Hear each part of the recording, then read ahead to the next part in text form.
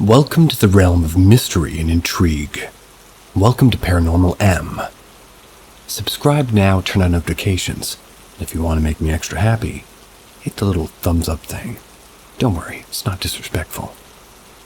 And stay up to date with our latest explorations into the unexplained. Let's uncover the truth together. AskReddit 1. So I'm no longer allowed to talk about paranormal things in my household. Married, 23, and now have 4 dogs.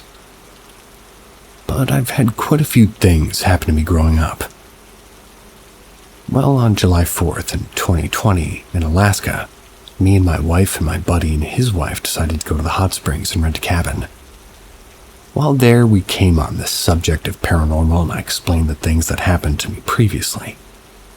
We laughed about it, and I started playing around later on in the restaurant that they had, like, if you're there, flicker the lights. And weirdly enough, one did flicker hard. Ignored it, I had just seen a bird feeder out of the window, and I decided on, if you're truly there, make this bird leave, thinking it would fly away eventually. Instead, it got absolutely bodied by a much larger bird. Horrified, my wife decided that it was enough for me. That night, my buddy's wife had something tug her hair in her sleep. Had seen something. My wife had something wake her up, but it was completely silent. After going home, our household there continued to have paranormal noises, and our 2 dogs at the time occasionally stopped and stared at the doorway with nothing there, or they were looking would growl and bark viciously, like her hair standing on their backs more than I've seen them when they're actually fighting each other. Fighting. Nice. Also, something wouldn't let my wife sleep for 4 days straight by pushing on her legs when she was almost asleep, making noises in the hallways. I even talked about it at her friend's place, and soon after they'd experienced paranormal things too. So, consequently, I've been banned from talking about these things out loud. Not really sure what to make of it, but it sounds like a Ouija board's on the last thing I should touch list.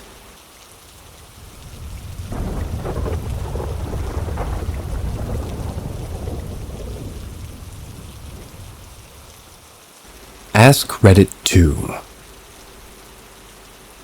I worked part-time as a custodian at my university campus for a while. There were many times that I'd be alone in the building early in the morning before any staff or students would come in. It was usually a pretty relaxing and chill time to just be on my own like that for a bit. There's one time something weird happened though, and I still can't come up with a rational explanation for it. Tripping over my words today. So one morning I was working at the building, and it was owned by the university, but it was off of the main campus by about a mile. It used to be an old middle school before the university bought it. It's now used for various science labs and staff offices. I was doing my normal morning routine, and I was going through cleaning all the restrooms in the building first thing at 6 a.m. Now keep in mind, I'm supposed to be the only person in this building until 7:30 a.m. when people started coming in. When I came in, I unlocked and relocked the door behind me, so nobody else would have been in this building. I get to the women's restroom on the far side of the building, and I don't bother to knock on the door as I should be the only person in the building. As I open the door, I see a woman standing with her back against the wall. Now, this particular bathroom is shaped like a T. The stalls are on the long part of the T, so when you open the door, you can only see the sink and the stalls are out of the view behind the corner. So I only saw half of this woman as half of her body was behind this corner of the wall where she was leaning on. I just said sorry and explained that I should be the only person in the building right now, and so I didn't bother to knock on the door. This woman then proceeds to dash around the corner, and I hear her shut herself in the stall furthest from the entrance. I yelled in saying I was sorry if I scared her, and again explained that I should have been the only person in the building. I then hear her start pounding on the door of the stall. Now I'm scared, so I close the door and block it with my cleaning card. Call my supervisor and explain that there's some woman in the building who's just locked herself in the stall. I thought that maybe she was doing some drug addict stuff or somehow snuck into the building at night. So like 10 minutes later, a couple of campus security guys show up. They open the door to the restroom and the 2 of them go in, me kind of just trailing behind. We all clearly heard and saw this woman pacing back and forth in the stall. The security guys tried to talk to her for a bit and get her to come out.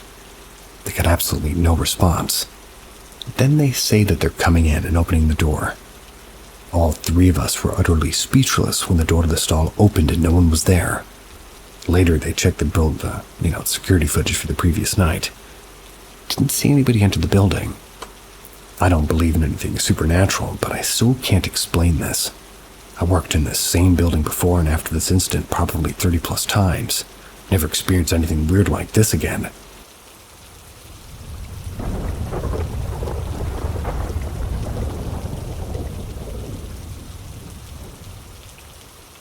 AskReddit 3. Not my experience, but my uncle's. I heard this story from him before the, burning hours. Around 3 a.m. to 4 a.m.-ish. Couldn't determine the exact time. It was a month ago, I believe, when he told me about a spirit or a demon or a guardian whom he met during a hunting session. This was a long time ago, long before I was even born. This being is special and it's docile, protective, helpful, and insightful. My uncle went to a hunt deep in the forest, which is located near a village in the boonies. It takes about an hour to reach on foot. The day wasn't either cloudy nor sunny. It was warm, but it had a breezy wind, giving life to all that day. He didn't get anything that day, but he found something else far more valuable than any sort of game you'll ever go and hunt for. Countless of hours had passed, wasted on tracking and waiting. He spotted something large and unknown to him in the forest. It had antlers, but it was no mere deer. It was bigger than any deer that he'd ever encountered, easily towering him, he thought. To guess how tall and big that creature was, he said it could look like a deathclaw from Fallout, but at least as large or as small, like a small hut. Not reptilic. Indeed, it did look like a deer. But this thing looked at him with round black eyes with curiosity as my uncle aimed his gun, hoping to kill it and bring it home. Steadying his position and conquering his anxiety, he shot it, but the bullet never hit it. Spooked and shocked, the so-called deer ran to the direction which is familiar to my uncle. He went to a route to the village. This behavior is indeed strange, but my uncle proceeded to follow it. It never came back to his mind that this thing didn't leave any tracks, no blood, no trail. Really none at all until he saw it enter a clearing and eventually vanished. Before chasing the mythical beast, he didn't even spare a thought that the bullet which he shot even got to the deer. My uncle was a good shot. He never missed unless the missing shot was caused by something else, wind and the sort. The being never left any trail, only a small part of it. Perhaps something which was connected to its antlers. This was the thing that he brought home. When he slept for a moment, he had a dream, or was it a nightmare? He dreamt that his door was knocked, but also scratched by something. Opening the door, he saw it again, only this time it was very close to him. Waking up, he took his gun and machete to hunt it again. But he was only ever shouted at by other people who saw him storming out of the house looking furious, which terrified them.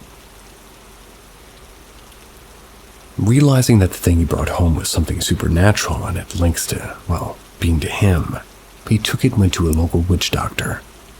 He knew that the thing that he met in the forest was some sort of spirit. The witch doctor told him that the being favors him. My uncle that is, which is why I'd left a gift for him so it could meet him. The witch doctor fashioned the small part of the spirit onto a charm so it could be hanged. It could be carried, be put anywhere in a small shrine. My uncle was terrified because of this spirit, as he'd never had any experience with such a thing before, but he was soon calmed down by the very spirit which he tried to kill in his dreams again. After that experience, my uncle's life had no worries. It wasn't a life filled with luxury, but he never had to complain about anything. Anything he wished for, he worked hard for and received rewarding gains. I wonder what kind of person he was before he met this dear spirit of his. My family told me he was a little devil when he was in his youth, the typical bad boy indulging in the life of hedonism. And after that encounter, they said he changed. But they didn't know that it was something that had to do with the supernatural. To this day, I still wonder if that thing was harmful, as I'm a Christian. It's been with my uncle for years. It was long before he even existed, like I said. And I know that the supernatural exists as two parallel beings. The God and the devil is real. So do angels and demons. The question is, was this an angel or a demon? Observing my uncle, I believe this to be one of the fallen angels that fell with Lucifer. At least it's not killing him. The being's not going to be exorcised for now. Maybe it can help me too. I'd love to have some kind of guardian which motivates and protects me from harm. When Judgment Day comes, so I'm going to vouch for that fallen angel for keeping me safe. By the way, maybe it's a certain radio host dear demon overlord in hell. Huh.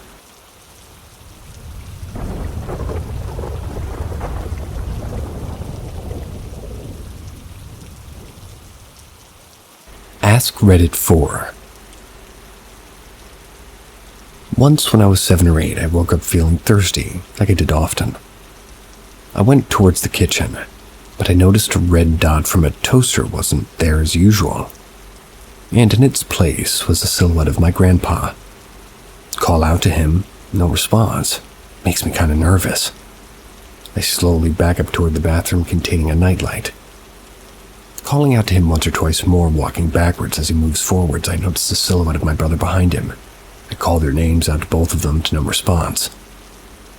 At this point, I'm practically petrified inside, filled to the brim with fear as a deer freezes while watching an oncoming car speed toward it. I stand silently in the doorway of the bathroom as I watch the silhouettes of my grandpa and my brother enter my mom's room. After a brief moment, I muster up the courage to walk into her room and just kind of wake her up. And this is all while maintaining a watchful eye for the unknown entities. As I look around upon entering her room, I see nothing but the gentle moonlight bouncing off the objects. The entities is nowhere really to be seen. I wake up my mom, tell her what happened, get a drink of water from the bathroom, knowing hell to try to go in the kitchen again. I promptly go to bed. While this memory is rather foggy nowadays, I know without a doubt that it's not one of those fake memories one may have when one's told a story themselves. I've also generally I've been known for having very good memory. But I've never had any other experiences that could possibly be correlated to schizophrenia, so I can guarantee that whatever the fuck I saw that night, it was real.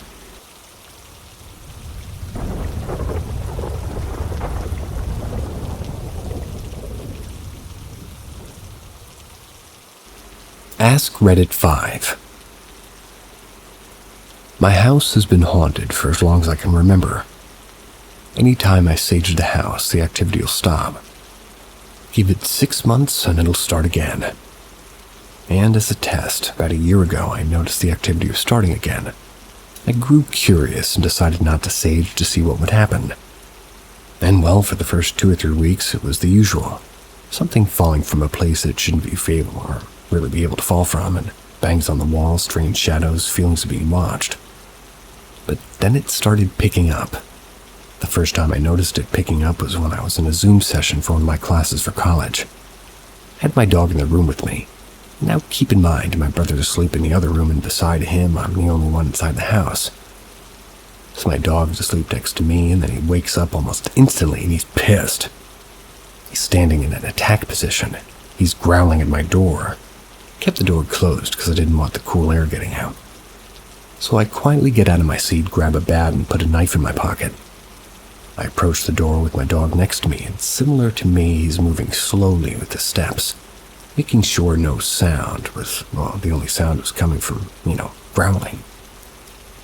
I open the door slightly, and my dog sticks his head out first. He glances towards the living room and inches toward the corner to look at the kitchen. He glanced at the kitchen, and he focuses his attention back to the living room. So me having the height advantage, I'm looking over my dog to see what he's looking for and using the mirror in the back of the kitchen. I see no one's behind the countertop, as if, considered the kitchen pretty clear. So I focus my attention toward the living room, since that's where my dog is focusing. I gave him a little pat on the butt, basically telling him to move forward, and he sneaks to the back of the couch and he's getting angrier. His hair is rising. His growl is getting louder, and I can tell that whatever it is that's pissing him off is supposed to be behind the couch. However, as stated, me obviously being taller than the dog, I see nothing behind it. So I sneak up and approach it with my knife. My knife's in my hand, and there's nothing. It calms down as soon as I stand there. And after doing a sweep of the house, I determined nobody or no animal was in there. So then the next day I'm left alone in my home. So keep in mind, at the time I had long hair that went past my collarbone. Me being, well, me, instead of doing homework, I just started playing my guitar in my room. Now the hair on my right side I had pushed back behind my ear, so none of it was, near my guitar and the frets. And the left side of my hair, while it was down, it wasn't, oops, I read that already, oops, my bad. So I'm playing, having a good time. Then I notice a strange feeling, like I'm being watched from behind. Then I feel part of my hair lifting, almost as if it's being grabbed by someone. I don't know why, but I paid it no attention. But then I feel as if some of my hair were I'd see some strands floating and going down, and I'm like, hell no, what the F? Draw the line here. So that same day, hours after that, I wait for my mom and brothers to get back home. And when they do, I'm in my brother's room playing on the PS4. About half an hour after that, they came in back to hear my mom in the kitchen say, "Hey, what are you doing?" Keep in mind, I'm in my brother's room and my brother's in there with me. So at the time, I'm guessing she's on the phone. But then a few minutes later, I go over and tell her what happened, and after that, she tells me, "Oh shit, hey, were you sitting in the dining room a couple of minutes ago?" I tell her no. I've been in my brother's room the whole time since I came back, and she says, "Shit, well, I saw someone sitting in there with long hair. I thought it was you. But you kept ignoring my questions." And I'm like, "You sure that was me?" She told me she couldn't get a good look because the blinds were open and the sun was causing midday, sort of a shadow thing. So whoever sat there was basically a black shadow. So I do a sweep of the house just in case, and just like before, no one. Once my dad got back from work and we agreed we had immediately sage it. And well, we did, and the activity stopped. Pretty much immediately. But as stated, it started again about 6 months after. And as of right now, last had activity was maybe last month until we saged it, so I'm guessing next time I have activity will be 5 months or so from now. I also remember back when I was in 3rd grade. I'd come home early from school because it was a Wednesday. So when I enter the house, my mom immediately goes to the kitchen to start cooking. My brother doesn't come out from school for another hour since he's in kind of like middle school at the time. My dad at the time was out of town for work, so it's only me and my mom at home.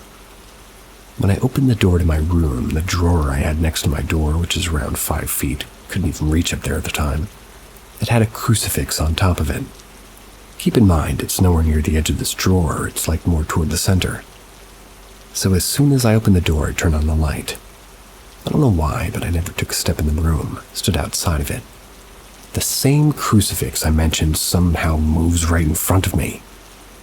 It's floating right in front of the door for maybe 6 seconds, and then it just falls. When I pick it up, it's cleanly split in half. Showed it to my mom, and at the time she of course didn't believe me, and that was something paranormal, but she did question it, knowing that she left it in a spot where I could never reach it, at least without making a mess trying to grab it. So she knew something was up, especially since there was clearly no sign of me having anything to do or anywhere near climbing up there. Throughout the years after that, my mom was tugging on her shirts or feeling like somebody was placing a hand on her shoulders when no one's home. My whole family's experienced things falling over and moving on their own. So at this point, we've all concluded that there is something paranormal in the house. However, we don't know what.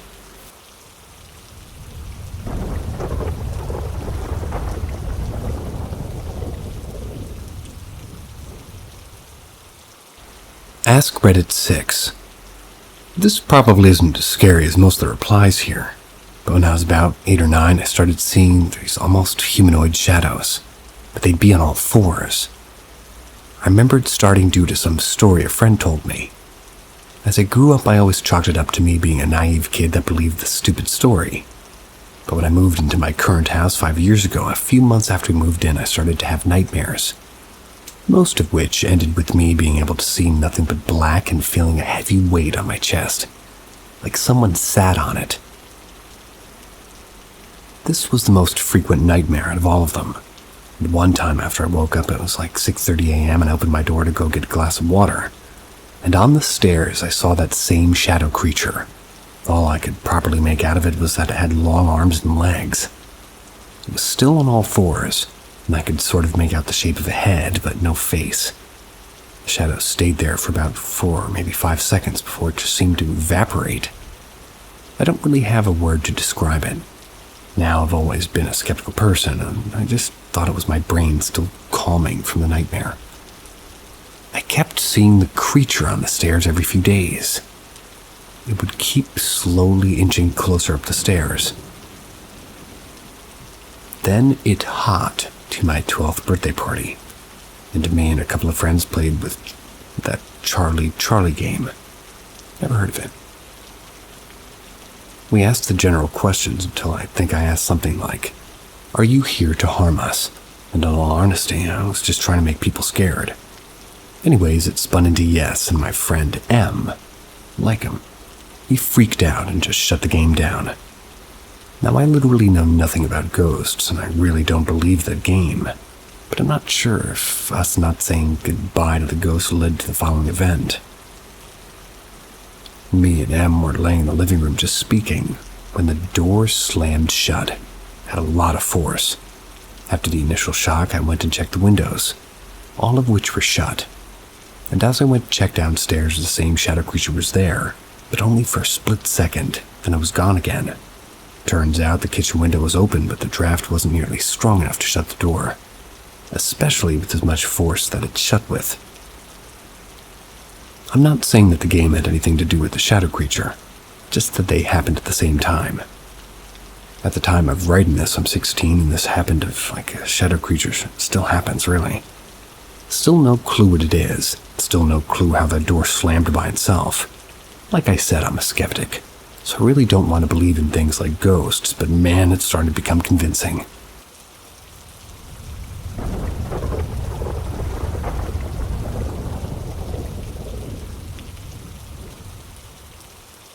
AskReddit 7. I've had a few. My first experience was when I was only like 5-something. We were celebrating Christmas at my cousin's. In the house was my mom, and it was where she grew up. She also said that she had many unexplainable things happen there. All of the kids were playing hide and seek, and so I went to one of the bedrooms and I saw 3 tall white glowing shadows in the corner near the closet just staring at me. I ran out crying. I told my mom. She still remembers it today. Of course, kids can imagine things, but I never did that growing up, and the fear in my eyes, I don't know honestly. Another one was when I was cleaning. My grandpa passed away when I was 6 years old, so we had a couple of his paintings in our home. One of the paintings is standing on a shelf over a dresser in the kitchen. So I was vacuuming, doing my thing, and then suddenly I see the painting in the corner of my eye fly off the dresser with such force. Keep in mind, the dresser is pretty deep and the painting landed on another meter away from it. It was facing with the painting upwards. No windows were open, and I put it back, trying to push it down myself. But it just kept on landing on the dresser facing down. I don't know if this is paranormal, but I once dreamed that I was sitting on the sofa watching TV, looking in the hallway, and I saw a black shadow slowly walking. It was kind of even floating toward my room in the hallway. Then it suddenly turns around, stares straight into my soul, and runs toward me. I can hear a horrific scream, and everything turns from red to black over and over again. Then I wake up with a hand around my throat like I was trying to strangle myself.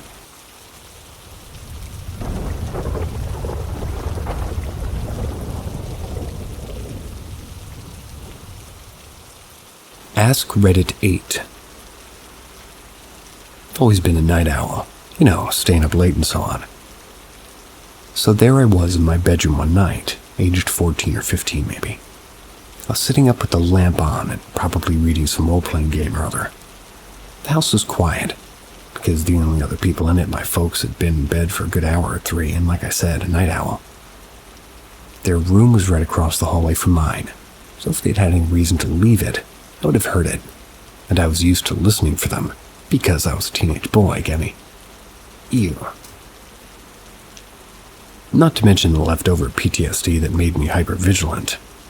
And, well, let's just say that I was really good at listening. Anyway, sitting up, game book, late, quiet, nothing going on. That's when I hear footsteps outside of my room. Approaching my door, soft thump. It's dragging on the carpet. 1, 2, 3 steps. I felt cold inside and stiff. My skin and my brain and every nerve seemed to vibrate. My breathing stopped. I was locked in a state of awareness and borderline panic.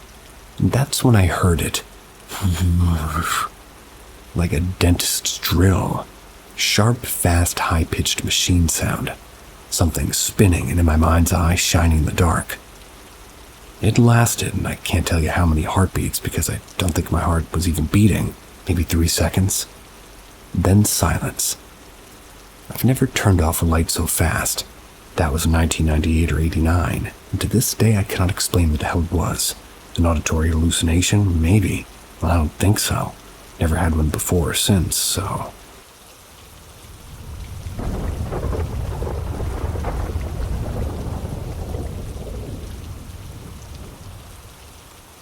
AskReddit 9. Shortly after graduating high school, a buddy of mine, his girl at the time, and myself went to see a scary movie during the summer as teenagers do. I'd often be the third wheel or the wingman, especially for scary movies, because I grew up watching them, so my friend always asked me to go with.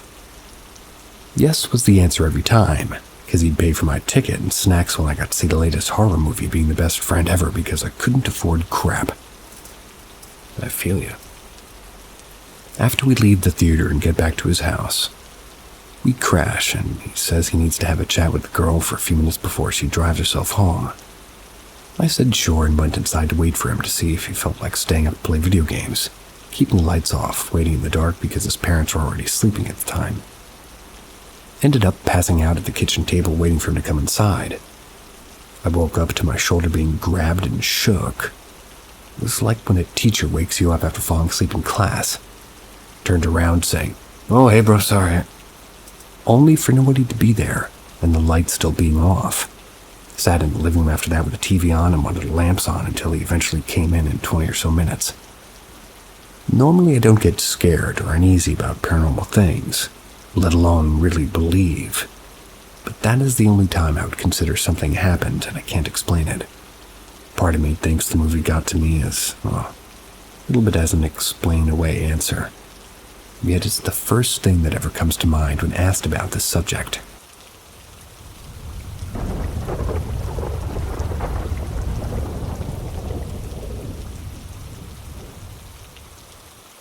AskReddit 10. Just as recently as the springtime, I caught onto a local story about a young 19-year-old prostitute that had been here in a brothel for around 3 months and apparently shot herself in the head. This was in 1889. I thought the story seemed sad, so I started investigating. It didn't seem anywhere near complete, and I kind of thought she was killed. I basically at this point believed that she was murdered by her husband who had tried ditching her in several other cities previously. I tracked down her grave and started cleaning it up, and I tracked down the location of where the building was that she was killed in. The building is now where a parking lot stands. On the anniversary of the day she died, I brought her gravestone some red roses and some bourbon, a nice petite cigar and some apples and a piece of white lace tied with the red twine. It was a hot day out and I had a bit of lunch sitting there and I had a drink of bourbon and a cigar. Felt a cold breath on the back of my neck. I turn around and there's a crow in a tree and it's doing those weird chirps and bouncing its head up and down. I love when they do that. I thought that was an odd moment, I must admit. I literally asked if this is you trying to tell me something. I walked just 2 meters from a grave to a tree, and in fact, directly in front of the tree is a grave that has my surname on it. Well, only my surname, no date. I left after another 10 minutes of sitting near her marker. It was nice. Said goodbye for today and thanks for having me over. Turned around and was clearly grabbed by my hand and pulled gently. I found it quite interesting and comforting somewhat. I got home and walked to the washroom and turned on the light, and bang, the light burns out. Oh well. I walked past my bedroom and felt funny. I go in and my bed was neatly made, and my favorite button-up shirt that I wore last time I visited her grave was basically folded and pressed onto the seat of my chair in the corner. I don't normally make my bed or fold my shirts. I knew it was all odd, but I didn't feel threatened. It was comforting. I hear something on my balcony. I open the curtain and it's a crow, and it's bobbing its head up and down and chirping at me. That's when I felt strange. I woke up that night and went for a piss. When I entered my bedroom in the dark, a woman was standing beside my bed in a long dress and a blouse. Then she was gone.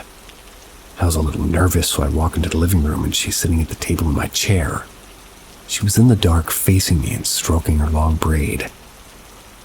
I didn't feel threatened, and in fact, I go to the grave and keep it clean for her. I have a feeling she appreciates it. I also feel I'm not entirely alone sometimes at home now. And in public it goes for the same time to time. Perhaps I've made a friend. Maybe I do. Maybe I pleased the poor girl somehow after 131 years. Everyone's do.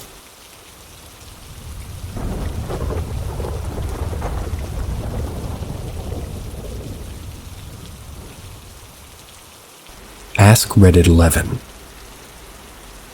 My husband and I stayed at a super old hotel in Santa Fe, New Mexico.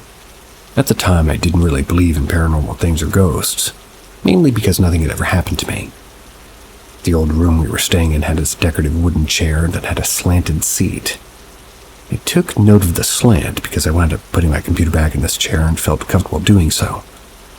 I'm super cheerful with my electronics. Careful.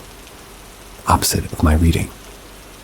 And the slanted seat made it so my bag slid all the way back into the back of the chair so it couldn't fall. I also hung a nice new dress on the back of the chair. We went out for sightseeing, and when we came back, my dress was on the floor near the chair. I wondered if housekeeping had touched it, even though we had a do not disturb sign on the door all day and the room had not been serviced.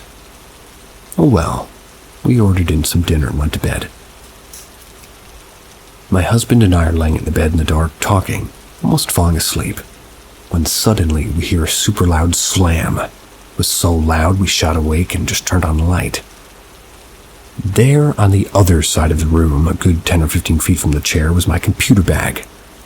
It was like something had lifted it and threw it down. There's no way it just fell off the chair, not that far away. And the chair seat was slanted backwards toward the wall.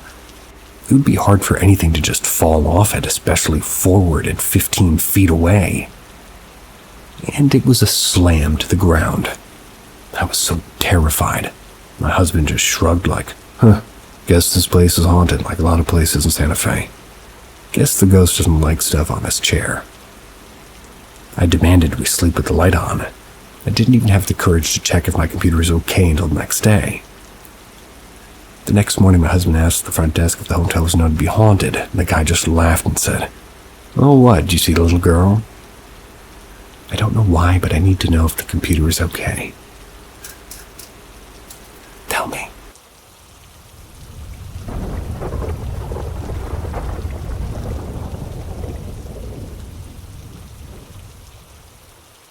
I think I might have accidentally manifested spirits into my house. Okay, I know what you're gonna say, another lame-ass ghost story. But I need some advice, so please be patient with me. I listen to Reddit horror stories all the time, or any horror stories in general on YouTube. Wink, wink. I've also been the type to draw creepy shit. I don't know why, it's just kind of how I am. I think since I've been listening to shit on, full blast, I might have accidentally manifested myself some spirit or whatever. Anyway, I'm getting to the point right now, so I woke up this morning with my phone nowhere to be found. I thought maybe I must have pushed it down while sleeping, so I reached my hand down under the bed to reach it. It's just not there. I look under, still not there, and I get up to look for it, and surprisingly I'm more worried about my alarm not going off than anything else. It's right next to my pillow on the opposite side of... Bug flew into my mouth. It's right next to my pillow on the opposite side of where my charger was. Well, you probably put it there before you went to sleep and forgot. Yeah, the problem with that is when I looked at my phone's percentage, it was much higher than, well, what it was when I fell asleep.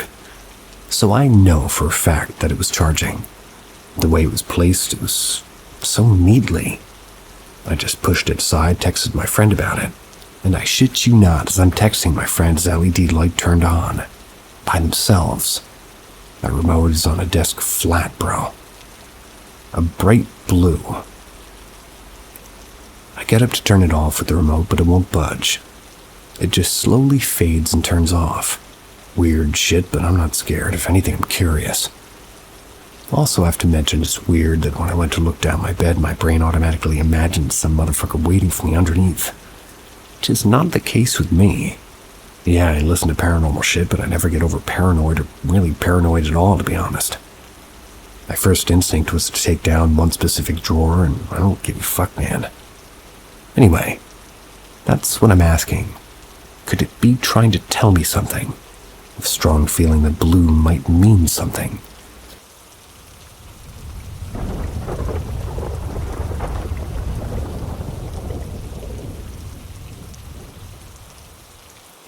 Ghost cat. It was a dark and stormy day. But seriously, it was. This is important to the story. I was in middle school at the time, and I was usually home about an hour or 2 hours before my parents. I would let the dog out and then, back in, get myself a snack, turn on the TV in the living room. On this particular day, my dad was the first one home. He'd had court all day in the city, so he had one of his fancy raincoats on. Kinda like what Columbo wears. He always kept his long coats in the front hall closet. The closet was in a weird spot to the left of our front door, which nobody ever used. We used the side door. So basically, we hardly ever used it for anything except for my parents to hang out longer coats and winter stuff.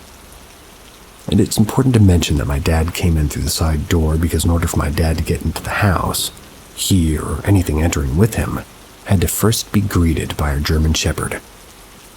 I was in the living room, which was the first place you'd be if you stepped through our front door. So I had a perfect view of our front door and the closet the entire time. My dad went to open the closet door to take off his coat. And as we're talking about our day, my dad closed the door and we both see what we can only describe as a black cat, or shadow cat, that ran down the walkway to the kitchen. It made no noise and disappeared almost as quickly as it had materialized, I'm assuming. My dad and I were both in shock, at least for a moment, before we both just say, "Did you see that? What was that?" Ran the way a cat would. I mean, my dad and I have no idea where it came from, and I have no idea where it went. There weren't many places a cat could have hidden, and certainly my dog would have picked up on the scent if there was a cat somewhere in the house. Oof. Plus, we kept most doors closed to different rooms because we didn't want the dog getting locked in there on days we weren't home. Now, a couple of things about this story. 1, we did not have a cat. We're all allergic to cats. 2, the closet was so rarely used that even if it was a cat somehow got in, it wouldn't have survived in the closet. Hardly ever opened it. 3, we checked the whole house afterwards. There was no way a cat could have gotten in or out because we had a 90-pound German Shepherd who wasn't fond of animals. At least animals she didn't know. She would have gone completely ballistic at the mere scent of an animal in the house. Especially one she wasn't familiar with. Particularly not a cat, though she never harmed one. She would always bark at any cats that occasionally roamed the neighborhood.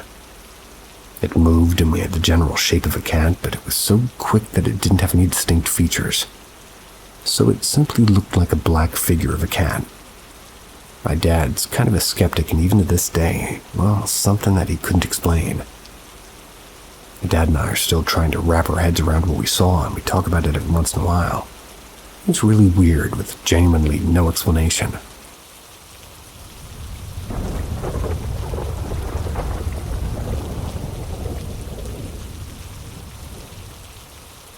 Okay, I used to be agnostic, but I can't explain this at all.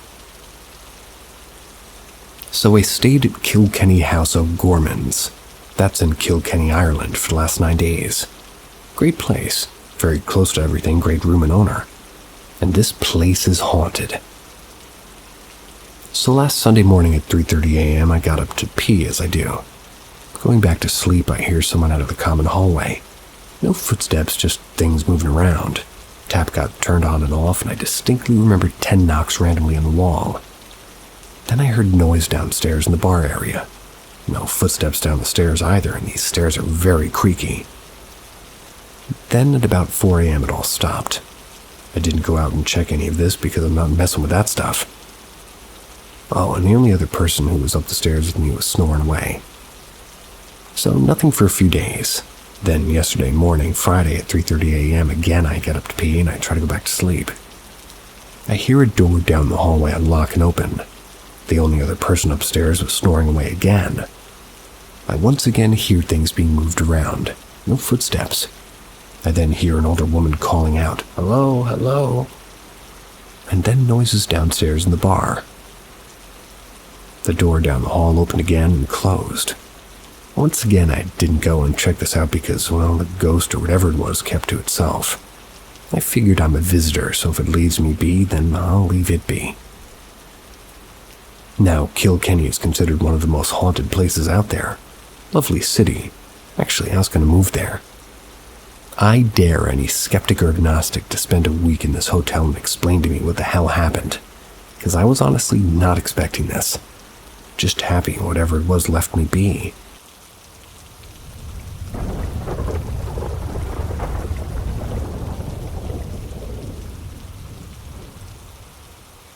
Stalked by ghosts. I've always had an attraction to dark things since I was young. My grandparents, who I lived with, always used to try to pull me away. It worked for some time, but that was until my first paranormal encounter at 13 years old was at a friend's house. Since then, I'm convinced that the ghost has followed me, and I've seen it in my house as well as both my grandparents seeing her. There's a woman who's dressed in all black, almost Victorian style, a tall shadow man who appears to me the most frequent. The shadow man first appeared to me in a dream where I thought he was in my wardrobe, and on one occasion told my grandparents that there was somebody up there. Up until recently, I'd never been touched by a ghost or felt scared, but 2 months ago I felt a hard pressure on my right hip while standing in my bedroom. Nothing else could have done this. It happened again around 2 weeks ago as well, but I was in bed. At that time, I believe I saw it standing by me in the bed as well. Is this something dangerous or something I could escalate possibly? My grandma's previous experiences with paranormal activity, such as her watch stopping exactly when her own father and grandmother died. Is it possible for this trait of seeing or sensing paranormal things to be passed down? My mom, as far as I know, hasn't experienced anything, but is still a believer, and despite actively searching for ghosts, hasn't seen or felt anything. My granddad is quite religious. Spoke to our local hospital's church leaders. They've been friends for years. Said to call him if anything really extreme happens. Is there a possibility of these events getting worse or even harmful to me and my family? Any advice is helpful. You heard him. Advise the man.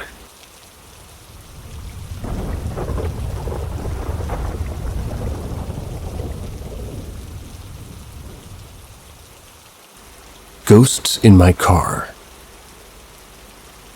In September till October, I was haunted by ghosts I accidentally summoned through a Ouija board with a friend. We were in his room and I said as a joke, "It's boring, let's summon ghosts." I believed in ghosts before. I didn't really think when I write the Ouija board stuff on paper and use a bottle cap to do a couple circles and ask if somebody's here that it works.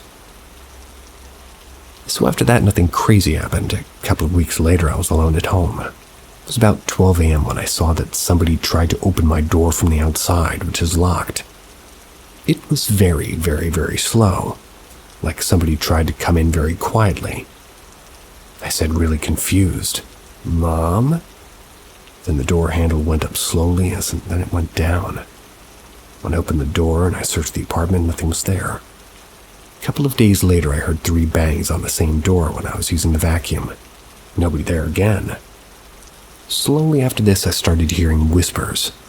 Things started moving on their own, lamps being shook and the lights flickering. Really much happened, but that's not the point. At some point, I knew I was getting chased. I thought it by one entity, because I heard the whispers. And for example, when I was in the car and the seat behind me, I made many videos, but I cringed to watch them. I'm happy it stopped. On the day I realized I'm getting chased, I went to the church. I saw in the mirror someone sitting behind me, just a black figure with a kind of a robe. When I arrived at the church, I got out of the car and walked to it. When I was walking back to the car, I saw someone sitting in the driver's seat. Again, just a black figure. Both windows were rolled down at the front seat, so I couldn't be seeing a reflection or anything like that. It wasn't the back seat either. Made a video while walking back to the car and made it brighter. I screenshotted the moment where you can see a man sitting in the seat. It looks like a beige or brown shirt and his face was looking like a corpse. His mouth was open, shaped like an O, and the eyes were almost closed. You can clearly see ears, etc. Creeped me the fuck out. When I sent the picture to some friends, I saw at some point the face of a smiling woman behind the man, like she was talking from the back seat with him. The picture's 10,000% real. Only made it brighter. I have many videos of paranormal things happening. It's a mind-blowing experience for me. We should really respect the dead and entities. I'm not crazy and I'm not lying. You can believe me.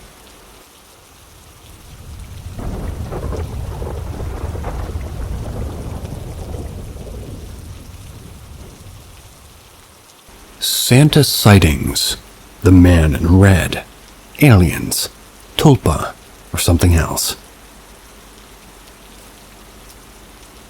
My story takes place when I was maybe 8 or 9. I was still a believer in Santa at the time. Therefore, my dad would make me sleep in his room so I wouldn't be getting up and peeping around at the gifts or trying to catch Santa in the act. As most children, I couldn't sleep from all the excitement in the air of Christmas Eve. I heard the classic call of Santa saying the name of all the reindeer and then wishing a Merry Christmas. Obviously, I jumped up from my pile of blankets and looked out the window. I didn't see Santa, but I did see these glowing golden lights, almost like twinkling electricity, and then a sound of wind. I looked and my dad was still in bed asleep, and we were the only ones there, so I don't know who else it could have been.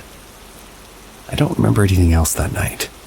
I obviously fell asleep afterwards, but I do remember telling the rest of my family on Christmas morning, and then the neighborhood kids.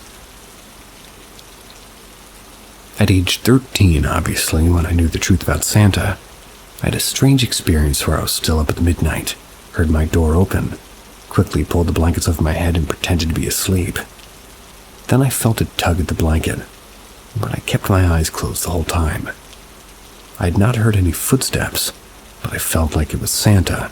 I wasn't supposed to be seeing this. I didn't see anything, just the feeling. Now let's talk of what all this could be. The most obvious thing could be just an active imagination of a child, which very likely could be true. I'm still kind of told that I am an imaginative person, but I've also seen the theory that it could be filler memories, ones replacing other events. Often you see these with trauma or even some, say, alien abductions. That brings us to the point some believe these are aliens or other beings taking the form of something familiar, non-threatening, such as Santa Claus. A theory that I personally find super interesting is that maybe a tulpa, that so many people, especially children, believe in. It's this thing that they manifest the spirit to come to live for the night.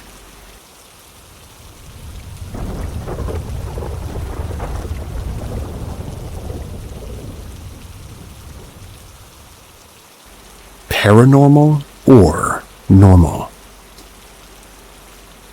So, for a couple of years now, I've noticed something that I've never noticed before. I'll be sitting here in my room on my bed and I'll feel like someone sits down on the bed behind me or toward the end of the bed. It's become somewhat of a normal thing, honestly. I've never really told anybody because I thought maybe I was just really starting to lose my mind. Even though when it happened, I know and feel without a shadow of a doubt that I did feel what I thought I felt. Tonight, my neighbor that lives above me was hanging out and we were sitting in my room. Randomly, she starts telling me about how there's times she'll be sitting on her bed and feels like somebody sits down on the bed with her. I got goosebumps from head to toe.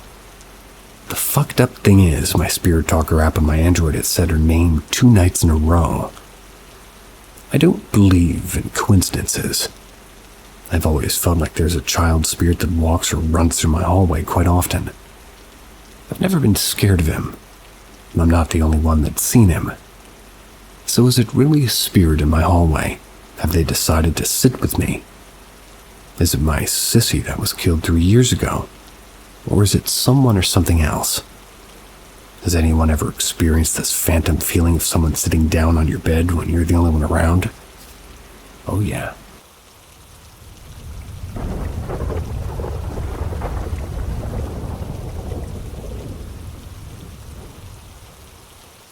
The dead eyes of a rotting dog staring into me.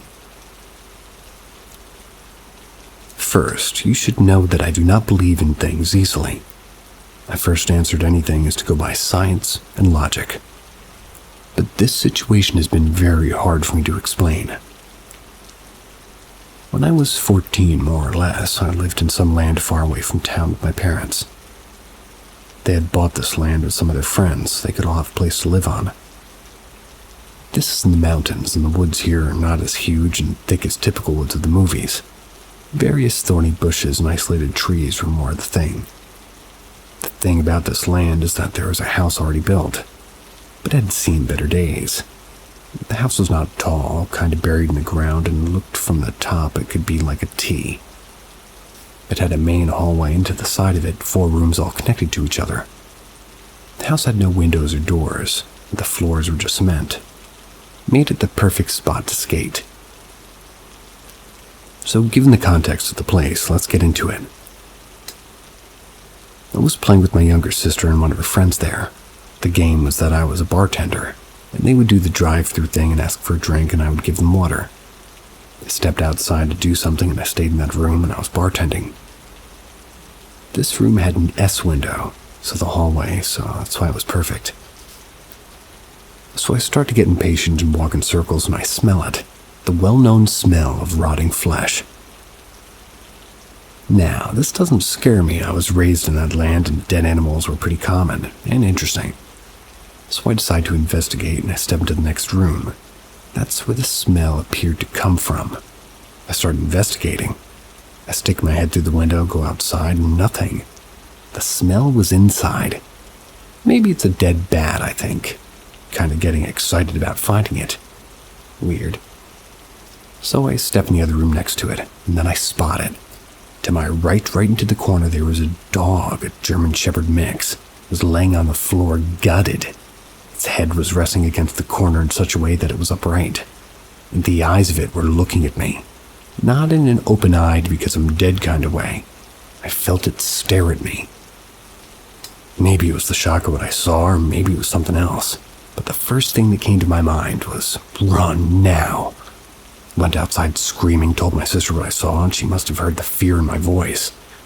We ran as fast as we could to see my dad. In our house, about 3 minutes away, is where we went. I told him about it, and he didn't believe me. It was after I said I was concerned for our dogs because I believed a puma attacked it that he decided to come to investigate. 10 minutes had passed, and we were back at the house. There was nothing there. Neither dog, nor blood, nor smell. Everything was clean, and it was a pretty harsh scene when I saw it. My father believed me, but I have a tough time doing so. Was it an isolated psychotic episode? Nothing like it seemed to happen to me again. Or maybe it was a creature, in which case, what?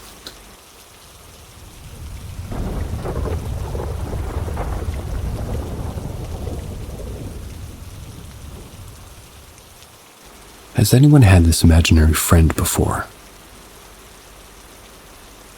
Well, I really don't know if it was just some, imaginary friend, but I can't stop thinking about it. When I was 10, I was a really creative child. I've had a lot of imaginary friends in my childhood, but this one was just different. I don't know where he came from, I don't know how he appeared in my life, but one day I just started talking to him. He had black hair and really shiny blue eyes. We were really good friends. His name was Theodore, even though I'd always call him Teddy. I remember that I was convinced that he lived inside my teddy bear. I slept with the teddy bear all night because I always say that Teddy had nightmares while sleeping, wanted me to be with him. I knew everything about him, and what scares me the most is I was totally aware about the fact that he was a ghost. He always told me the story of his life, but I think that at the start he lied to me a lot. First, he told me that he had cancer and didn't talk about his family or anything else a lot. But there was a point where, for whatever reason, he fully opened up to me and talked about everything. He explained to me that his father was a really bad person. When he was 4, he killed his mother. The name of his mother was Alessandra Mary, and he loved her a lot. But when she died, it was like his life went really crazy. His father didn't treat him well, and he'd always hit and insult him. Also, he had a little sister named Casey, who was really innocent, didn't realize anything that happened. Finally, he told me the truth. He didn't die of cancer. He committed suicide when he was only 11. And what happened at the end with him? Just one day he disappeared. I stopped talking about him and seeing him. I've never seen him again. I don't think I'll ever will. But at this point, I'm just confused. How did I create so sad and so crazy of a story when I was only 10? And the worst, I talked to a friend about this.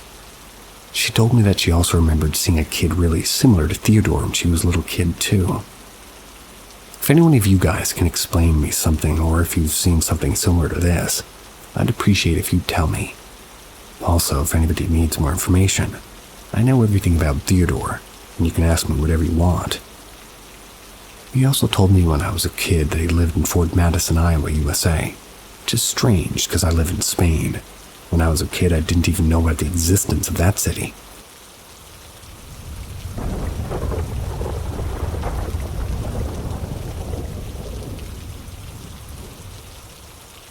What do backward-turned feet mean?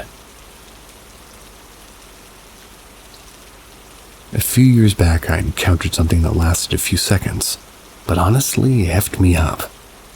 Like so much. A little backstory on me and paranormal experiences. I've been hearing and seeing things for long. I always tried to talk myself into believing it was just an illusion, but my gut feeling knows when something is wrong, and I feel it every damn time I'm in that house. I'll be talking about it in like a minute, so anyway. My family's Christian, but there's one grandmother and I have two. We'll call her R, and the other one A, and well, so R is medium. She's been doing it professionally, and she always told me that these things pass down. Don't know if that's true, though. So now, on to what actually happened. I was at A's house, not the medium one. I was there for a night because I used to love sleeping over at her place, even though I think it's haunted. So on this one night, I was laying on the couch, ready to go to sleep. So I cover my head with the blanket as I always do out of fear of spirits. A few hours go by and I just can't fall asleep. So suddenly I feel the intense urge to peek out from the blanket. So I do that, and before me I see a sickly, skinny, pitch-black leg with backwards turned feet. Put that blanket over myself again as fast as I could. I didn't dare to take it off, even if I couldn't breathe. I've been wondering what the fuck this is for years. Found something called Pichal-Peri online, which is a Pakistani/Hindu legend. But since I'm in Germany, I don't think that's inherently what I'm looking for. If somebody can explain what that is, please do. There's nothing I can find online about it.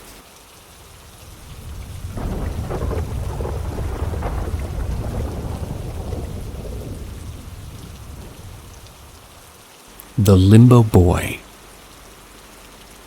I'm not entirely too sure what to classify this as, but paranormal/supernatural oddity, maybe. It seemed like a recurring dream, but I was aware of everything going on. It started seeing myself sleep, then hearing tapping coming from my front door. I, being one of those kind of white folks, go to investigate peering through a peephole. I just see a fidgeting figure and at the time couldn't tell if it was human or not.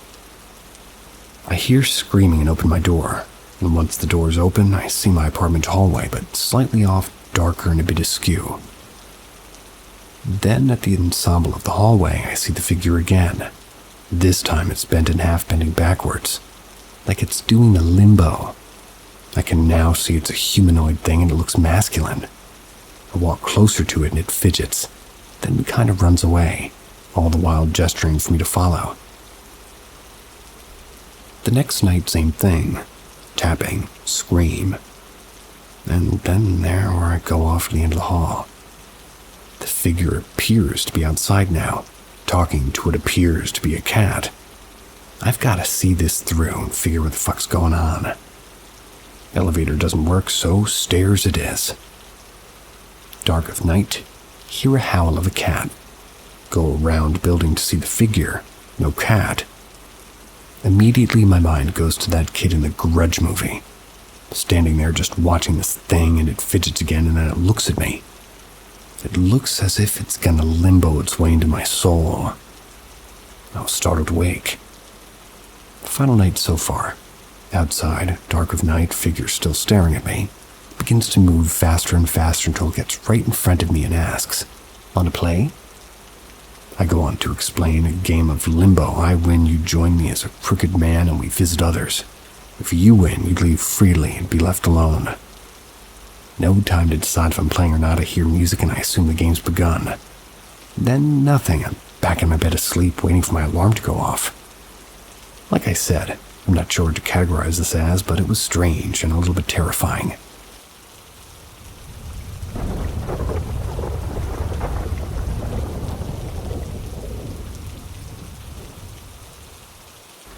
Okay, I don't know if this counts as something paranormal, but I can't seem to wrap my head around it.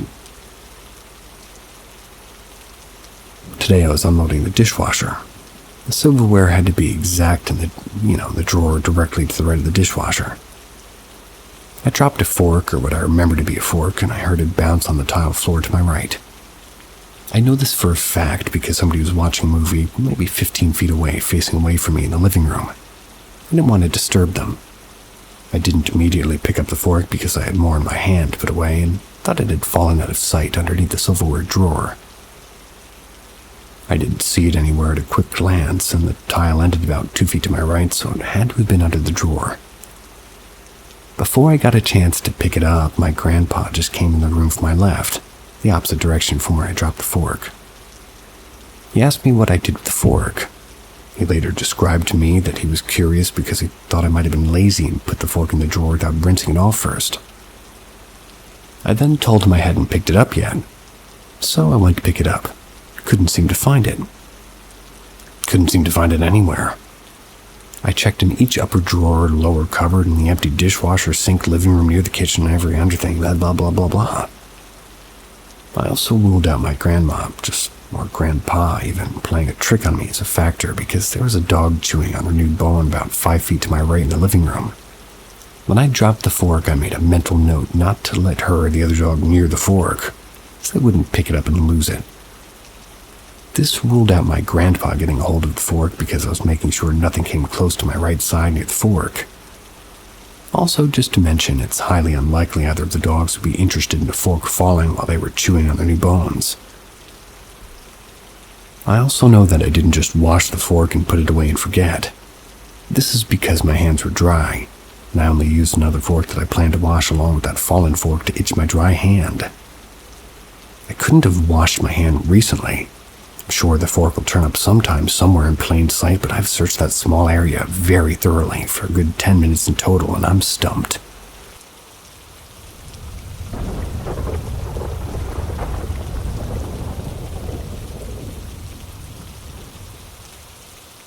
Possible cryptid-type creature my friend and I saw on the drive tonight.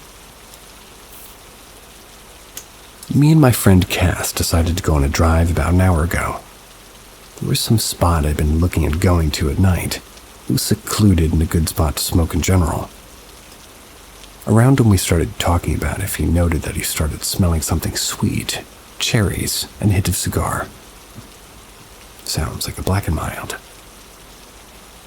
I was familiar with this entity as it had been around my room, and since I moved in back in 2020, it's not a malevolent entity, and it's actually quite kind. Cass stated that it felt like he's been hugged and just overall felt comfort with the entity around. So we went to go on a drive. We were talking, and all we do turned down the last road until the destination when I saw a tree down in the road. It didn't block the road completely, but it was too narrow of a gap for my car to fit. Well, I knew a back road that led to the same destination, so we turned around and headed down that way. It was a very wooded back road, no service, very few houses for miles, and surrounded by trees. It was the type of road to only have one lane because of how unused it is. As I'm driving, we're talking. We pass over a bridge. I point out a spot I wanted to take him another time since it's just a neat area. Not long after we passed it, he said, "Did you see that?" It's a very curvy road, so I initially assumed it was an animal that I hadn't seen, but I asked what he saw, and he said it looked like something that crossed the road. Immediately, he got an intense feeling of dread. I asked if he felt it too, and he confirmed that he did. So I stopped the car. Took a moment, and immediately said, "We're not supposed to be here." He agreed. I turned around, heading back to where we just came. The dread got more intense, but after we crossed the bridge it eased, but it was still there. I stated that whatever it was isn't allowed to follow us home. It wasn't allowed on the property. Started to disappear, and we kept seeing things along the road like shadows. As I was driving to the main road, a white truck pulled up very fast to a stop sign on the side of the road, almost as if out of thin air. Pulled out behind us. I didn't take much note of it until I looked into my rear view and I saw it tailing the hell out of us. I pointed it out to Cass and said that he didn't like feeling that he got from that truck. We got to the stop sign that led out to the main road. I purposefully didn't turn my blinker on in case it was following us, but the truck did, and it was turning the same way as us. After I made the turn, I waited a few moments before looking back in the rear view. It was gone. Disappeared into thin air. Drive home was silent. Cass waited until we got back to talk about things. Wanted to talk about things that he knew and shouldn't thought of before we even got in the car. I was telling the story to a friend over Discord. Asked Cass to describe the thing he saw on the road, asking if it walked on 2 legs or 4, and he said it didn't have legs. It was brown and looked like a head that just crossed the road. Asking him about it now, he said that it was tall, taller than the doorframe of my closet, and he saw it from a distance, so he didn't know what its body even looked like. I asked if it could have been a bat, and he emphasized that it couldn't have been. During the drive home, we both noted that it felt like there was a hand on each of our shoulders. He pointed out the log in the road that could have been a sign not to go, but as well as maybe the friendly entity that appeared in my room beforehand, I'm thinking it's a certain W word. An entity. Which we know. The names hold power. I'm not going to refer to it by its name. We all know it.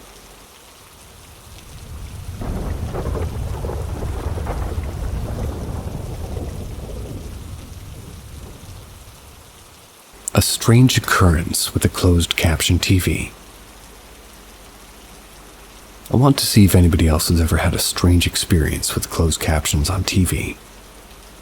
I'm not really sure if this is paranormal, but it gave me the creeps then.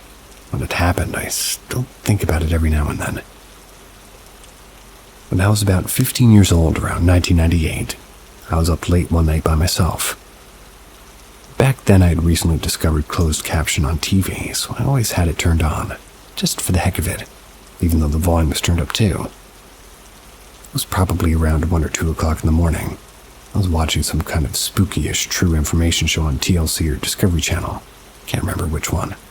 But it was, or even really what it was specifically about, but I think it was one of those shows that tells about the history of pyramids and UFOs and all that. So the TV show went to a commercial as usual. I was still reading the CC and listening to what was going on. That's when all of a sudden during a commercial break the TV screen just goes black. The TV was still on and working, but it's like the channel had some technical difficulty or something. So I'm just sitting there for several seconds waiting on something to come back on the screen. That's when I see the black screen and CC, the question. Do you believe in Satan? The screen was still dark and nothing else, no sound was coming from it. But it just had that question on it in closed captioning. Stayed like that for probably 30 or 40 seconds, and finally a regular commercial came back on. But even with the commercial on, the creepy question lingered on the screen until after the regular programming came back on. It was probably stuck on the screen for a minute or two while the TV show was still on. Those words were never part of a real commercial or the TV show itself. It eventually went back to normal and started working correctly again. So like I said, it's not really a big deal, but it creeped me out then, and I wanted to know if anybody else had any rogue captions using CC.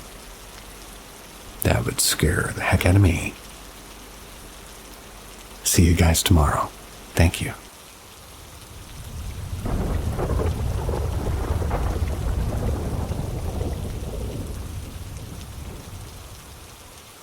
Greetings, fellow truth seekers.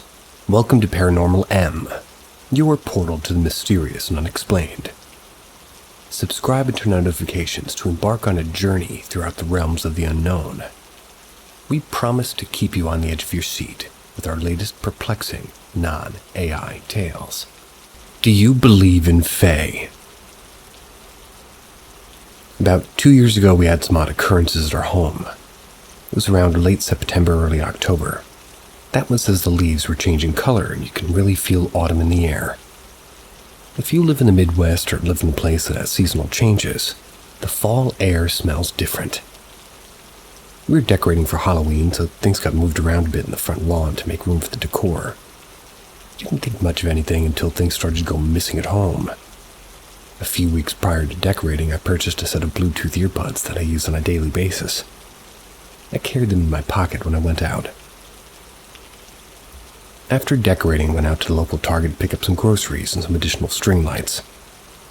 Later that evening, when I got a call, I looked for my earbuds and I couldn't find them anywhere. I was a bit upset and chalked it up to maybe it fell out of my pocket at Target. The next day I went back to Target just to make sure, retraced my steps and checked lost and found. Nothing. While grieving my loss, I bought another exact pair of Bezos, and 2 days later the package arrived at my doorstep and smiley tape and all.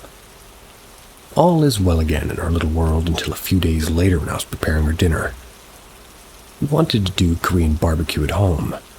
We have a tabletop Korean barbecue grill pan, one that you sit on top of the butane stove. I looked in its usual spot, the corner kitchen cabinet.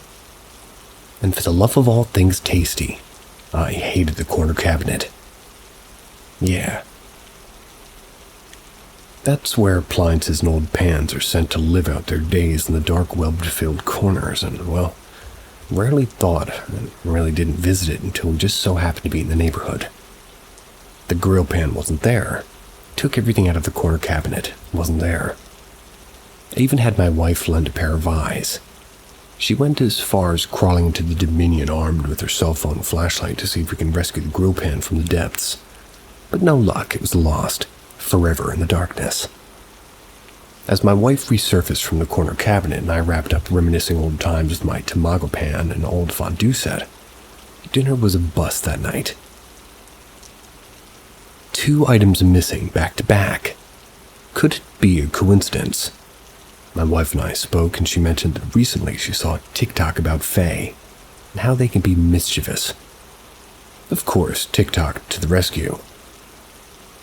Being spiritual, this wouldn't be our first encounter with Fae, as my wife had made offerings to them in the past for her garden. But this made me think and turn to our all-knowing acquaintance, Google. Come to find out, moving things in the garden and in the yard can disturb their habitat, and even the places they reside. This can result in angering them. Understandable, I'd be pretty pissed if I came home from work and my house was moved a few blocks over too. So, new knowledge in hand, I went out into our front lawn and apologized out loud. I explained that we didn't mean to disturb them, that we were only there preparing for the holidays. I left out an offering of honey, bread, and milk. Now I wait. Then the next night I was upstairs wrapping up some work and my kiddo ran upstairs with a set of Bluetooth earbuds and handed them over while saying, "Here, Daddy." I said, "Thank yous."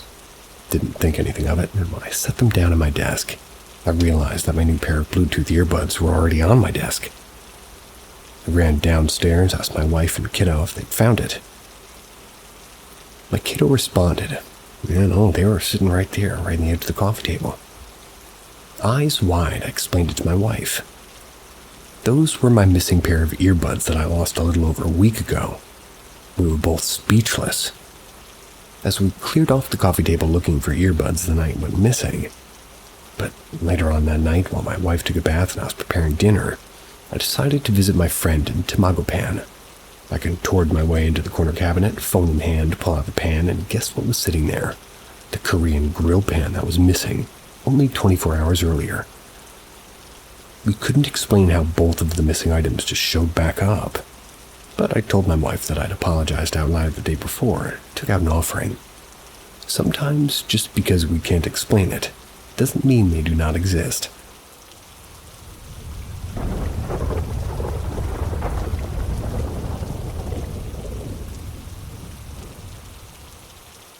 The Church and the Ouija Board. About 15 years ago, my old high school group decided we were going to attempt to contact my friend. My friend Ben's biological dad that had recently died before we got to know him. Now, Ben was absolutely wild. He wasn't scared easily. My high school sweetheart was with us, and he was absolutely terrified. I owned a Native American necklace that had items placed in it for protection from spirits. And to help ease his anxiety, I placed the necklace around his neck. He partook in the devil's lettuce, started our session giggling. Devil's lettuce. I was no longer a believer in, Ouija boards. It didn't bother me a bit that we decided to do this in an abandoned church deep in the woods either. Only my boyfriend was terrified, which caused our friends to kind of tease him mercilessly. The board was set up, and we got serious. We just had no idea how serious this was about to become. As the planchette moved to spell his father's name, I smiled, thinking this was his method of closure.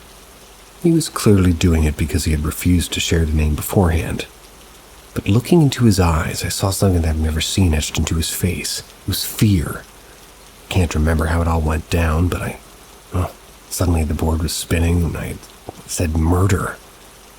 I was startled. I felt cold, even in the heat. That's when it all went to shit. The pews, already broken, were shaking uncontrollably, even toppling over. We were in a back room that was essentially empty, but we ripped open the door to discover the pews toppling over. It started a massive panic to get out of the building. As I was running, I realized my boyfriend wasn't with us in the woods. I turned back right as Ben and a few others pulled off in their cars. Once I re-entered the dilapidated church, my boyfriend was stuck, literally stuck to the floor screaming. The building was still shaking, it was ice cold, and it felt like a sock had been shoved into my mouth. I remember my best friend helping me carry him out of the building. Within an instant, he had his wits about him, refused to talk about what happened. He looked like he'd just been through war. He opted to keep my protection necklace on, citing that the demon may follow one of us. Indeed, Gecko. We never really talked about what happened. It was very strange for my very open friend group. We knew it wasn't an earthquake because we lived just an hour below the Blue Ridge Mountains of Appalachia. Never get quakes that can move furniture. To be honest, I felt something dark around me until, like a cleansing 11 years later after the scariest haunting I've ever experienced happened. I don't know what we released or even have any clue how that could have been a natural event. Something threw those church pews to pieces. We never went back.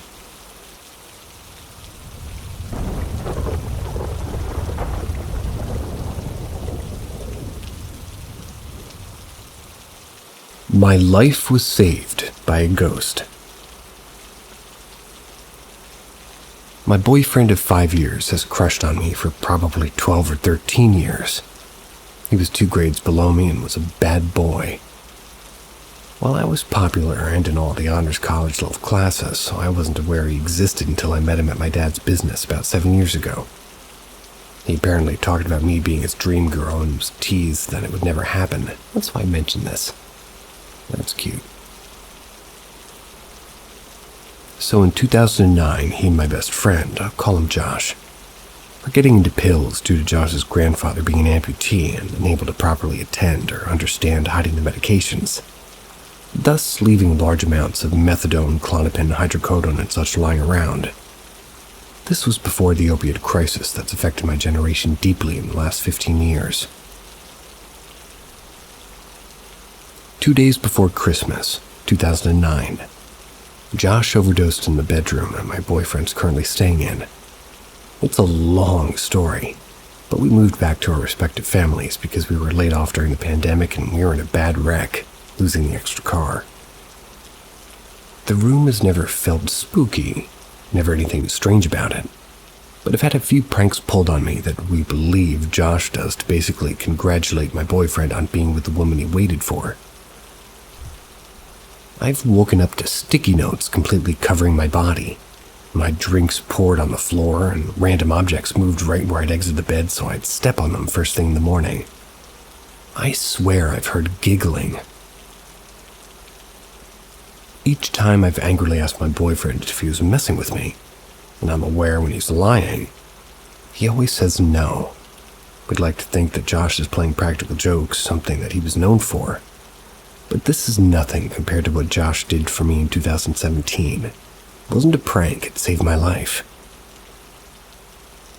4 years ago I went into anaphylactic shock. I lost all ability to speak or move my lower body. I was upstairs with a curved and steep staircase separating me from my phone. I remember crawling to the stairs and knocking, and it could be fatal if I smashed into the wall and the stairs led to before the turn with the very large steep steps. I was extremely low on oxygen, and I immediately saw Josh and two of my deceased best friends ascend the stairs, carry me to the living room couch with my nebulizer and cell phone. I called 911, but I had no voice. My friends were gone except Josh. He told me he was going to wake my boyfriend from the hammock in the back of the yard, and suddenly my boyfriend dreamed of his friend saying that I was in trouble. My boyfriend came running to the house, and by this point I was dying. I no longer could use any part of my body, and no air came into my lungs when I inhaled. I remembered thinking of my daughter and praying that her father would navigate my loss for her, keep the memories of me alive. He actually died in a freak accident 8 months ago, so now I'm fulfilling that for him. But I digress.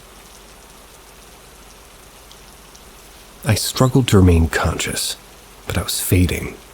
My boyfriend saw the 911 operator on the phone and my sweaty blue body. I told him that he didn't think I was breathing, and by some absolute miracle there was an ambulance passing my neighborhood.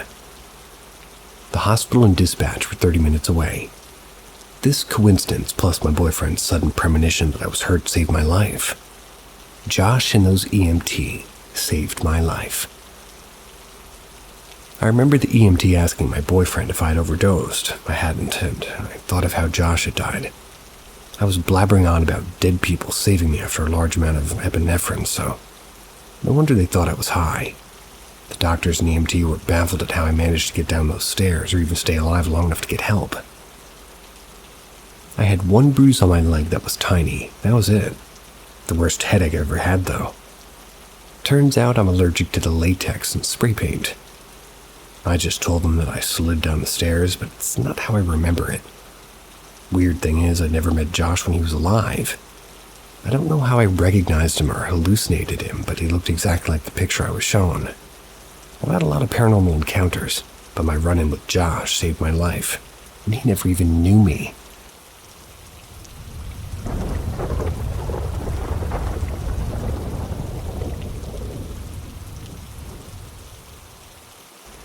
The Scream in the Woods.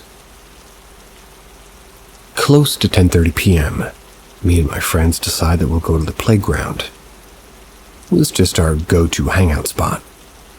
We were talking for a while, and then all of a sudden I got chills and I heard a scream. It sounded like it came from the direction of the cave. I turned to my friend, and we'll call him A. I asked if he heard it as well. He said he had, but he didn't hear it well.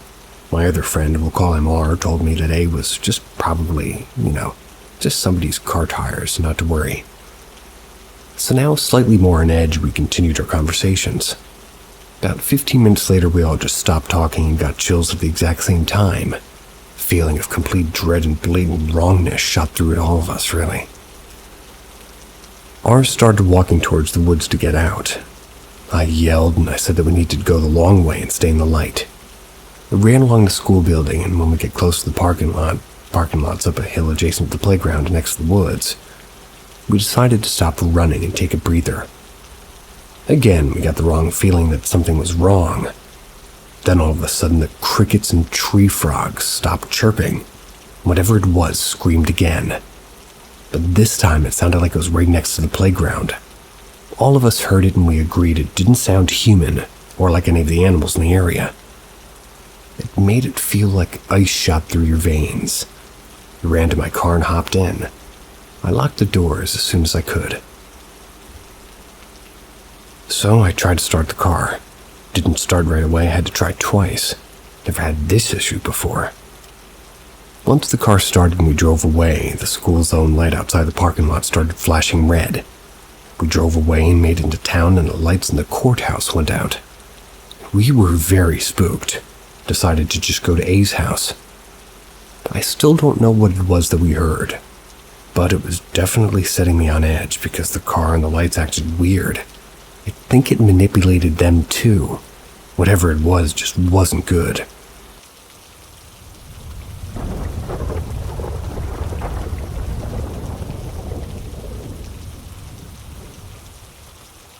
Haunted Residence Hall. I just graduated college. I was an RA in our freshman residence hall for 3 years. My first 2 years I've lived on the 6th floor, but for my senior year I was moved to the 5th floor. Now our dorms are really nice in a fairly new building, and RAs are given essentially a decently sized studio apartment. Having been at the school for a few years and the building being newer, I'd known most of the RAs who'd ever lived in the room before, and on occasion had heard from them when the room was haunted by something. It was never very intense before, but weird things would happen, like knocks at the door late at night. The RA would open the door and there'd be nobody anywhere in the hallway. Well, I now think that this may have been the spirit using this tried and true method to gain permission from every new RA to enter the room. Items would disappear and then reappear sometime later in different spots.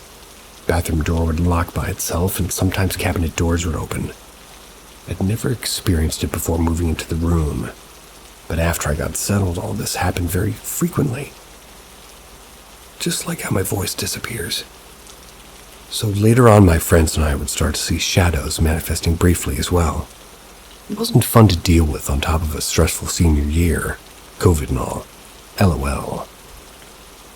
Here's some of the most interesting stuff that occurred, and things I found out during my senior year living in that room. I went to an art school. We had a lot of students battling depression and anxiety. There have been quite a few suicide attempts from residential students. Never any succeeding, though. And after lots of asking, I discovered that all these attempts over the years had happened on the 5th floor. One of my residents who ended up dropping out a few months into school was having lots of problems with her roommates. One of the things they complained about was that, well, she insisted on practicing with a Ouija board on the right side of the room, not her side. I found out from previous residents and friends of the 5th floor room that this was the 3rd time in a row, this was over the course of 3 years, that the exact situation had happened. The girl's name was Alex. So were the other 2 girls' names before her trying to do the same thing, and they all dropped out months later. Still creepy to me. One word of this thing got around, and, well, more than it ever had before. The freshmen started referring to it as the Uptown Ghost. Her dorm's name was Uptown. Other RAs who used to be skeptics began to dread doing their duty rounds because they would hear footsteps right behind them. Lights would turn off, or they would hear whispering in the rooms that were vacant. because the holidays. So going to an art school, one of the freshmen actually drew the thing, hung it up in the hallway. And I regret to say I didn't snag a picture of it, but I was on a late night round and was already spooked, and when I saw the drawing, I just cried and threw it in the trash. The scariest part, though, is that the drawing matched what my one friend, who's a self-identified sensitive, had described months prior. But I hadn't told anybody about it. A skinny, tall shadow with an unhinged jaw and unrealistic arms that dragged into the ground. How everything wrapped up was I reached out to a friend that I knew had very strong religious ties and beliefs. And the parents who turned out to be my saving grace.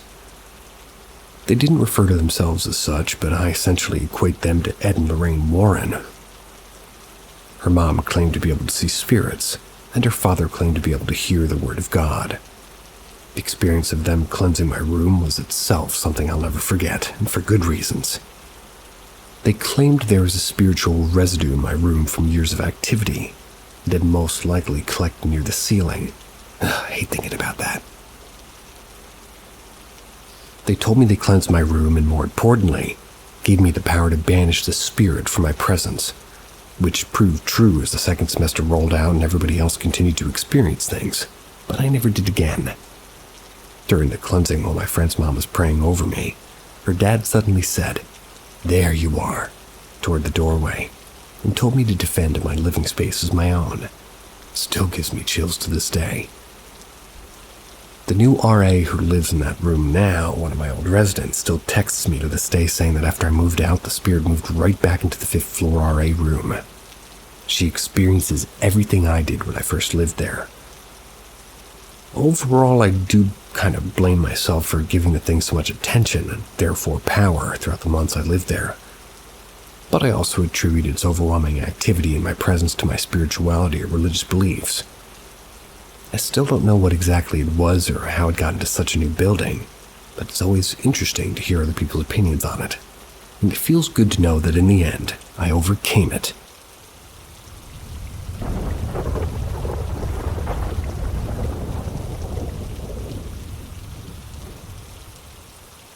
Have you ever experienced a doll or a toy moving? I was about 6 or 7, and the year was 2000. Me and my older sister slept in my parents' room in a small bed that belonged to a younger brother. He was sleeping in the middle of my parents. I can't remember why we didn't sleep in our own room that night, but I think we were scared of the dark, like most children. Our bedroom was about 2 feet from our parents', and it was directly across from their room. We lived in one of those apartments with the kitchen and living room on the 1st floor and the bedrooms and bathroom on the 2nd floor. So my parents' bed's to the left of us. There's a small gap in between both beds. I'm unfortunately on the outside of the bed, next to the gap. My sister wakes me up and she keeps saying to look at the end of the beds. I've never been more scared in my life. It was one of those cat-in-the-hat dolls with a pulled bow tie. It was literally walking toward us, radiated pure evil. And keep in mind, it was purely cotton or whatever material had stuffed inside, but it was definitely not a toy that could move by itself. Thought I was just dreaming at the time. So I'm laying super still when the doll walks past my parents' bed and to the end of our bed, peeked its head around the corner and then started moving really fast toward me. We both scream at the top of our lungs, jump to our parents' bed, and my parents both wake up and my dad is super pissed. My mom recalls to this day waking up to that creepy cat-in-the-hat doll, seeing it standing and moving its head. She said as soon as she looked at it, it fell limp to the floor. My dad never believed us, but my mom witnessed it. 3 people all witnessed the exact same thing.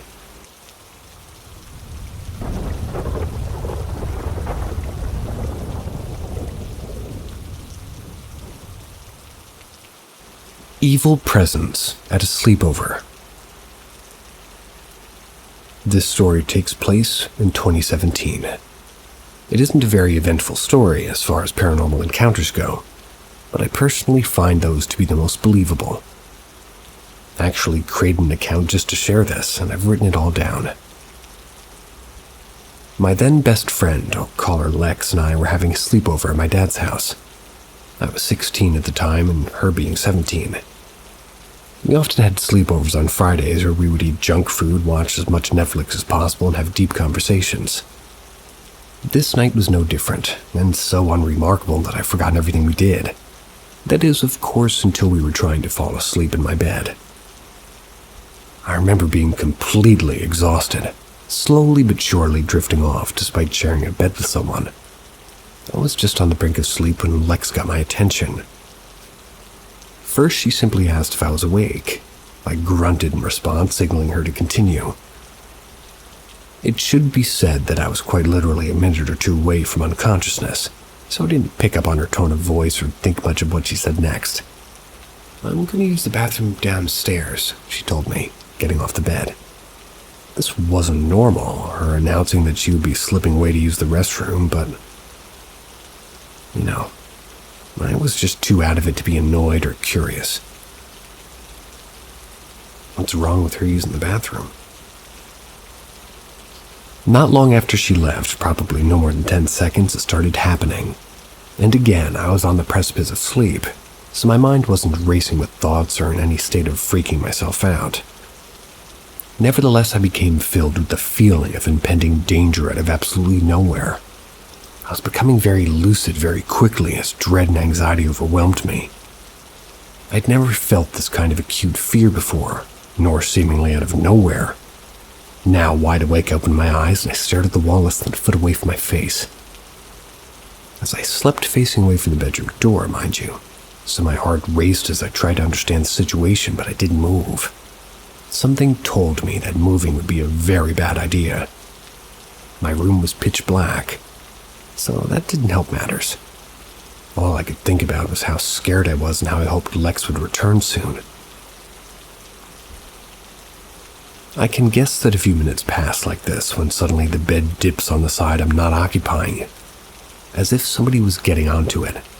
Problem was, not only did Lex struggle to get onto my bed due to its height, but my bedroom door never opened. At this point, I was terrified. I only became more afraid as I felt something against the back of my body. It felt like a person just gently pressed against me. Thought to myself hysterically that there was no way this was actually happening. I held my breath to better isolate the feeling, horrified to feel the presence moving as if I was breathing, or rather as if it was breathing too. In and out pressed against me, in and out. The atmosphere is still suffocating in the room, filled with what I can only describe as evilness. The aura of whatever was touching me screamed danger, don't move, I'll hurt you. My mind and heart are racing as I try to think of a way out of this. The only balm I have to lessen my anxiety is the fact that I know Lex will eventually return. But what happens then? She wouldn't see whatever it was pressed against me, at least when she entered the bedroom to occupy with this, making sure she wasn't disturbing my sleep, so I told myself that once I heard the door open, I would address her, ask her to turn on the lights. After what I would come to find out was about half an hour, Lex finally did return. The second I heard the door open, the light flooded into the bedroom, called her name. She hesitated, her soft voice saying, "Yes?" I requested bluntly, "Turn on the lights." She did as I asked. I shot like a bullet from my previous position, whipping around to inspect the area I felt the presence. It was nothing. I wouldn't notice right away, but later I realized that the horrifying aura that was plaguing my bedroom had vanished once Lex arrived. It was gone just as suddenly as it appeared. Still, I was in a state of horror for the next few hours. We watched some cartoons together and decided to sleep with the lights on, but not before talking about what just happened. Lex revealed to me the reason she had gone downstairs wasn't to use the restroom, but to call her boyfriend for emotional support. She told me that she felt panicked. She wanted to leave the room to escape from the stifling feeling. Lex couldn't get a hold of him and spent the next 30 minutes or so trying to calm herself down. In the morning, Lex and I would confide in my dad, the only other person in the house. He was rightly disturbed and told us that he had a nightmare that night. I can't quite remember what that nightmare consisted of, only that it was a really bad one. My dad's a vet, so he's not easily spooked, and that's not the animal kind. But it left him uneasy. The fact my dad had a nightmare at all made this whole experience more notable to me. And to wrap things up, I want to say that I had improperly used a spirit board a few years before this. I was with a few of my friends at my dad's house. We were all children, so we didn't take it any more seriously than any other Halloween game. Nothing of this magnitude occurred before, though. Just this one night. Lex and I were able to acquire holy water from one of the teachers at our high school, and after she told him the story, we used it to cleanse my whole bedroom. Nothing strange has happened to me or my dad since.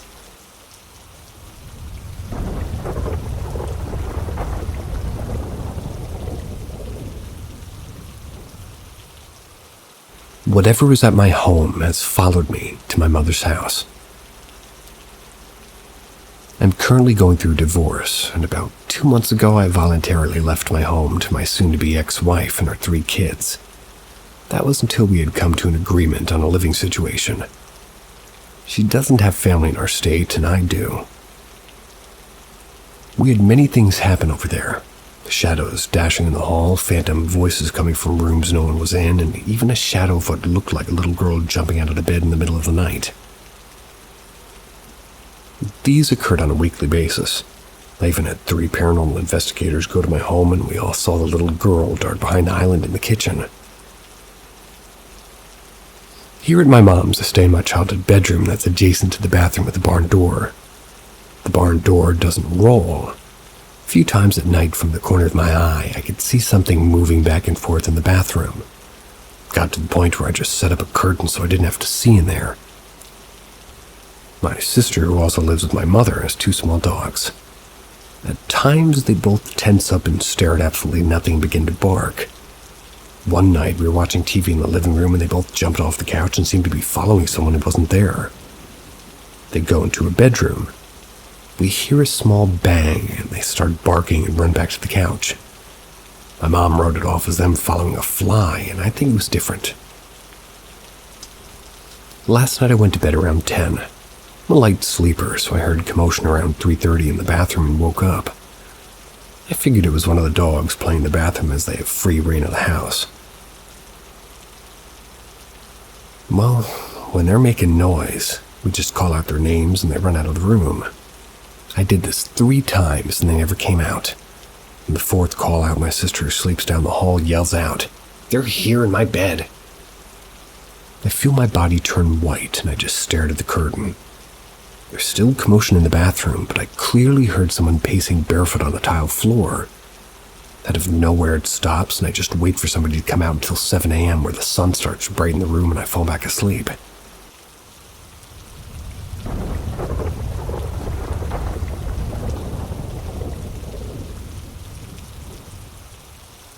Story time.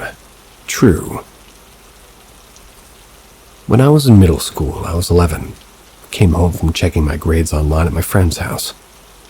When I entered my house, I noticed my family was gathered in the living room. Odd. So I decided to see what was going on. So it happens that my dad found some old doll in our garage. Mind you, my dad went to yard and garage sales a lot, but always bring me Barbies and stuff to play with. But let me tell you, everybody in that room denied ever seeing the hideous thing. I would have known, but I've never seen it. Here's her description. This fucking doll was like 4 foot something with hideous 80s clothing and had a damn mullet.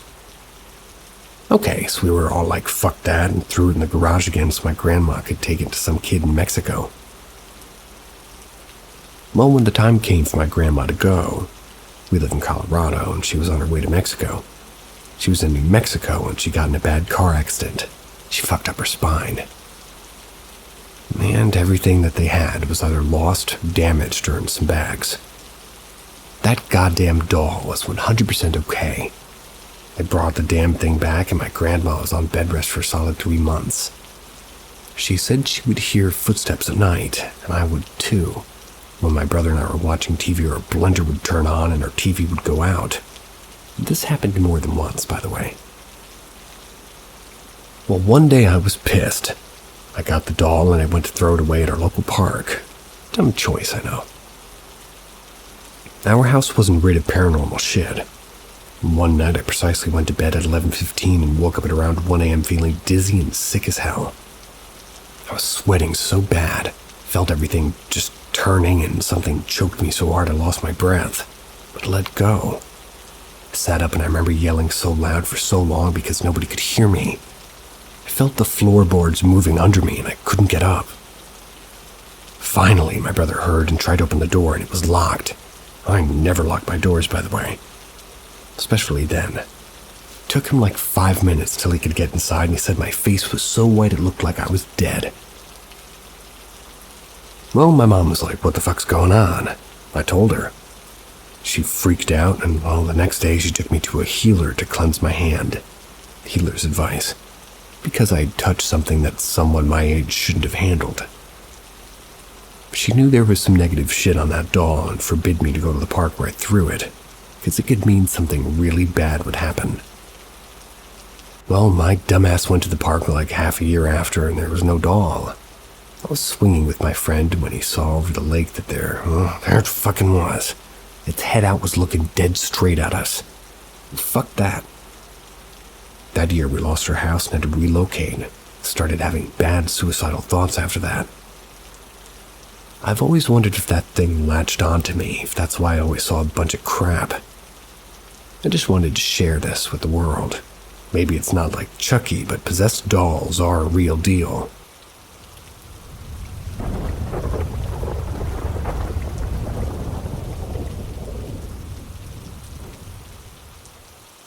Story. I had an encounter with a shadow person out of the blue. Literally the most randomest of times. I swear, it made me crazy. I was talking with a friend of mine when I looked out the window and saw a black, faceless figure looking at me from behind my tree. I remember I blinked like 5 times. It wouldn't disappear, so I freaked the fuck out and yelled at my friend to hurry up and close my curtain. I was in shock. She freaked. I didn't look outside after that. I don't know what happened. What I do know is the months following, I was in just a very depressed state. I couldn't really eat or do anything but cry. I couldn't sleep at night until 5 a.m. when the sun would start to come up. One night I smoked a blunt. I had a big frame with the Virgin Mary sometime after midnight, and I looked at it with her eyes and they were rolling around. That whole 6-month period felt like hell. I heard footsteps in my hall at night that would run rapidly. Then they would stop and then start again. I'd always get the feeling somebody was there. When I saw the shadow, it didn't have a face, but I felt the intensity of it like a watch. It's like it stayed engraved in me. Well, I was getting worse and worse, skinnier and skinnier. My mom called in a curandera over to our house, my neighbor. She did this weird-ass thing with a Bible, some alcohol, and a plant. We prayed for a solid 30 minutes and she rubbed some alcohol on my head, literally the top of my head. She said that my soul wasn't in my body, needed to find me again. When we get scared, it leaves through the top of my head, and well, she said that it felt like I was being watched because I was trying to come back but couldn't. Needless to say, that night as soon as she left, I knocked the fuck out. I hadn't gotten sleep like that in all for months, and I started dreaming again. At least being able to remember them again. I gained my appetite, and I don't think I'm being watched. Still hear footsteps, but it's not at all the same feeling. Just wanted to share a story with y'all. 100% true. Do you have any similar experiences?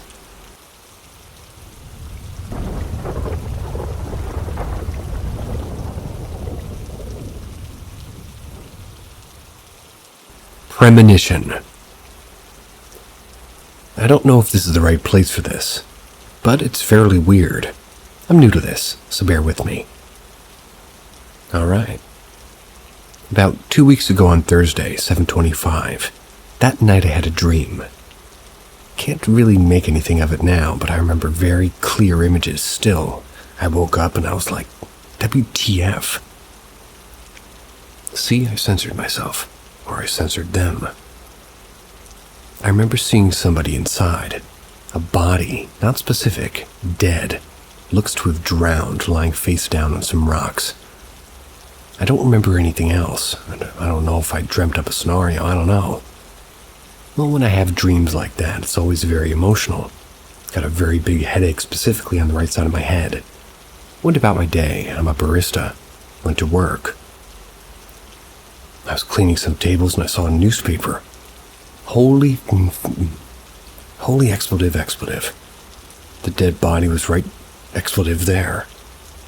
It was on print, my dream, reality. I was losing my expletive. When I got home, I sat down. Okay. I thought, who the was that? But some weeks a former student at my high school had gone missing. I graduated in 17. I had no idea what could have happened or who he interacted with. I busted out my map. I pinned his last reported point of location where he disappeared and last seen, versus where the body was found. I came to a conclusion that it was him. There is 100% possible chance his body floated 2 miles away in the river. The reason I went all FBI mode was because the dream and the body wasn't recognizable. I was going to take days to be able to ID kid disappeared May. The reason why his body is unrecognizable, possibly. Well, what really caught my attention was a Facebook post where he posted that somebody was following him in February. Could it have something to do? I don't know. I suspect foul play. The reason I write here is because, nowadays later the body was identified as the missing student. But the cause of death is unknown. I believe this individual's soul had reached out to me and was trying to tell me something. I think somebody hit him on the side of his head, hence my headache and symbolism. Also, I'll note all my life I've been experiencing paranormal weird phenomena. This is not the only thing I want to document here. But yes, thoughts. Please tell me I'm not cray-cray. Does that mean crazy? Am I that old? Maybe this has happened to somebody else. I was debating even posting this because 1, I never knew him, and 2, could be suspect, and 3, it's an overall weird thing to even talk about. But I know I'm not guilty of anything and genuinely believe that a spirit tried to contact me. I'm fairly new to the spiritual world, and I know I can communicate through scrying, but should I? Sounds cray-cray to me.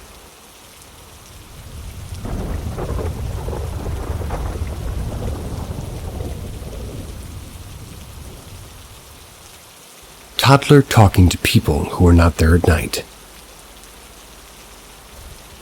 So I know this thread is full of made-up scary stories and such. Not all of them. I know there's probably also posts much like my own here now, true or not. I'm only posting this here because this is a very active thread and I'm looking for opinions. I also am not really sure what to tag this with. I'm not very active on Reddit. My toddler 2 years old sleeps in his own room on the other side of the house in his crib. On 2 occasions now, we've heard him talking to somebody through the baby monitor that we keep in his room. The first time was back around August. We heard him talking and figured it was just him talking to himself as toddlers do. We paid it no attention and we were falling asleep until we heard a clear, distinct, "Hey!" The voice sounded like a grown man, but youthful and cheery.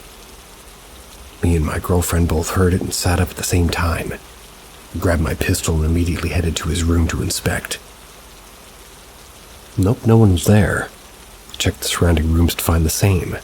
My toddler was wide awake and seemed fine and happy. We were trying to come up with a solution to what we had heard, but we thought maybe it was one of his toys, yet none of them are within reach or motion activated. Lord knows he has plenty of those that talk. But none of them have a voice that says, "Hey." And though not with the voice that we heard or without playing music or talking more than just that. We searched the web as people do. Thought maybe the monitor was picking up a radio signal from a nearby station. Maybe even an emergency police or fire scanner. We still could be possible, but it seems too clear in just the one word with nothing else and not even a touch of static or interference. Who knows? We forgot mostly about it in the following weeks. Tonight, just an hour ago, my girlfriend and I were laying down for bed. I got up to use the bathroom moments later and our toddler started calling for Dada over the monitor. I mostly just smiled and continued to the bathroom until he said, "Can you hear me?" In a kind of confused, questioning tone. The kind he used when he's repeating something that you've said to him for the first time. Made me pause. Never said those words or even heard that phrase to my knowledge. My girlfriend turned up the volume on the monitor, confused too. I was standing in the bathroom door and she was laying on the bed holding the baby monitor to her ear and began saying that she could hear whispering. Whispering while her toddler was still calling loudly for Dada. Again, I grabbed my pistol and inspected. Girlfriend followed close behind. Again, the same story. No one in his room or anybody else in the house. He seemed fine and happy standing in his crib. We asked him who he was talking to several times and no real answer other than him giggling and saying, "Hey mama, hey dada."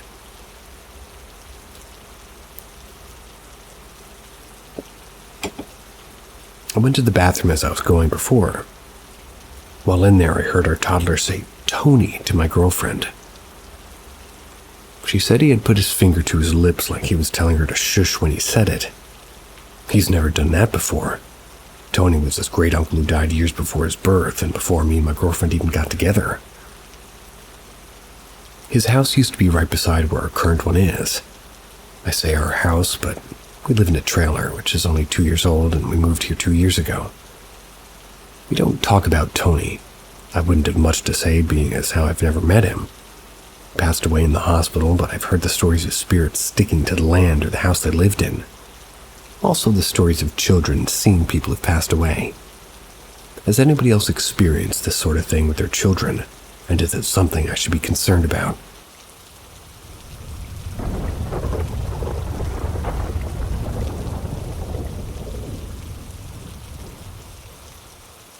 The Screaming Drain.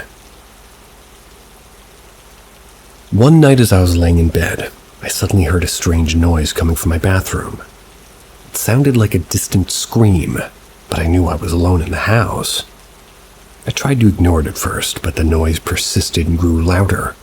It was unlike anything I'd ever heard before. I reluctantly got out of bed and made my way to the bathroom. My heart was racing with fear. As I reached the door, the screaming grew louder and even more intense. I hesitated for a moment, unsure of what I would find on the other side. But I knew I had to investigate. I slowly pushed the door open and peered inside. To my surprise, the source of the noise was the drain in the shower. It was making a horrific high-pitched shrieking sound. I stood there, frozen in shock as the noise continued to fill the room. I didn't know what to do. After a few moments, the noise suddenly stopped. The silence was almost as unsettling as the screaming had been. Cue awkward silence. Yeah, that's enough. I cautiously stepped into the bathroom, but there was no sign of anything out of the ordinary. The drain was just a normal drain and the bathroom was empty. I still don't know what caused the drain to make that noise, but I never heard it again. To this day, the memory of that night still haunts me.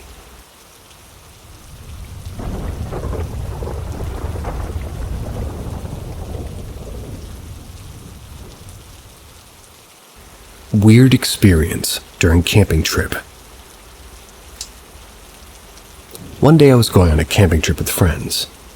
The day went on regularly. Forecast said sunny day and a cold night. This was around the end of autumn and the beginning of winter. We were just doing regular camping things, lighting a fire, roasting some hot dogs, telling stories. Time comes to go into a little hut that we built by hand through the years. The campfire was basically completely extinguished by that point. We go in and go into our sleeping bags, ready to tell stories till we go to sleep. Unfortunately, the hike to the campsite's very rough. I lost one of my underlayers of clothing, so I was colder than usual. How do you lose an underlayer? So all my friends went to sleep successfully. I was just waiting to do so as well, until a singing light that made up the campsite bright as day went up. I didn't look directly at it as I was laying down, but I saw the very bright light through the windows of the hut that we made. It was very sudden. It was coming from like a since extinguished fire even. I got up to take a look at it and it looked like there was a person next to the campfire. Woke up my friends and I confirmed that I wasn't just being delirious due to hunger and sleeplessness. They confirmed that what I saw was what I saw. But before long, the singing light and almost daylight lightning, or rather lighting around us was gone. I know that something fires real light after a bit, but this was no regular fire. This was magnesium-type singing flame, but on a massive scale. To make it worse, the coldish yet dry night forecast suddenly turned into a horrid hailstorm. There was hail as big as half a human fist. As big. Thankfully, we built a hut to withstand such conditions. But it was still horrifying. This next part, I don't really know if it's factual or just my delirium. My friends went back to sleep, but during the hailstorm, mind you, it was pretty aggressive. It muted nearly any other sound, with its bumps on the roof and its white noise. I could hear footsteps on the wet leaves right beside our hut. That was under the extended part of the roof. This, however, could have been an animal or delirious hallucination of mine. We haven't spoken about this ever again from that day. Talked about it to my father, but he just played it off as just a fire relighting and me being scared. This happened more than a year ago. I am to this day very perplexed and traumatized by this experience. I really want any kind of explanation for it. Preferably non-paranormal. You're in the wrong place for that. But any kind of information will help me.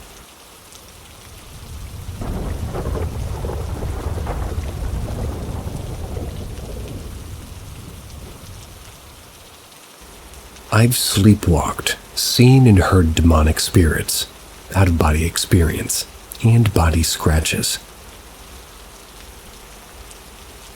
I've experienced so much spiritual paranormal stuff in my life. Younger years. Sleepwalked out of my bedroom and into the den in the middle of the night, and I could see my mom. Something that made itself look like my mom at the kitchen table with the candle lit in front of her, looking dead ahead. No movement, no nothing. I snapped out of it, and I was so freaked out that I couldn't go back to sleep alone, really. Next case was I was sleeping in bed, and I was in the middle of a dream where I was watching baseball or hearing a baseball crowd. I could feel two fingers walking across my shoulder or arm, like when your fingers used to make like a person walking or a spider. Woke fully up and there was nobody there. Midday nap. Definitely not part of my dream. College era. Saw about 3 paranormal demonic entities on separate occasions. One was kneeled down next to my bed that resembled a woman I was in college with, except she had shiny glossy face, almost like a porcelain doll. It was murmuring something, but eventually, luckily, disappeared. The second one resembled my grandmother with her back turned and then turned to face me. The third one was a shadow person about halfway through the floor in the front of the closet in the middle of the night, and it was rather dark. It was darker than a shadow could be in the darkness of my room. I could even make out the body shape in a wide-brimmed hat. Years later, started getting bloody scratches on my back and shoulders that were like 3 or 4 claw marks that were kind of bleeding. They would even burn when they started to appear. Much of the time I was awakened during the day or morning or evening even, not even touching that part of my body when it would appear. That kept on for years here and there. More recent years. Hearing my name being called, hearing demonic voices wheeze laughing, or just saying things. Saw a serpent-like angelic being watching over me that looked like it was thousands of years old. It had someone with a deep voice trying to comfort me. And it was me. Even knew my name and placed their hand on my shoulder. Saw myself trying to get back into my body laying on the couch coming from behind my head after the spirit was being chased by some demonic entity in this alternate, shadowy, dimly lit dimension. It was a dimension of my own same apartment as I was asleep. Also recorded footage of banging and stuff going on in the kitchen. And I was asleep and, an audible voice saying, "Hey," near the phone camera. And a visible distortion in the video when that happened.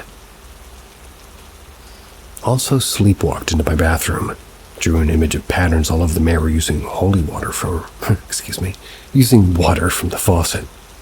I didn't know I had done it until I woke up the next morning. I saw an image of an African-American homeless man dancing in front of me one night when I woke up suddenly. So yeah, been through some stuff. weird stuff.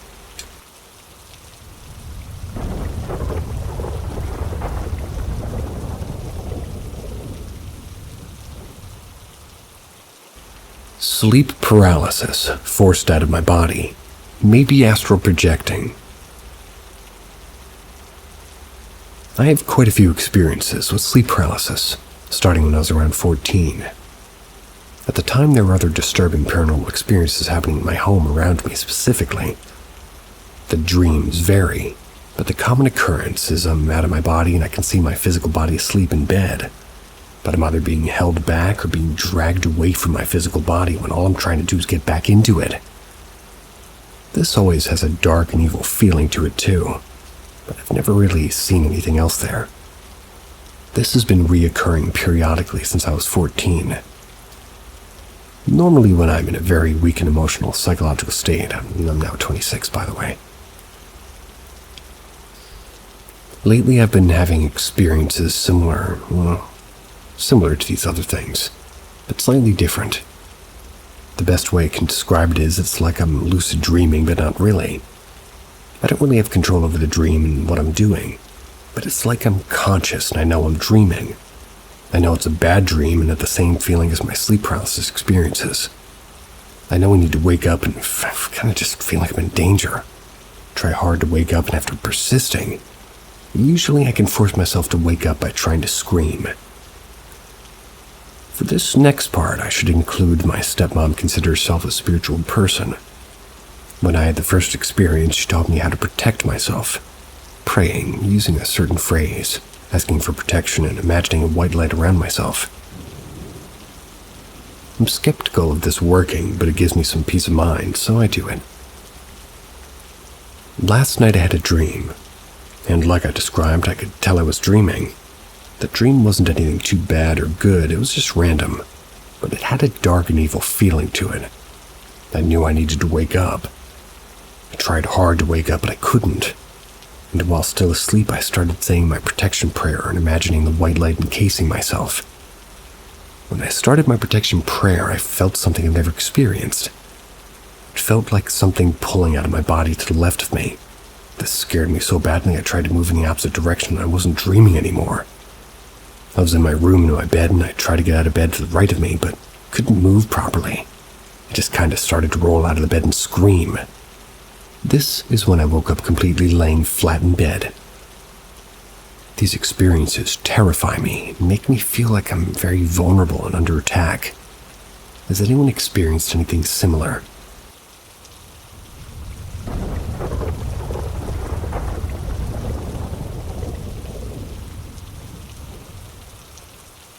AskReddit 1.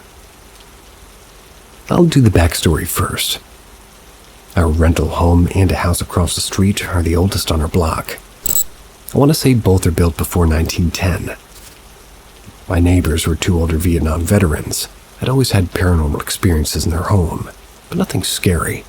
Just odd things getting moved around and doors being slammed. Really loud noises. They would talk with the ghosts, apparently.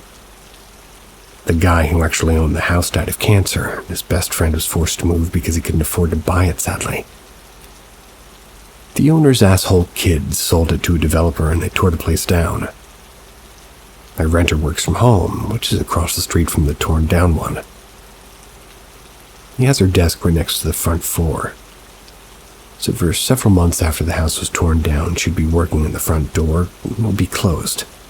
They would clearly be able to hear the outside door that went into the sunroom being opened and somebody walking. Her dog would be a little on edge and do a little bark. Nobody was ever there, so we decided the ghosts from the Vietnam veterans' house temporarily moved over to our rental house before actually passing on. We're all friends with the best friend of the owner, so we told him what had happened. He said that must be what was going on. Well, we all thought it was really cool, and I truly hope the new ugly monstrosity that was built in this place is haunted, because they probably pissed off the spirits that lived on there. Our rental home also seems to have been haunted because when my parents bought the place in the early 90s, my mom had one of those walk-through, randomly freezing parts of the room, and it would smell of cigar smoke. Experiences like that, but it only happened the one time.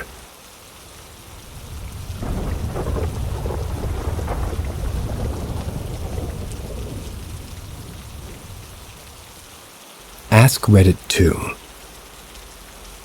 I'm from a big family, and we're from a small town and country area. A farming family, somewhat relevant. Well, I had 2 great-grandmothers as a child. My great-great-grandmother on my father's side was called Grammy. Grammy lived in the house her late husband and built for her many decades earlier. Grammy was an incredible woman, independent until the day she died at 104 years of age. She made her own wine from berries that she grew and picked, and she said that wine was the key to a long life. She also said things like, "I used to listen to the wolves as a kid before they were exterminated in this area." You'll hear them here and again by the time you're an adult. I just know it. I've seen it. Crazy thing is, she was right. She was, well, right about a lot of that sort of stuff. That's not the weird part. Grammy and my great-grandmother, her daughter, claimed, not publicly, but to family, to be able to talk to spirits. Most people in the family brushed this off, but they would know things that seemed to be impossible to know unless they'd talk to a person. This was pre-internet, so it really caught people off guard. So now to the weird stuff. Grammy ended up in a nursing home due to a double hip break.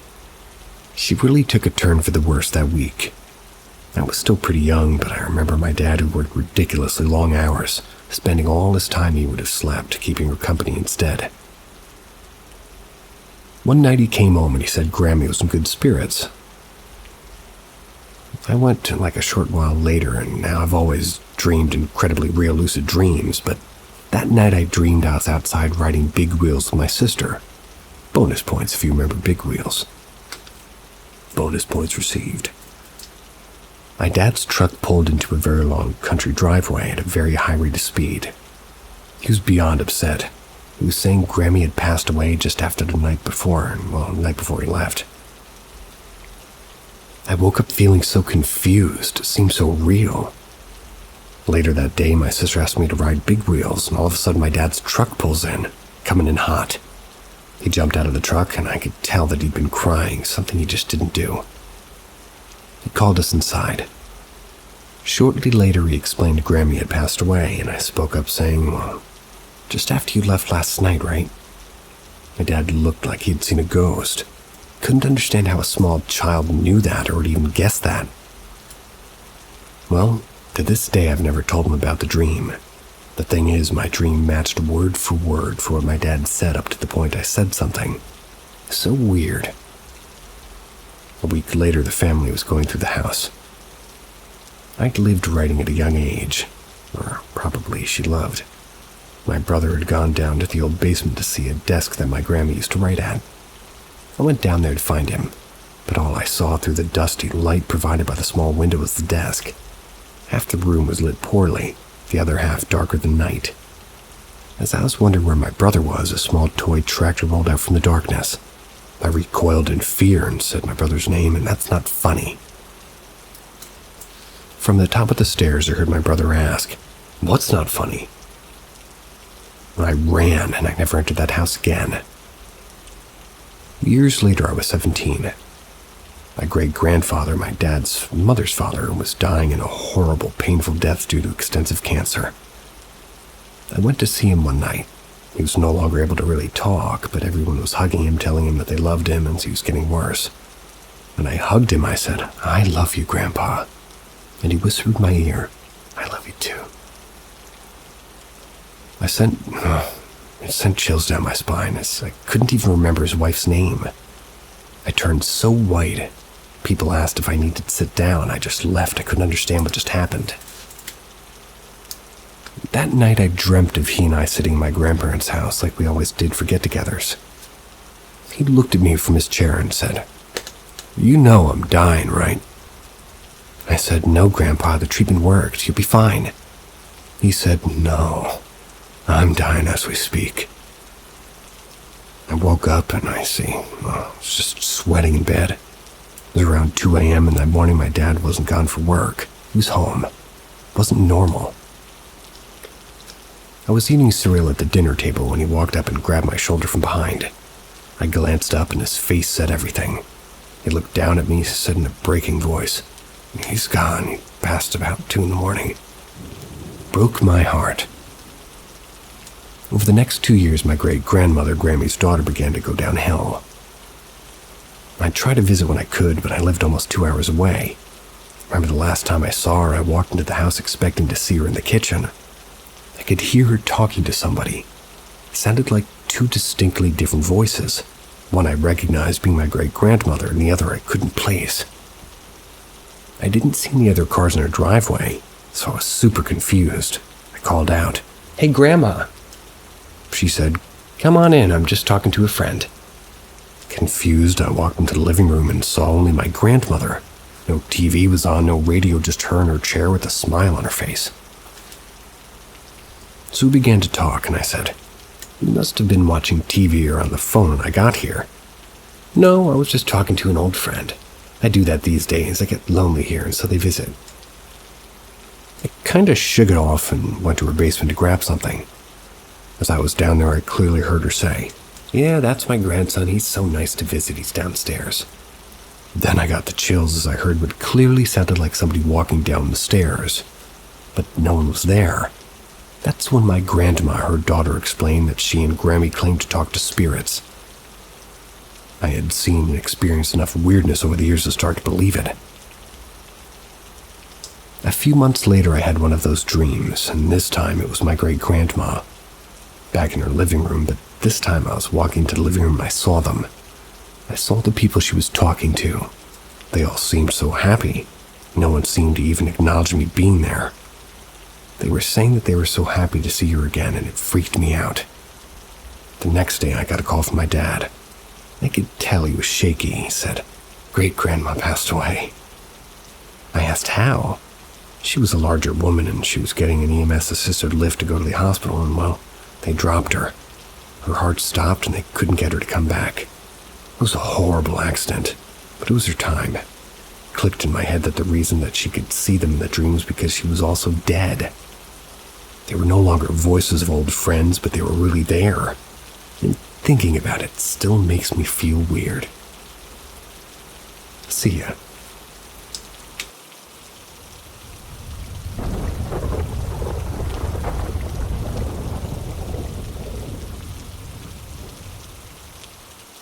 Welcome, curious minds, to Paranormal M, where we unravel the secrets of the unseen. Hit that subscribe button and that like one, and turn on notifications to join us on our exploration of the extraordinary. Prepare to be amazed by our latest jaw-dropping revelations and first-hand accounts. Strange activity related to my old TV. This was probably a couple of years ago by now. I was laying in my bed watching ASMR videos. And while I was searching for a new video, I had no other video playing, so it was pretty much just total silence in my room. Suddenly I hear this low, deep growl from the end of my bed right in front of the old boxy TV that my old uncle gave to me. That wasn't too long before this. Mind you, I've never heard this kind of noise in my room before. I got up and checked around my bed to see what could have made that noise, but I couldn't find anything to replicate the sound.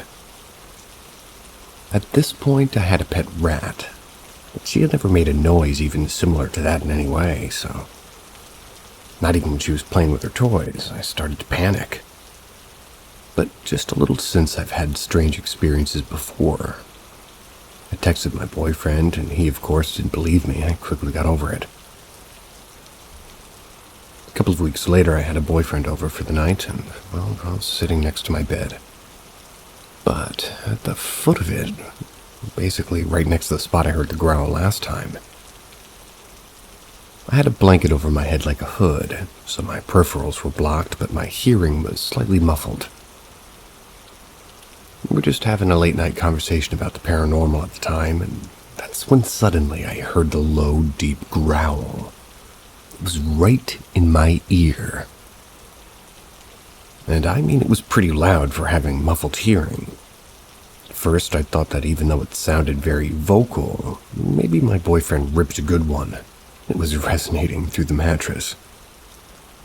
But I looked at him and he wasn't making the guilty face he usually does, and instead was staring at the foot of the bed. I asked if he farted. He said no.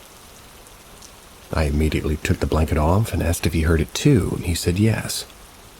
I yelled, "I told you so!" Then we proceeded to try to figure out, how to replicate the sound. We couldn't. My boyfriend, who didn't believe me before, was scared shitless. He was so scared to leave my bed or be alone, he almost begged me not to go to the bathroom. He also told me that when the growl happened, he saw my closet door shake a little from the corner of his eye. My closet door is one of those sliding folding doors. It's basically just a big mirror, so it's super easy to see when it moves because of the reflections. I really couldn't see that because of the blanket around my head, so I can't confirm, but I do believe him because I trust him. After a few months, I rearranged my room. It was because I get bored easily. The placement of my TV and my bed were swapped, but my bed was horizontal to my TV now, so I couldn't watch it easier. Anyway, I started noticing my TV was on in the morning, or I would wake up to its light in the middle of the night. It was just a blank black screen because I didn't have any sort of cable or satellite antenna hooked up to it. It was strictly for gaming or watching movies. Anyway, it was weird, but whatever. I shut it off, forgot about it every time. That was until I started staying up late. I'd stay up until 4 a.m. almost every night because of this, and I literally got to watch it turn on by itself. It was the weirdest thing. Around 2:30 or 3 a.m., it'd start making a whole lot of noise with cracking and popping and shifting inside, which it never did before. And then it would just turn on after that. This happened quite a few times, sometimes a couple of times within one night. I'd turn it off, then go back to bed, and as soon as I laid down, it turned back on. So I got a newer TV. And after that, I put the old one at the end of the bed again, but in a different spot from the last time, because my bed was in a different spot after rearranging my room, like I said. Even though I still had that old TV, I never experienced anything since. And I've since gotten rid of it. Pretty sure it's sitting in my now fiance's basement, waiting to be used for something.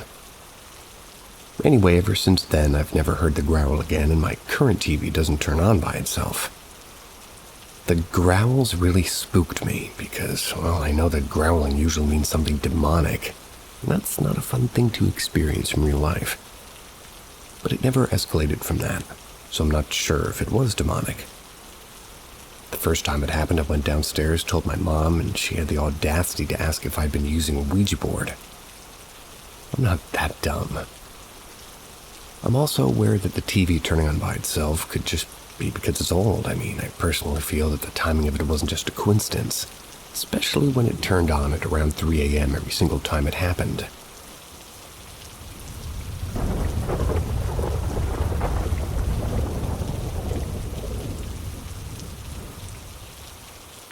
My creepiest sleep paralysis. I spent my summer vacations at my grandma and aunt's house when I was 15 and 16. I remember I had a most terrifying sleep paralysis while I was staying there. It was around maybe 5 a.m. when my grandma and aunt left for work. I was sleeping on the couch. A few minutes after they left, I fell back asleep with my grandma's chihuahua. Their name was Kiki. They were laying on my right side behind my arm. I went into sleep paralysis and I heard the door open again, but it wasn't in my field of view. I thought that maybe one of them forgot something, and since I knew I was having paralysis, I tried to ask for help, but I couldn't say anything. Then I realized that the door opening wasn't my aunt or grandma at all. It started speaking to me. I was speaking super fast and crazy, like a kind of medium high-pitched male voice, and the voice was accompanied by approaching footsteps. I couldn't remember everything it was saying, but the one phrase I do remember was that it repeated over and over, I'm coming to get you, here I come." Remember, the door wasn't in my field of view, and neither was the path of this voice, so I couldn't see anything. I could only hear it coming closer. It ended up right by the end of my couch where my head was, and I heard it say right over my head, "Here I come." And it continued with its freakishly fast talking. I was trying to break myself from it by wiggling my toes, but this time it wasn't working. I started trying to call for help because I felt something warm on my side and remembering that Kiki was sleeping with me. After a few times, I tried mustering up a very faint whisper. Kiki jerked her head up in response, and that motion broke me from my sleep paralysis. I immediately sat up and looked at the spot where the voice came from. I then went on to praise her for waking me up. I'm just so glad that Kiki was there to hear me. This year, Kiki had to be put down because of her many, many health issues. She lived a long doggy life and was very much loved. I still remember when she was a puppy. R.I.P. Kiki. To lighten the mood, here's my weirdest/funniest sleep paralysis. I opened my eyes and I saw a floating, glowing Harry Potter head. So I didn't feel like fighting any of the nightmares I get from falling back asleep during sleep paralysis. I asked the floating Harry Potter head in a whisper how many monsters there would be, so I would be prepared for the nightmare. He said, "Many," and I was like, "Thanks, Harry Potter." Closed my eyes and I had a nightmare about being chased by a demon girl. Also, Harry lied. There was only one monster.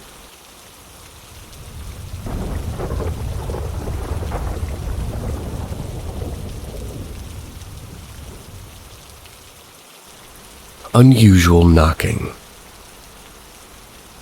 This happened probably around 6 years ago. My mom, my older sister, and sister's friend were having a movie night. But I was pretty much in deep sleep, and that's when all this happened. At 2 a.m., I get woken up by 3 loud uniform knocks coming from the front door downstairs. And I mean the knocks were loud enough to wake me up from a deep sleep from all the way upstairs. When I woke up to the knocks, I heard my mom on the stairs. She was heading to the bathroom. What the hell was that? I hear her walk back downstairs. So, since I'm confused and my mom sounds concerned, I thought, damn, I'm gonna go see what's going on. So I head downstairs. My sister and her friend were sitting on the lowest seat. Their eyes were wide. They were clearly shaken up. My mom looked pissed off. She assumed that my brother and his friends were messing with us since my brother was out for the night. So she opened the front door and it was pouring rain out. There was no footprints on the couch. It was completely dry. She texted my brother and his friends too, seeing what they were doing. They said that they were just hanging out at his friend's house. So my mom tried to replicate the sound on the screen door, but the sound, rattled too much. It didn't sound really at all similar, so she knocked on the actual door and we all agreed it was that door that was knocked on. The spooky thing about that was that the screen door can't be opened from the outside, so if it came from outside, it would have had to been a knock on the screen door. This made us think that it came from inside. These knocks were super loud and super uniform, like a cop was knocking on the door or something, but with extreme force. My sister and her friend were terrified since they were the only ones in the room when it happened. They couldn't figure out what made that noise since we all looked around the front porch and side door for a good hour. We couldn't find any signs that someone was messing with us. And remember, it was 2 a.m. and downpouring, so it was pretty unlikely anyone was out. Plus, there's no footprints. Still a mystery to this day, and we haven't experienced anything like that again.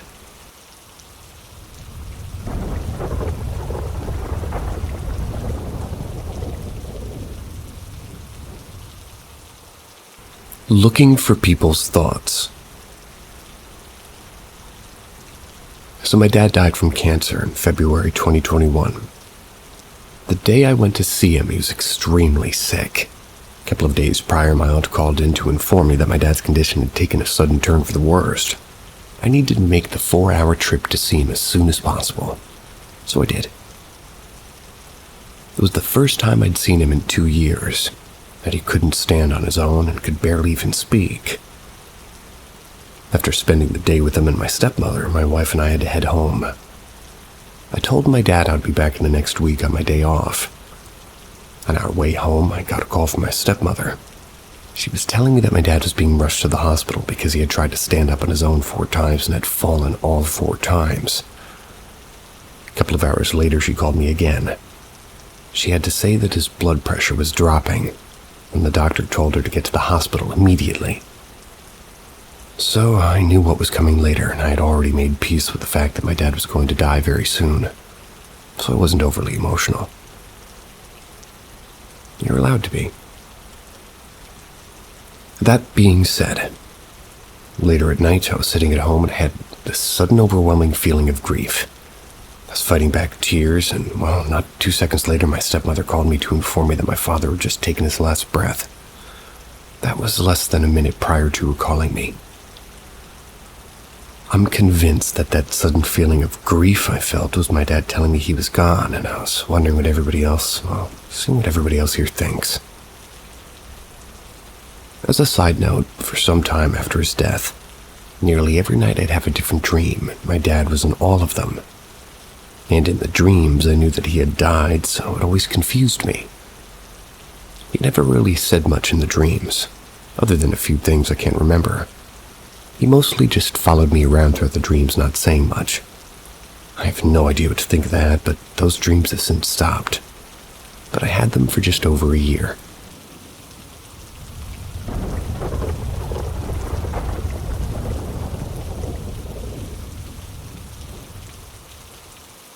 My mother passed away.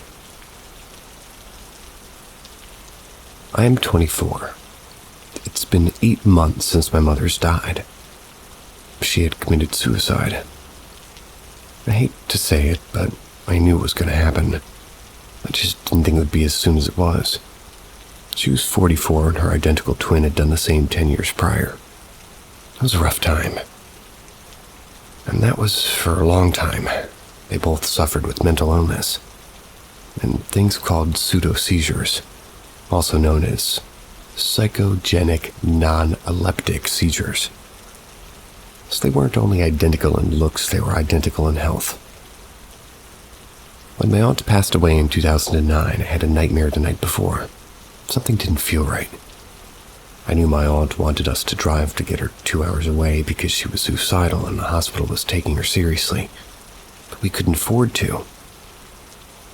After she had passed, I experienced an odd thing. It was dark and late, and I'd woken up from a nightmare from things that had happened between my aunt and mom over the years. I decided to get a drink and use the washroom. I kept the lights off and used my phone to guide the way. As I walked out, I looked out of the room, and I noticed someone standing at the end of the hall. Thought it was my mom as she sleepwalked once in a while. Maybe she just couldn't sleep because of her own nightmares, but it wasn't, and I knew it wasn't my dad as I could hear him snoring in the next room next to mine. I turned on the hallway light, but there was no one there. Nothing that would look like a human in the dim light from our patio. We lived on the 3rd floor of a secure apartment building, so it couldn't have been a person on the balcony either. I was a little freaked out, but I ignored it. It was just my imagination, maybe. Then the odd thing of mine would go missing and appear in weird places. I still thought nothing of it. It eventually died down when I moved out of my parents, especially. Leading up to my mother's death, I was having dreams of something happening to her and then my dad. I was living on the other side of the country, so it was one of my biggest fears that something would happen and I couldn't be there for either of them. I am the only child they have. The dreams started to get worse the weeks leading up, more often and intense. My mother killing herself and my dad having a heart issue and also passing away. I wanted to keep in better contact, but I worked in a retirement center full-time. By the time I had made it home from work, I got showered, changed, and, de-stressed enough to have more social interaction before I went to bed. I was pretty much just doing that. In bed for another 12-hour shift. So I didn't socialize much, and this morning for death, I had awoken to a very vivid, very real nightmare of the same thing. I got ready for work as I thought of her, and I should call during my split shift that day and I see how she's doing. As I stood in the bathroom, I heard 3 knocks and a tight sensation going from my throat into my lower back. We had a saying in the home of the old superstition: when you hear 3 knocks out of nowhere, it's somebody you know passing. So I just thought it off as one of my residents passing away. We had some who were quite old and quite sick at the time. But the thoughts of how I needed to call my mom ran through my mind. But it was a 3.5-hour difference. I thought everybody'd be asleep. Besides, I had to work right away and I knew I could talk to her for at least a few hours. Still, something wasn't sitting right with me. I always listen to music as I walk down to the mornings, and I find it a good way to prep myself up for the day. And all the songs I had on my Spotify that my mom and I would listen to as I grew up, they were all playing. After I'd gotten home from my break between shifts, I received a call from my father. Every time he called, I held my breath after saying, "Hey, Dad," because I never knew what to expect. I'd received calls from him before to tell me that my mother had attempted to kill herself or was dancing the fine line between wanting to and actually doing it. She was back in the psych ward for another round of medication changes, but this time was different. I'll cut this part short as most of it was a blur, but I had 2 firsts that day. I heard my dad cry. My cousin hugged me, besides me forcing a hug out of his anti-social butthead, but I had flown back to the province where my parents live with my aunt and my cat. I quit my job because I couldn't leave my dad alone. I was supposed to be back the next week, but I'm grateful to have my great-grandparents. I didn't want to move in with my dad right away, as she did, after all, die in this house. I stayed at a friend's house until I was mentally stable enough to come and move in with my father. The same thing happened about a week after my mother did as my aunt. I had woken up from a nightmare. I had to use the washroom, and again I had seen a dark figure standing in the hallway. Nothing to mimic the shape of a body. My friend was soundly snoring down the hall. Turned on my phone flashlight, and yet again it was gone. I quickly did what I had to do. I went back to bed. Not long after my dad had received her ashes back, but they lost her anklet, which was also my uncle's before he passed. I'd come over for supper with my dad, and we sat at the eating table, and we had heard my mother's voice call his name from her old room. That's where the ashes currently reside. In the voice she would make while having a seizure. It was quiet in the house, nothing on and no open windows or doors, and just us talking, and it happened when we were both silent. But I haven't asked my dad if he had heard her. I was just shook. But I didn't want to let it bother me, and I still visited. A couple of months later, I had moved in with my dad. In my mom's old room near the bathroom she had taken her life in. Started getting weird dreams and started to hate sleeping and being in the house at all. Then my dad went into heart failure. I'd nearly lost my father, but he's a smart man and noticed the signs that he might be dying along with the trouble breathing. He got himself into the house and down to his room, hooked himself up to his CPAP. Helped enough to call 911. Thank goodness. When he was in the hospital, I would hear noises from the bedroom bathroom, and the scarier one of her just crying in the middle of the night in the bathroom. But then I ended up hearing her call my name in the seizure voice again. It was months later, and I wasn't the only one who heard it either. My uncle was visiting with me, and he heard it too.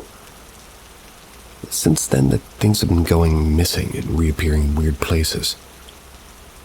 My dad's also said that he had some things happen. I don't know what to do. But it would be like my mom to taunt me like this.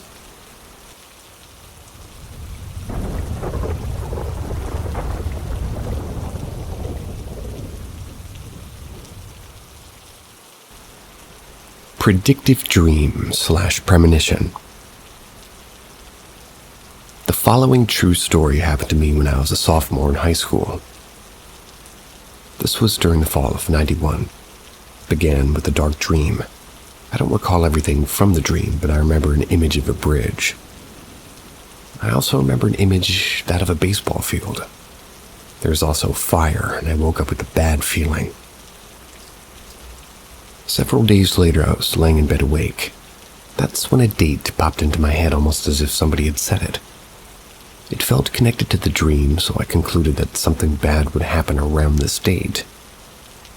Somehow I knew it would have been a murder. I felt so sure of it that I vividly recall looking through the classified section of the local newspaper, so I could see how one would take out an ad as a way to document my premonition.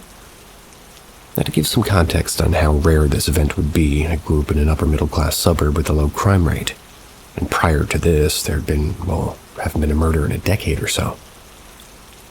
The date, in late October, came and went. I forgot about the whole thing.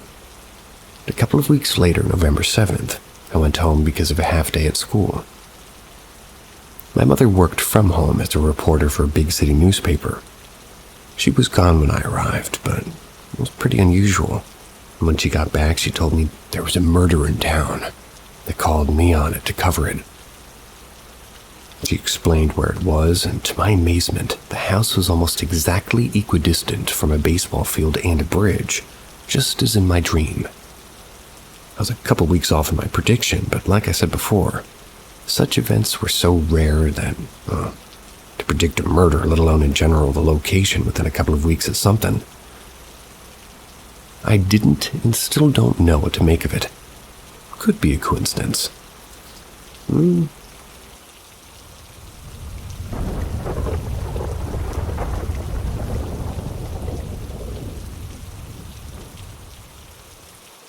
AskReddit 1. I was around 4 or 5 at the time. We lived in a trailer in Louisiana. I slept in a bunk bed with no headboard, and the bed was spaced about a foot away from the wall. One night as I slept, something knocked on my head, like you would knock on the door. Pretty much woke me up immediately, and I remember the pain and the burning sensation. Same burning as a noogie would have felt like. I bolted upright in bed and rubbing my head, not understanding what was happening. I was asleep and something hit me. Looked around the room and I didn't see anything. It didn't make sense, and then I thought to turn around and look at the space between my bed and the wall. There was a rotting hand slowly retreating underneath my bed. There were holes in the flesh, and I could see through to the bone. It was disgusting. Immediately jumped out of bed, making sure to land where it couldn't reach me, and I ran across the trailer to my mom's room. She also kept her doors shut and locked at night. I started banging on the double doors, pleading for help. I looked back to where the entrance of my room was. I didn't see it coming after me, but I was still terrified. After what seemed like an eternity, my mom opened the door, and I told her something along the lines of, "There's a monster." She made me go back with her to my room, and she carried me, because I refused to go. She made it a point to show me that she was looking around for anything that would be a monster. She even checked underneath the bed against my lamentation. She told me that it was just my imagination, that I should rest. I refused to sleep in that room again for a while until I was forced. Around half a year later, I was awoken from a deep sleep again. I'm a very heavy sleeper, and I don't wake up for just anything. Something felt very wrong. Nothing touched me, but I just felt very afraid for no reason. I sat up in bed, looked around the room, and something began to materialize in a nook by my closet. It looked like a static TV, or at least the static inside of one, and it formed a central mass and started sprouting limbs. When I saw that, I jumped up, ran past it, straight to my mom's room. Started pounding on the doors, begging, "Please help me." Tears were pouring down my face, and this time just felt so much more visceral than the last encounter.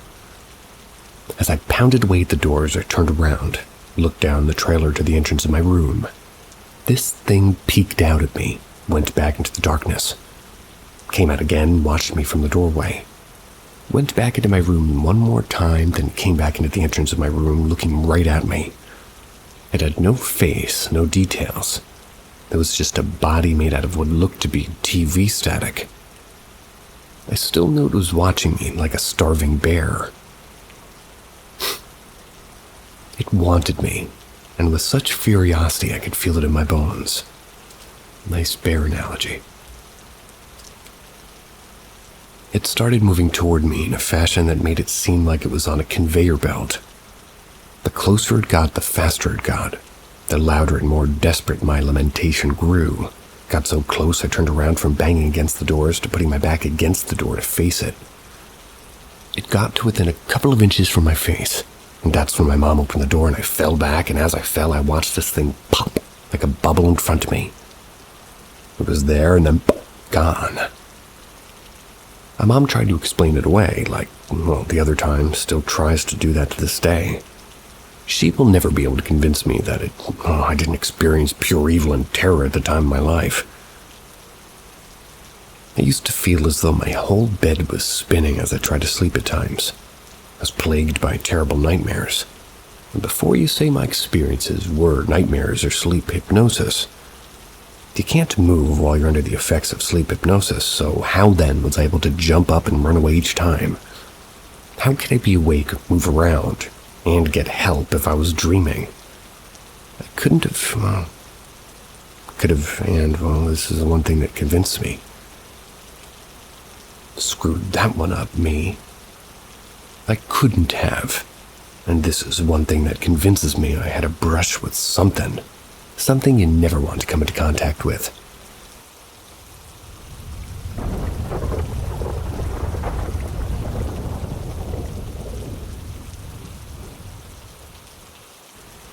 My son's imaginary friend. My story isn't too old. I lived with my great-grandmother in her house. She died about 3 years before I was born, and her name is Elizabeth. My son was born in 2009. When he was a toddler and started talking good and playing, he would constantly talk to someone or something. He would giggle and say, "Hi, Lee, sing it again." One morning when I got home from work, he was sitting in his high chair eating breakfast and watching cartoons, and my dad was in the other room. I heard him talking and carrying on. He said, "Lily, my mama's home. Tell her the song." I heard that and asked him, well, what song? He started singing Jesus Loves Me. I never knew he knew it, nor did I ever sing it to him. I figured one of my grandparents told him. So I sat down, somewhat dozing off because I worked long night shifts. He then was explaining to his friend Lily who the bubble guppies were, and laughing, answering in questions. Started giving me the creeps, and I asked him who Lily was. I was assuming it was one of the characters from one of the cartoons he watched, and he said, "No, Mama, my Lily is my friend. She's a grandma friend. And I just love my Lily, and she loves me, and she loves you, and she loves my mama, and the great, what we called grandma, and she loves my shug," what he would call my mom. So I figured he saw something on TV. Fast forward a few days, and I was at my grandmother's for lunch or something, and started looking through photo albums. He came up and sat in my lap looking at photos with us. While we were talking, he suddenly picks up one of the pictures in particular, gets extremely excited. "Mama, that's her, that's my Lily. Ain't she a pretty grandma?" It was a picture of my great-grandmother Elizabeth. Everyone called her Lizzie. I sat in awe and I told my folks about this Lily stuff. He said that his Lily would tell him stories, telling him about her kids and sing with him, and to watch him play. My grandma asked what she sang. He excitedly started singing Jesus Loves Me, followed by a toddler version of She'll Be Coming Round the Mountain. I never sang those. I'd mostly sing Beatles songs to him, and that would put him to sleep, maybe even Yellow Submarine. That's cool. We were shocked and really in awe, and a few seconds later we said, "Mama, Lily loves all of you very much. She's a very proud grandma, is happy that we live with her. But she said that we need to learn how to cook better. Make me a chocolate cake like Mima the Great." My grandmother made chocolate layered cakes from scratch. It's her mother Elizabeth's recipe. I still live with my great-grandmother's house on this day, and stuff be moved. Lights be turned off if you leave them on when you leave, and doors shut. I woke up to the heat coming on. We're happy, and our Lily takes great care of us.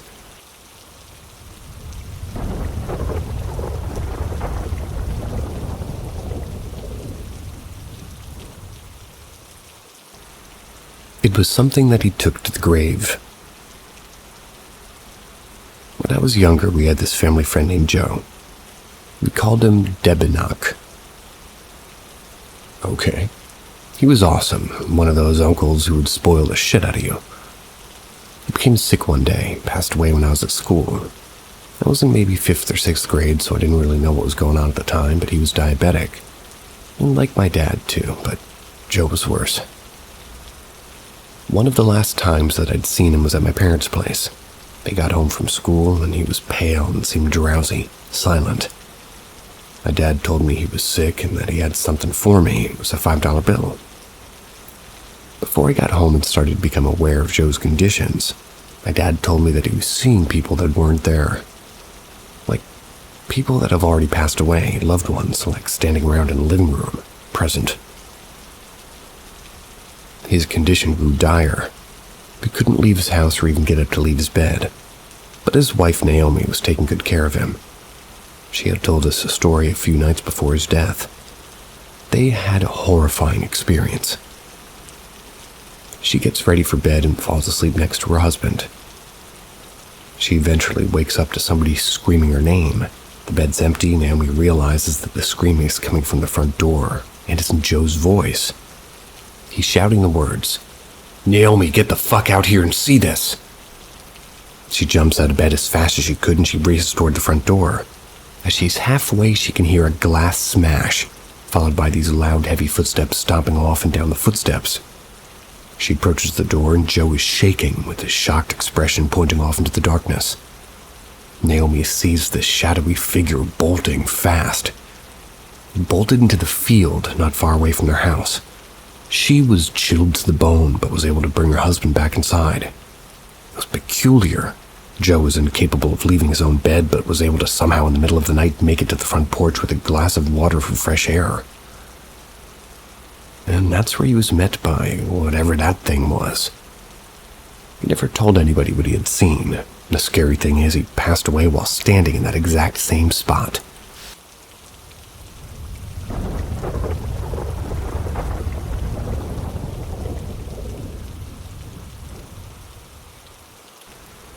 "11 years later, and I still don't know what I truly saw." 11 years ago, my brother and I experienced something that I still cannot explain to this day. I've had many, many unusual and downright unexplainable experiences in my life, but this one has left a scar in my memory. As someone who's a skeptic of ghosts, demons, and active extraterrestrial contact on Earth, these things disturb me. I never can provide a solid answer for my experiences, especially this one. This story takes place in my youth when I was 11 years old. My family was having a get-together at my grandparents' estate in Nevada desert and barbecue in the backyard. Grandma was making her finest salad inside, parents drinking wine in the living room with my aunt and uncle. It was a great evening, but the only thing I truly remember from that day was this encounter. My brother and I were outside in the front yard playing random little kid games. Just us and our imagination going wild. I remember we were getting a little bit bored and exhausted. Took a seat on the curb to just sort of talk about random stuff. It was getting dark. I remember it being so peaceful out there. No cars going up the street. The light breeze hitting the palm trees. Ambient warmth that you find after the sun sets in the Nevada desert. Just a really comfortable setting. I can't remember how long we sat out there or when this thing appeared, but just remember my brother interrupting me, pointing up at the sky to our left. It was up above the neighborhood across the street from us, maybe 30 or 50 feet in the air. It was something large. Well, two somethings. There were two massive white lights slowly moving from the left of our view to the right. It looked like it was only as far as our neighbor's house, which was right across the street from us. The strangest thing is that in these lights, they emitted no sound. They just hovered slowly and eventually they slowed down. We see the lights moving away from each other some, and which made it seem as if whatever it was turning to look upon us. That's really the best I can explain it. I remember it suddenly getting blindingly bright at that point, so much so I'm bewildered as to how no neighbors or even my family who were inside didn't notice this. Kinda reminds me of those drones in Half-Life that just blind you when they get close. Except these are much larger and, well, you could still see your surroundings. I was just sat there for a moment. Can't remember how long, but I do remember feeling disturbed and unsure of how to even react. Same as my brothers. We didn't even look at each other. We were just staring back at whatever this was in silence. And seemingly as fast as it came into our view, it turned away and slowly moved outside of our view. As it pretty much disappeared behind my house, I slowly came back to my senses. I gave a nervous laugh to my brother, who seemed anxious, and asked if we should go inside now. I didn't fully register, well, at least within me, whatever it was I just experienced. But we did go inside to try to tell our parents, who did not believe us. My grandmother did go walk outside into the driveway to see if she could still see it herself, and she of course didn't. She said we probably saw a low helicopter, since there is a hospital down the road that has one. Well, helicopters make sound, and if one were only 50 feet away from the house, I know our family would have ran outside to see what was going on. And on top of that, nothing was carrying these lights. There's no craft, balloon, or drones. Just two massive lights, two massive silent lights, that somehow could move themselves and even direct their gaze upon two people. I remember asking about this years ago on another Reddit account, but I was a lot younger. Didn't really know how to describe things so that others could understand what I was even talking about. I do remember people bringing up the idea of skinwalkers. Done some research, and maybe the location absolutely checks out, but giant silent balls of light? I don't know, that just doesn't fit the description to me. As much as I want to say aliens, I simply don't know. I'm a skeptic, and even after this, I just can't swallow the idea that we were in the presence of an extraterrestrial craft originating millions of light years away from our solar system. Secret military aircraft, maybe. I mean, we were a couple of hours away from the infamous Area 51, so who knows? All I can say is that what we saw is just unexplainable. Even with today's technology and drones, this is difficult to replicate. You would need 360 degrees of, lights the size of a Toyota.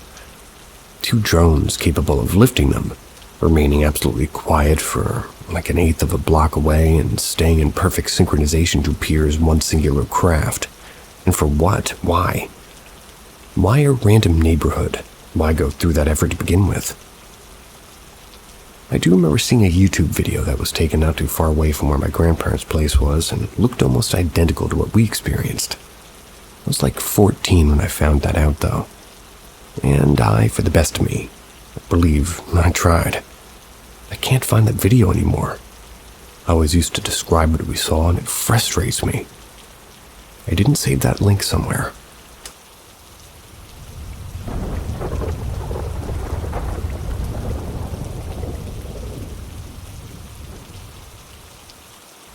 Demonic activity in the Midwest.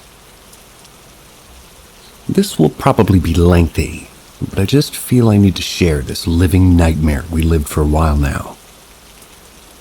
I'm a 50-year-old male. Bought this house a year and a half ago. It's in the Midwest, smack dab in the middle of corn country. House is around 120 years old. Some odd things started the very first night we moved in. My girlfriend and I are the only two people who live in the house. We saw dark shadows that darted around. Could only catch them out of the corner of our eyes, but we both saw them. House needs a lot of work. Being a handy sort of guy, I quickly started a major remodel project. It needed plenty of work. The very first piece of wood I removed was a piece of baseboard, and 2 postcards were behind it. They were dated April 1909.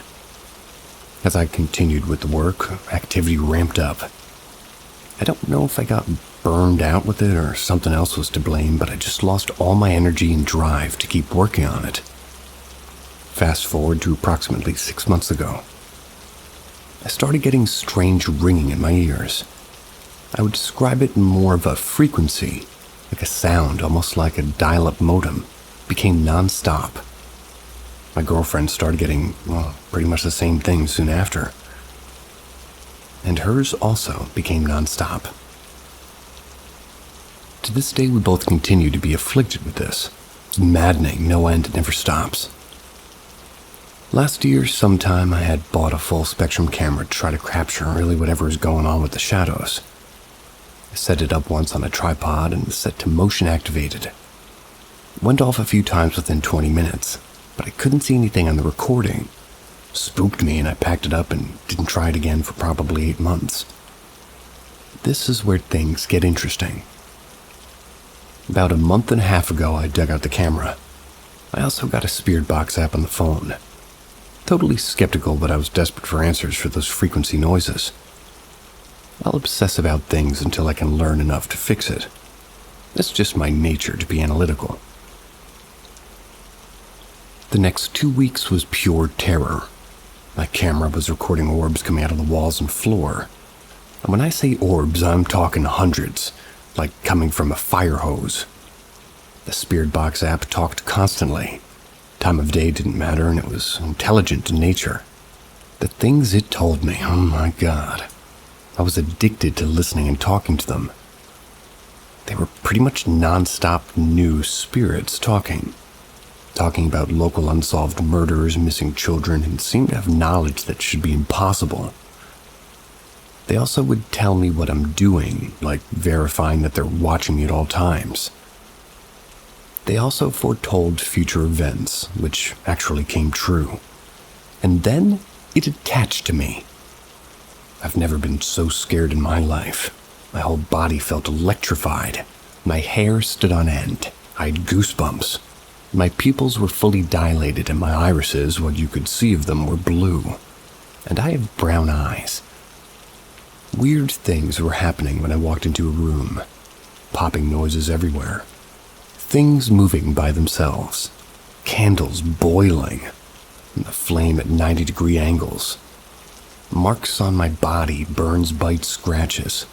I wound up fleeing the house. Slept in my pickup truck.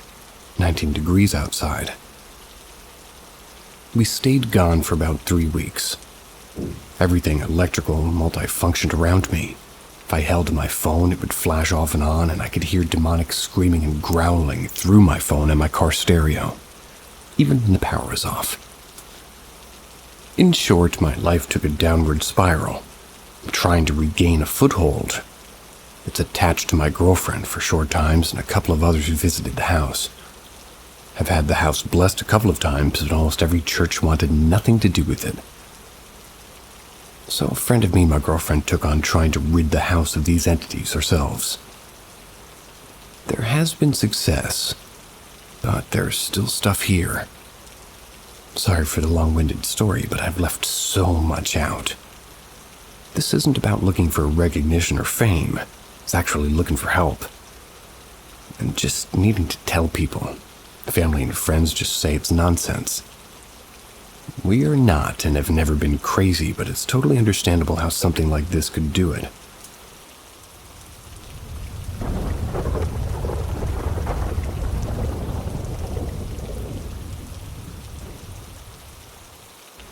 When the upstairs neighbor is a serial killer.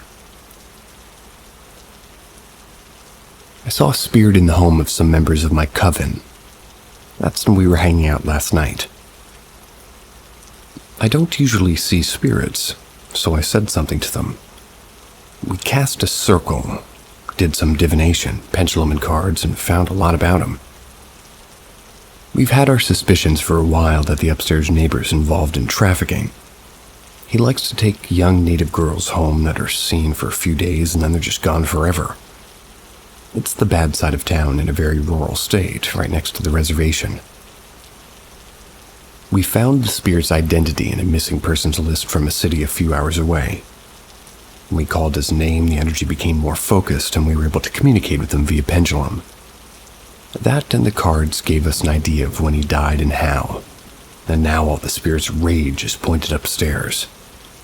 He's on good terms with the members of the coven. I asked if it could be shown where the body is, and I got a yes. It's on the property. I think in one piece, but maybe not. At least, maybe not immediately recognizable as him. I feel like I'm in a fucking TV show. My friends are trying to hustle to move out of that house, and I don't know whether to submit a police report or not, because all I have to work with right now is the ghost of this missing kid swung my pendulum in a circle, so now I know he's in the shed. All this kid wants, really, is for his family to have closure. He still hasn't had a funeral, and he's been missing for months. Go into the shed. Come on.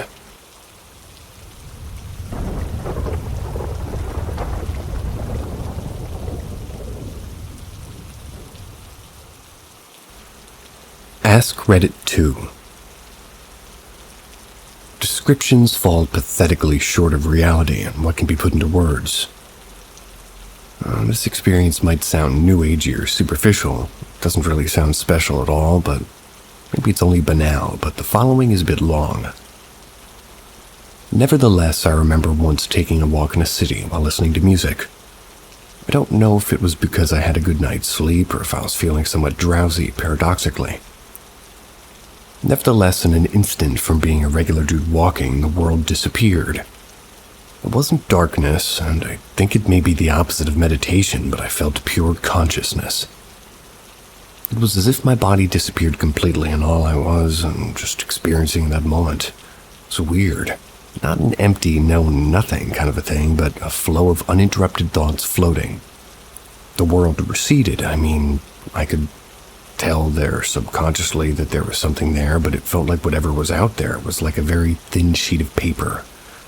A kind of soft shield in which my thoughts pushed away. It was unbelievable. I was a pure conscious being. I believe the experience must have lasted anywhere between 10 to 15 minutes. I came down rather quickly, but softly at that, if that makes any sense. I knew as soon as it was over that it was once of those mystical experiences which cannot be explained, at least not by our current understanding of the brain or the world. Ever since then, I've had anticipations of it happening again, slight hints, but they never fully happened. It furthered my conviction that the world is a construction that we make, based on relatively poor sense data that bombard our senses.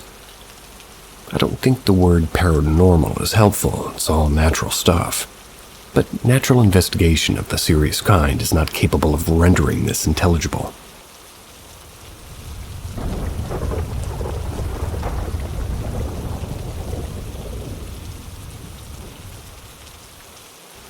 AskReddit 3. I was about 8 or 9 years old playing with some Star Trek action figures in my bedroom. Yeah, I was a cool kid. My room was positioned directly above a guest room, which is almost never used and almost never entered. The furniture was outdated compared to the rest of the house. It just had a creepy vibe, and this will be relevant later. I had a spook action figure which broke apart easily. His shirt would snap into 2 pieces by pressing on the seam, and that's when all of his limbs would fall off. He was easy to repair, so I took him apart often. He'd be used for body parts if I wanted to pretend someone had been killed by an alien. One day, just as I'd set up a decidedly pretty gruesome Star Trek scene, my mom called me downstairs for dinner. When I came back upstairs after eating, I noticed that Spock was gone. Just him, though. All the other action figures were still in the little circle exactly as I left them. I searched that night before bed, thinking my younger brother, my only sibling who was 2 years old at the time, may have somehow gotten into my room and moved my stuff. It had never happened before, but it's all I could think of. The whole family was at dinner, and there was no chance of anybody to be going upstairs and moving anything. The next morning I searched the house for Spock. Nothing. Not put away, not in my brother's room, not in the living room. It was baffling. As a last-ditch effort, I decided to check the guest room. The room looked untouched as usual, except for one thing, a dismantled Spock action figure in the exact same position as I'd left it in my room the night prior, directly below where I had been playing with him in my bedroom. I asked my mom and dad, and they claimed to know nothing about it. My younger brother, well, could not have made it down the stairs. I also wouldn't have been able to make the same Spock pile that I had made the previous night.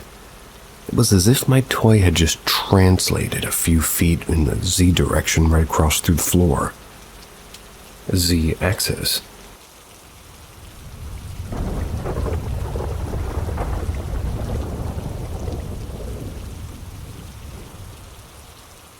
AskReddit 4. My mom was in the hospital 50 miles away. I was 19. We were pretty sure this was it. I was home alone. My parents' house is big. It's off the beaten path on a small lagoon. My dad had been staying up at the hospital. That night I went to bed at 1 a.m. I was playing on my laptop. Our room was in a separate wing of the house, and it can be sealed off with a single locking door. The door was shut, but not locked. I've always been scared of the dark, so I had the lights in my wing on. So was the closet light. As I was messing around on GameFAQs, I saw the lights in my wing turn off, all of them. The band of light under the door went black. I hopped up in bed and I stared at it. My bedroom door was unlocked. I was debating getting up to lock it when the door slammed. As in, it sounded like somebody straight up kicked the bottom of the door with all their strength. I remember squeaking in shock. It took me about 6 seconds to be up on both feet with the blade about 4 paces back. Just right of the door. The blade. I remember thinking if the door opened, I could be on whoever it was almost instantly. I was also silently cursing that there was no light under the door anymore. No way to see the shadow of whoever was out there. Nothing happened. I was fighting the fear of the situation and stupidly decided that going on offense was all that was left. I didn't have a phone in my room, and my Nokia was in another wing of the house charging. Threw the door open with my knife low. My left hand was in a guarding position.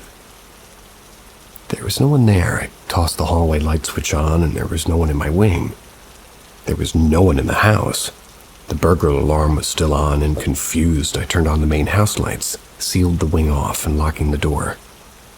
Went back to my room and just sat there with my laptop open. My bedroom door now had a slight bow in it. A couple of hours passed with me warily laying in bed. Around 3 a.m., the lights under the door went dark. Now I was terrified. My knife seemed pretty insignificant, and my previous dumb courage had run out. I scooted my bed, which is no easy task, against my bedroom door. Grateful, the door opened inward, and, well, it all felt so wrong. Like something was angry with me. I retreated to my closet and waited for the sun to come up. When the skylight in my room got bright, my courage returned, and I moved the bed and exited my room. The wing door had been unlocked, which required a key from the other side. I heard footsteps coming down the stairs in the main house. I realized that my dad was home. I felt a little foolish, as obviously he had been responsible for turning the lights off the second time. I lead my greeting with, "Oh, so it was you who turned all the lights off." He looked at me and replied, "What? I got home about 10 minutes ago." I have zero clue what happened that night, but it never happened before that night or after. Whatever it was, it seemed like, well, the dark, and I wasn't a fan of doors, and it seemed to be in my wing of the house. My parents built the house, and nothing untoward had ever taken place there. The bedroom door at my parents' house still has a bow in it to this day, and this was almost 20 years ago. My mom's still alive, and for that, I'm extremely grateful.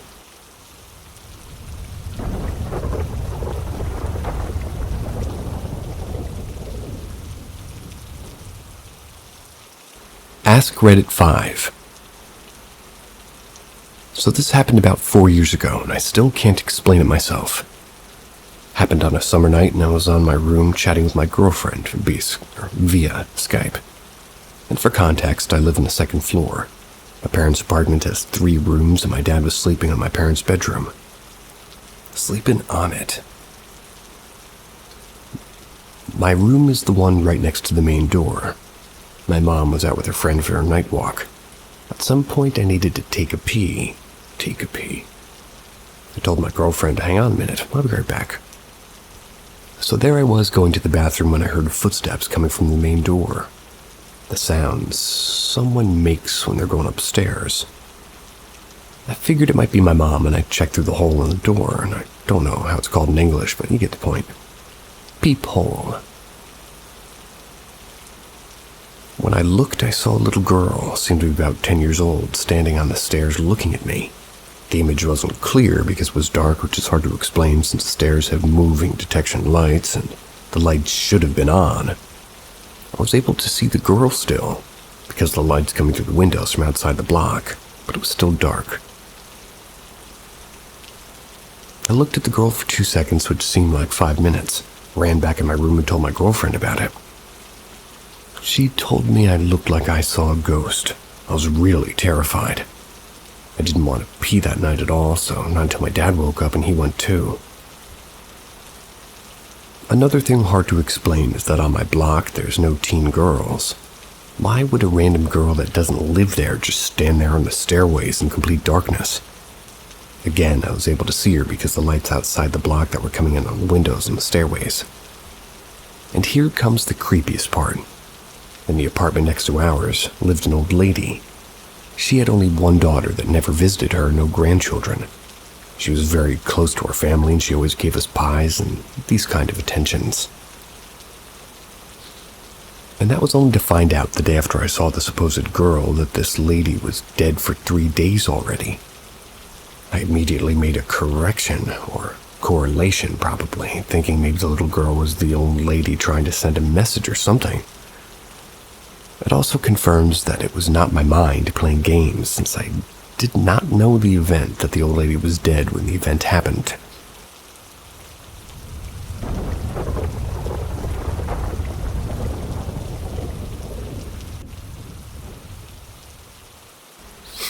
AskReddit 6. My dad has a friend, Tony, who regularly visits the public fishing lake. One night, me and my dad went to visit him by the lake to enjoy some food and have a chat and maybe catch some fish. That was us and Tony's dog, a cute old whippet named Honda. Tony explained that there was a man who had shared the lake with. They had recently died. Tony mentioned how he hated this guy. This guy really got on his nerves and they were always getting into petty arguments. Tony mentioned how this guy was a veteran visitor of the lake and how they had erected a bench beside the lake at his favorite spot to honor his memory. All night, Honda the dog was acting very strange, digging herself holes and then sitting in them, barking at nothing and walking off into the darkness, needing to be called back. All 3 of us mentioned how oddly the dog was acting. Eventually, me and my dad left at around midnight.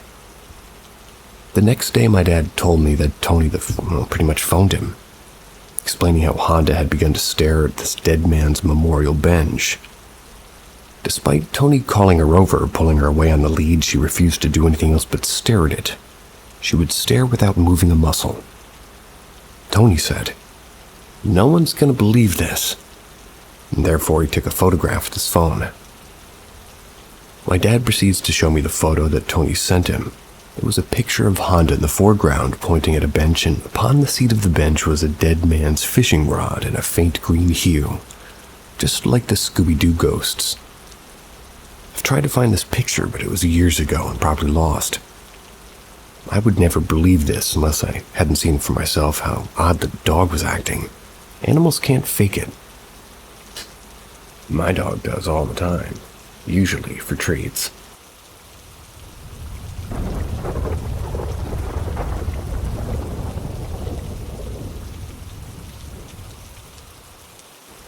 AskReddit 7. About 11 or 12 years ago, I used to work at a grocery store. When I worked the closing shift for my position, it wasn't uncommon for me to get off work around 10 or 11 p.m., which was usually 2 or 3 hours later than I was supposed to be off work. This meant that I was usually driving back home late enough to listen to late-night radio shows. On this day, I was listening to Coast to Coast AM, a show all about the paranormal, conspiracy theories, aliens, and cryptids. I can't remember what the subject of the episode was about, but the host was interviewing a general or someone high-ranking in the military about something. About halfway through my 30-minute commute, the radio went silent. Since it was an AM station, it occasionally does have random dead air, but usually around commercial breaks, so I thought nothing of it. Maybe about 5 or 10 minutes passed in silence. Thought it was weird that the show hadn't come back, and for some reason I decided to try the volume knob, and somehow, without me touching it, the volume had reduced to 0. I was driving a 1999 Mercury Mountaineer at the time. If there's no volume controls on the steering wheel, I could have accidentally hit. There was only this one knob on the radio panel. I turned the volume back up, and about a minute later the radio went silent again. I stopped at a light about 5 minutes from my apartment and tried the volume knob again. Sure enough, it had reached this volume of 0. While stopped at the light, I watched the volume bars on the display reduce on their own without me having touching anything. I was weirded out since my car had never done this before, but I was also annoyed because I wanted to listen to the radio, and for the rest of the drive, I pretty much fought with the radio.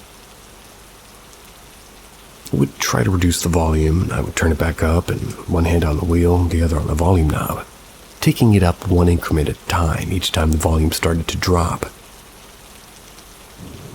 As soon as I got to the gate of my apartment complex, it stopped. When I parked, I waited for it to happen again, but the volume remained steady. It never happened again as long as I had that car. I've always wondered if somebody out there was trying to prevent me from listening to that episode.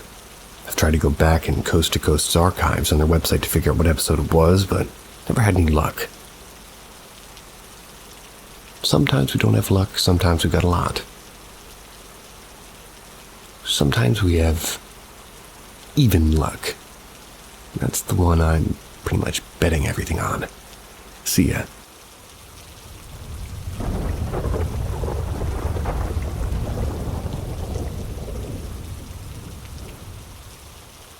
Step into the shadows with us at Paranormal M, where we uncover the hidden truths of the universe. Don't miss out on our electrifying stories. Subscribe, turn on notifications, and stay tuned for our spine-tingling adventures and first-hand accounts. Brace yourself for an unforgettable journey. Haunted Hospital. About 2 or 3 years ago, I was working for a hospital, or rather the ladies' wing. It was a new addition added to it in order to get snacks and drinks. You had to leave the new wing and go into the main building, the hospital, to get to the snacks. By then, I had already had my share of unexplained things. Due to a location I'm not familiar with, but you had to walk past some exam rooms and, well, they each had like a small changing room in them. While walking past one, I looked into one and saw what looked like a bandaged-up person crawling out of the fitting room like a girl from The Ring.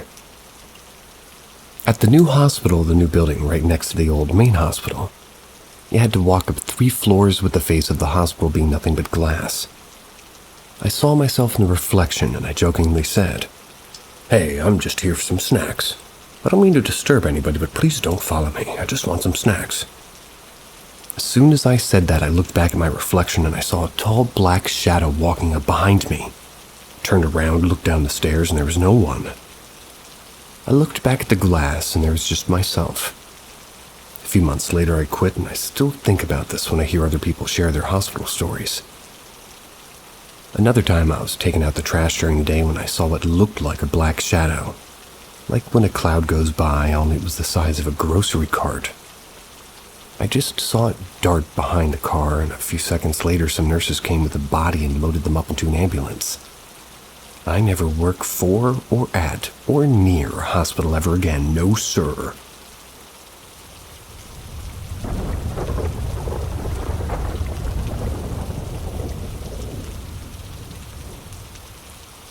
Is it okay to see someone that's died, only to find out that they've been dead for a while?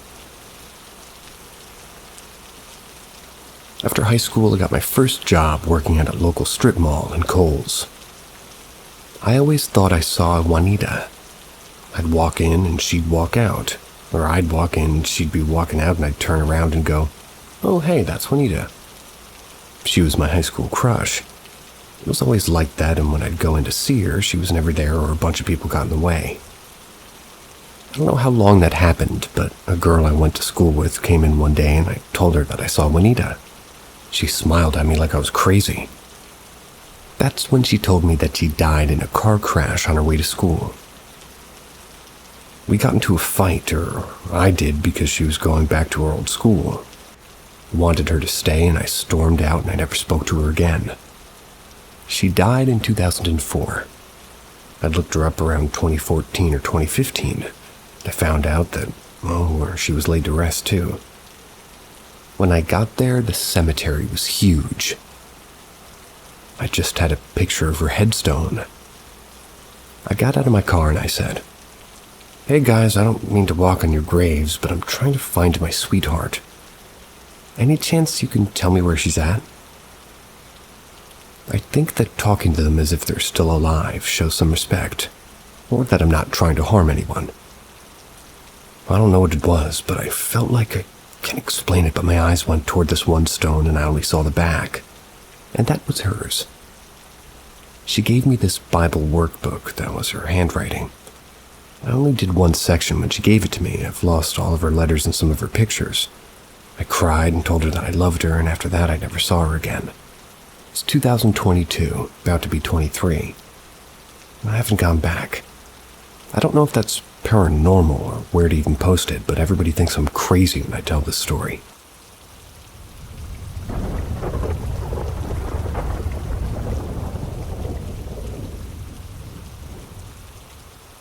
Unusual spirit in dream right before Samhain. I've had unusual dreams before, but last night's dream was very different.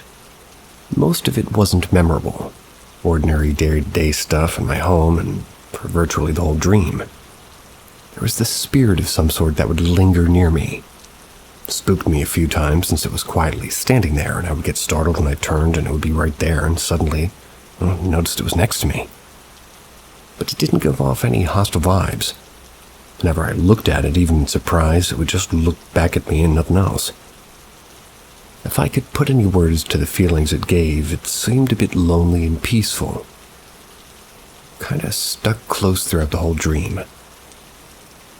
I'm used to working with nature spirits and having them around, but this spirit seemed very different.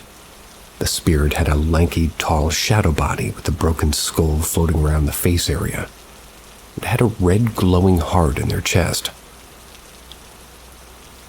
I'm not sure if it's relevant, but I work with Anubis. Seems relevant. I've had dreams about pets that have passed over, including one about carrying my late family's dog home, in quotes, about finding him lost somewhere. But this is new territory for me. Been trying to figure out what to make of it ever since. A friend of mine suggested looking into Santa Muerte and Dia los Muertes. That's after I showed them a quick drawing of the spirit, suggested that since I'd been visiting Mexico somewhat recently, that might have something to do with all of this. It's also interesting that this dream happened right before Samhain and Dia los Muertos coming up. Has anyone ever encountered a spirit like this? Could they be a ghost or a lost soul or some other kind of spirit? And what can I do to help them? Next time you're at work hanging out with Anubis, tell him I said, "Hey."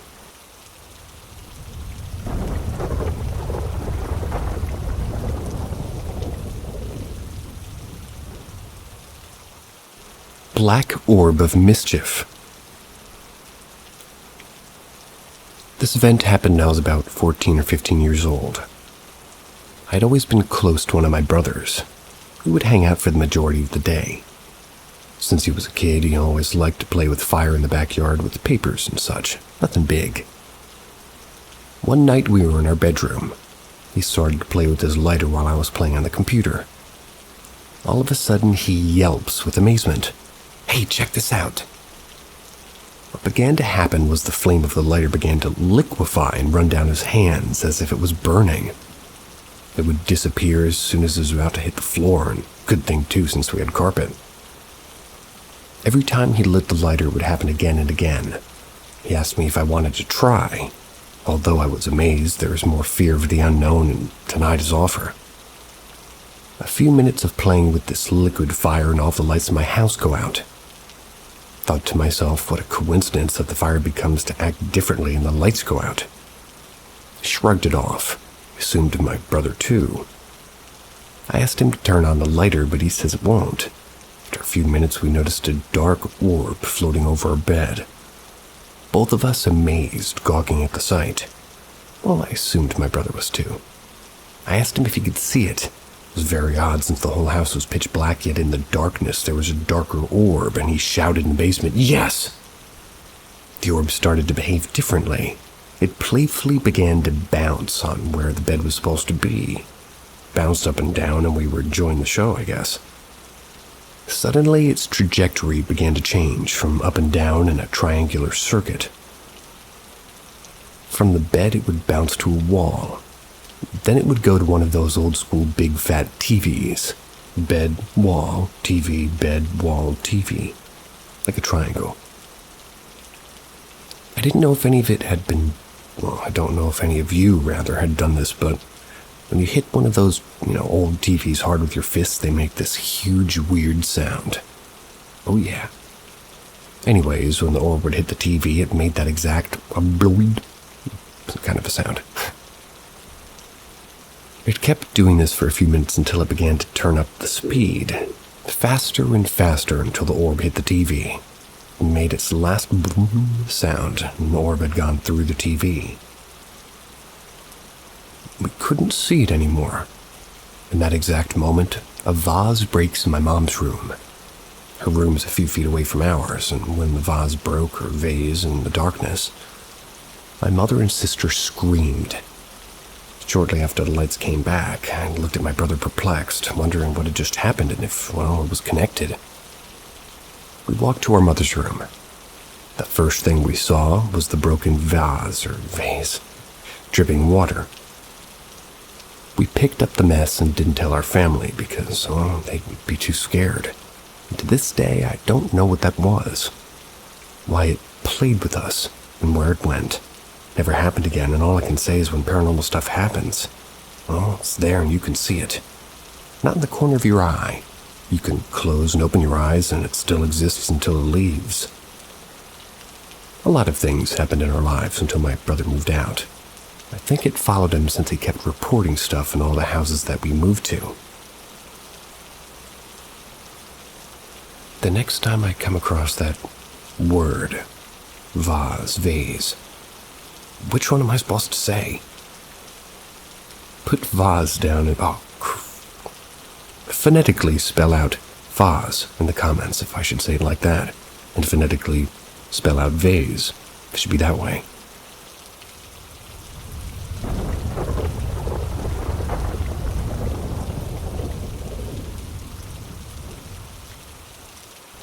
Still don't know what that was. When I was in high school, I was always walking around my town after night, whether it be with friends or by myself.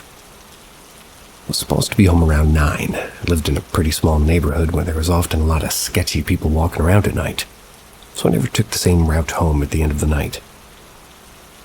One night when I was 14, I was walking past this old historical building that used to be a hotel and just kind of creepy. As I was walking, I got a phone call from an unknown number. My friends and I were always prank calling each other, so I answered it. The voice was really deep and honestly scared me because it didn't sound like anything my friends could try to mimic.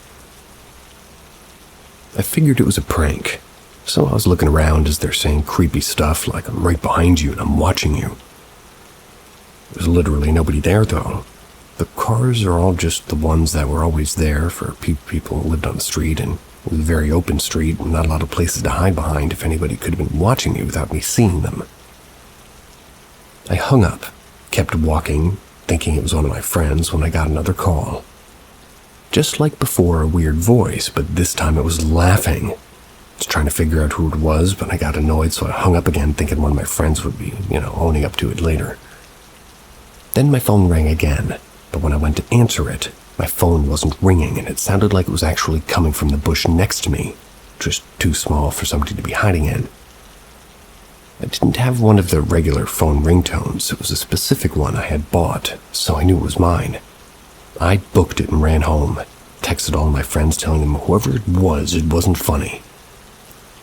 None of them owned up to it, and well, when I thought about it, I never took the same way home or even went home at the same time, so nobody could have planned that. And with the ringtone and everything, none of it made sense. To this day, I don't know what it was, but anytime I'm home and I drive past that building, I think of it. Anybody have any thoughts on what that could have been?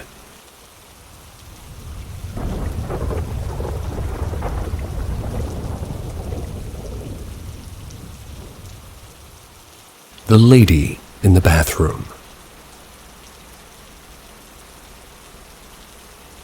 First, let me start by saying that I'm the youngest of 5. To tell you my story, we must travel back some 30 years. I'll begin by telling you from a very young age I've always seen things I could never remember, never could explain.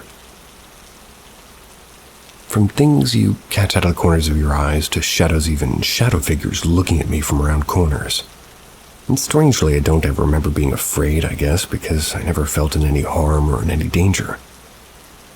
Peaceful is the way I would describe it, but I did feel watched over. I grew up in a small 3-bedroom apartment with my mother and 2 of my siblings, one of my brothers and one of my sisters. So being the youngest in the house, I wasn't allowed to sleep or even be in my siblings' bedrooms. You're too young and I need my privacy, they would say. Leaving me around 7 years old at the time to sleep in the living room. The furniture was arranged in a way to where the sofa was in line with the bathroom. This will be relevant in a second. One night I remember that it was just me, my mom, and a friend. Wink, wink. It was years ago, so I can't recall where my brother and sister were. Needless to say, they weren't at home.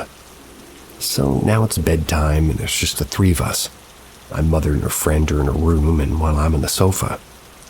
Between the sofa and the bathroom is a hallway that connected the bedrooms where I used the light as kind of a nightlight. It was well lit. As I lie there starting to fall asleep, I begin to hear things. Then eventually I begin to hear a lady calling out my name. The first time or 2 I paid no mind, but after I heard it a few times I began to get butterflies in my stomach. First I begin to just look into the living room, to which I have full view of it from where I'm laying. I see nothing, but when she calls out one more time I realize where the voice is coming from. It's coming from the bathroom. In the bathroom's doorway is where she stood, a lady in all white. She was faceless with bright golden light surrounding her.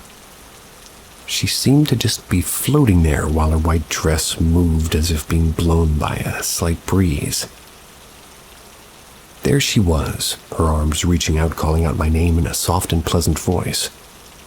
As a child, it frightened the hell out of me, leading to me screaming at the top of my lungs once I realized what was happening. By the time my mother ran out to see what was wrong, she was gone.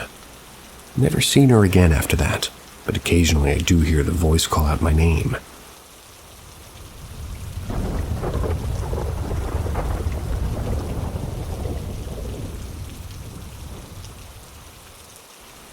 I think my aunt drew in some crazy stuff to her house. So I have COVID again and I'm bored.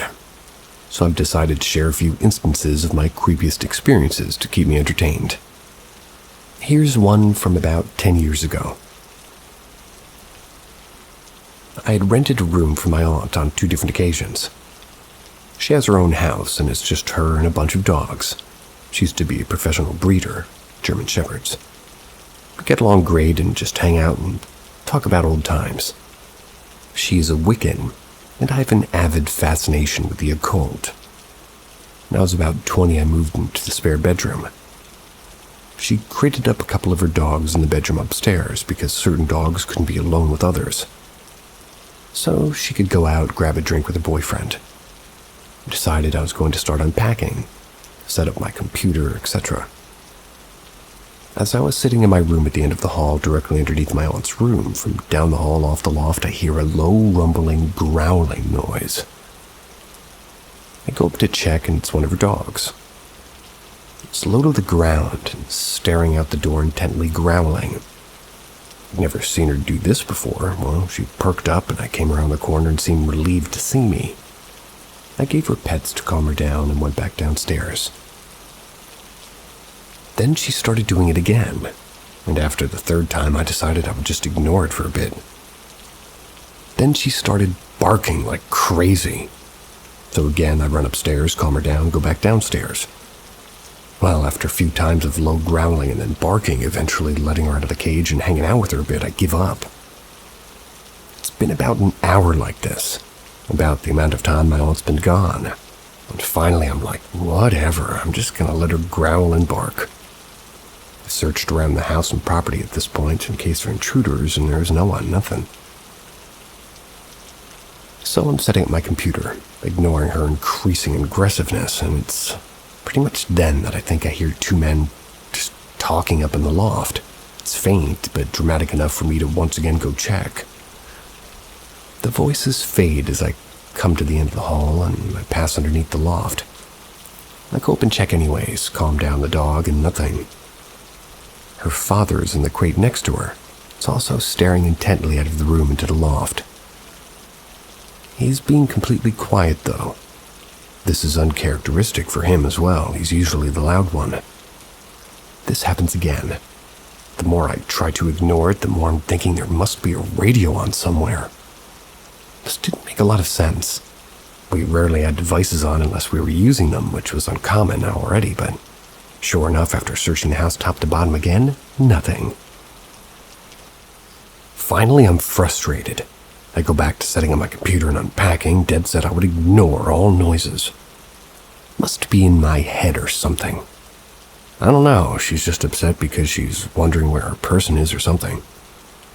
Trying to write everything off to something explainable, I continue. The conversation fading back in again. I swear I can almost make out the words now, so I listened. Then from directly in the open doorway, more feet away around the corner, I hear what sounds like a child saying, "Hello?" I spring up, grab my firearm, and clear the frickin' house and property like one-man SWAT team. Voices fade out as I exit the room, and again, nothing. I let the dog out of the crate, go sit down at the kitchen table to have a beer, and wait for my aunt to return. The dog sat close at my feet the whole time. I hear faint voices from time to time over the next half hour. My aunt gets home and asks why she's out of her crate, and I told her everything. She aggressively yells, "Knock it off!" And then she has a seat. Apparently, she's been experiencing things like this for months whenever she's in the house alone, or never really thought to mention it to me. Our family has a sensitivity to this stuff, but I guess she assumed that only applied to the women in the family. It's something I've known I've had for a pretty long time, but until that moment she was adamant that, oh, I'm the guy. I'm not as sensitive to these things as her and her sisters. Also, my grandmother and her mother, and furthest back, potentially. She then informed me if I heard knocking at the front door to check, as opposed to just saying, "Come in." Apparently, something's been trying to trick her into inviting it in as well. I think she may have been playing with something she shouldn't have been out of ignorance. Something I have plenty of experience with now, but back then it really freaked me out. I know more about all this stuff now, and I've had other experiences throughout my life, both before and after this event. But this is one of the first ones that really convinced me that our world around us is much stranger than it seems at times. I'll share a couple more of these stories as my sickness and boredom progress. I only really have two other big ones. Cheers. Cheers back.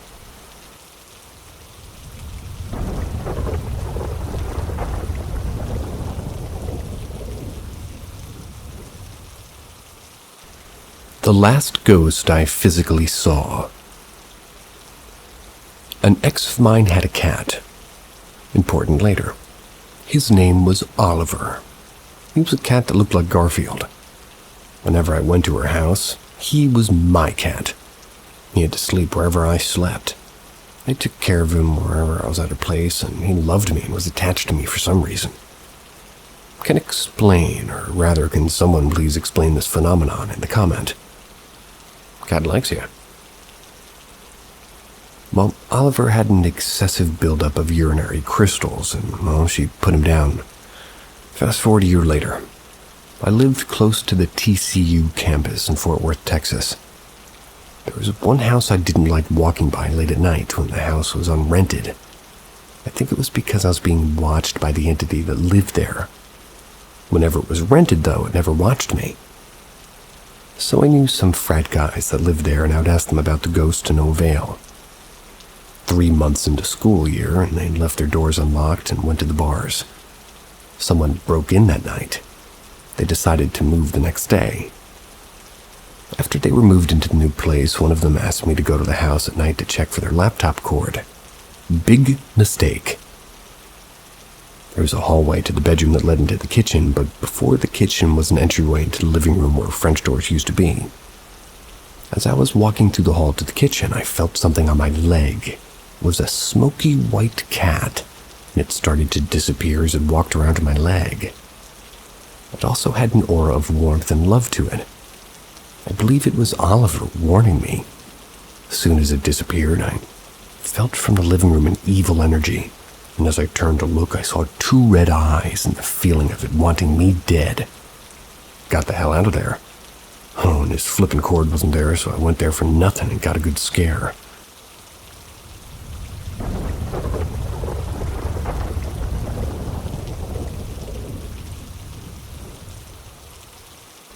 Creepy experience.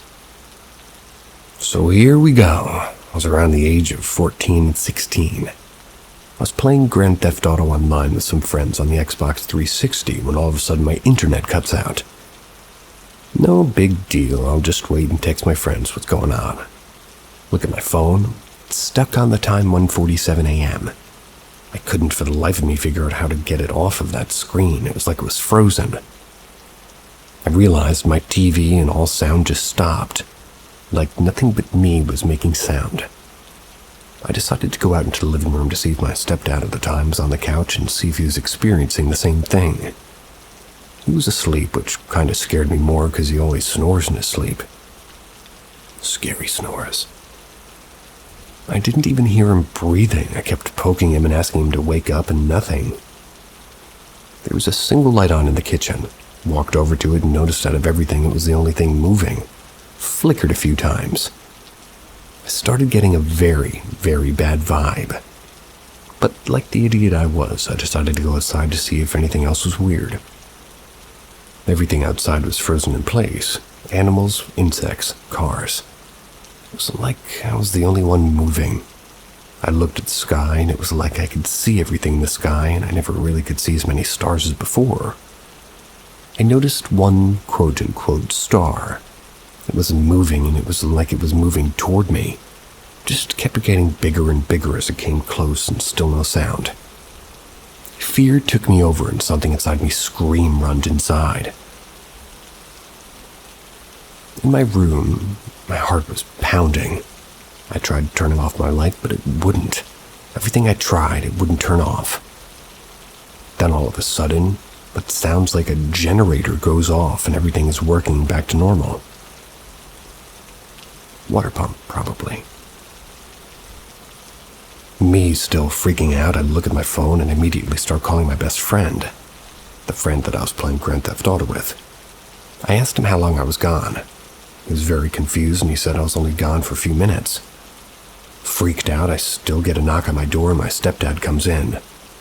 I just had a strange dream where you were talking to me and telling me to wake up and poking me. What was that? What you were just doing? Are you okay? I just said, yeah, I'm fine. And no, I didn't do that. Liar.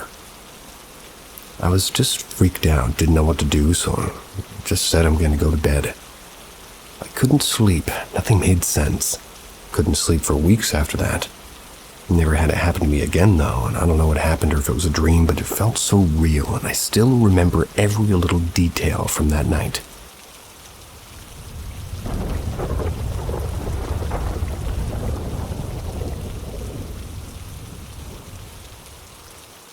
I saw a demon. So my family believes that drugs and alcohol brings around bad spirits and bad energy in general. Even horror movies do that according to them. I was in grade 5 abouts, and I was also around 11 years old. It was just me and my mother home in my 2-story suburban house. My stepdad was working nights, being home around 6 a.m. Unfortunately, my mother was a very heavy drug user at the time, and during those times, the paranormal activity in the house always got very active. At this point, she was in pretty deep for a couple of weeks. It was around 5 a.m. or so.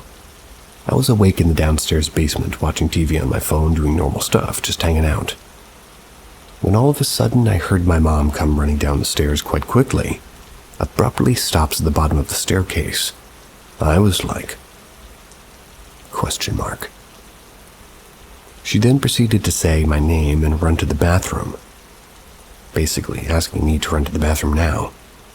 It was in a very strong tone, which honestly frightened me because I knew she wasn't herself when she was abusing drugs like that. But I just thought, okay, whatever, it's probably just the drugs making her act that way, but don't want to make her mad.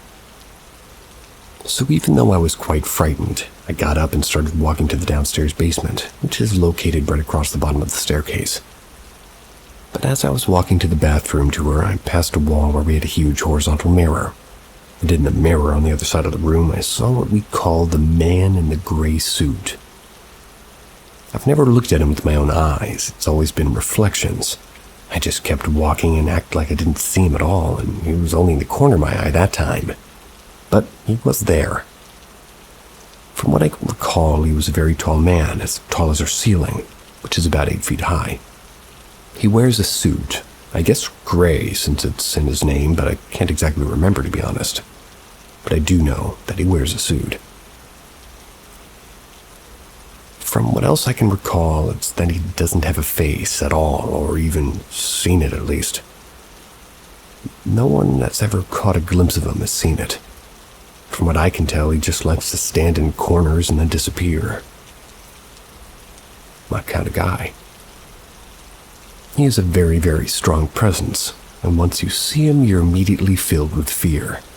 Although I still live in the same house, my bedroom's right beside that downstairs bathroom. Not seen him since that encounter. I'm not sure if he's a demon or just some sort of entity. What do you think? He is a hot topic in my home.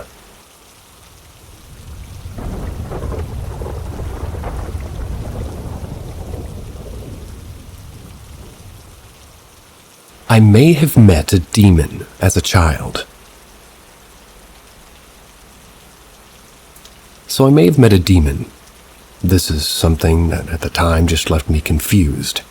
But after getting more information as a teenager, it left me a bit scared and wondering what would have happened if I didn't speak with my mom first. So here we go. My sister, 13-year-old female, hopped off of the bus before me, 7-year-old female. I moved my short legs as fast as I could. I was running after her as she went to her house. It's next to the one that served as a bus stop. The moment she stepped inside, she slammed the door shut in my face. And before I could even wrap my tiny hands around the doorknob, she just clicked the deadbolt into place. I screamed her name and beat my fists against the door, but to no avail. I was locked out and I was going to have to wait for my mom to get home in an hour. This was a regular occurrence, so while I was crying angry tears, I went to sit in her porch swing and started to fill out my homework. Just a worksheet or two, counting coins and telling time. We lived in a small rural town with a population of maybe 600, the type of place where in the 90s no one locked their doors in the day and you knew everyone. My great aunt and uncle actually lived next door. I could have waited at their house, but the weather was so nice that I was mad at my sister. I was going to sit out here in a brood. The fact you knew everyone in a place like this is why I felt unnerved when a young boy my age with curly black hair came up to her porch and sat on the swing beside me. I didn't recognize him, and he had, well, honest-to-God white feathered wings. The house we grew up in was haunted by past relatives, so I didn't even question the wings at the time. I just had seen many strange figures when awoken in the dead of night by strange sounds. But still, I'd never seen this one and was staring at him like, "Excuse me, who are you?" But he ignored my, obvious questioning stare until I actually spoke up and stated my question politely. Not sure I actually knew what the F word was at that age. I blurted out for you. He seemed a little taken aback when I first spoke, but introduced himself as Valak. Began to converse easily with him. I quickly felt at ease talking with him, and as a child and even an adult who will pretty much talk of anybody itself, not being strange, like a dog.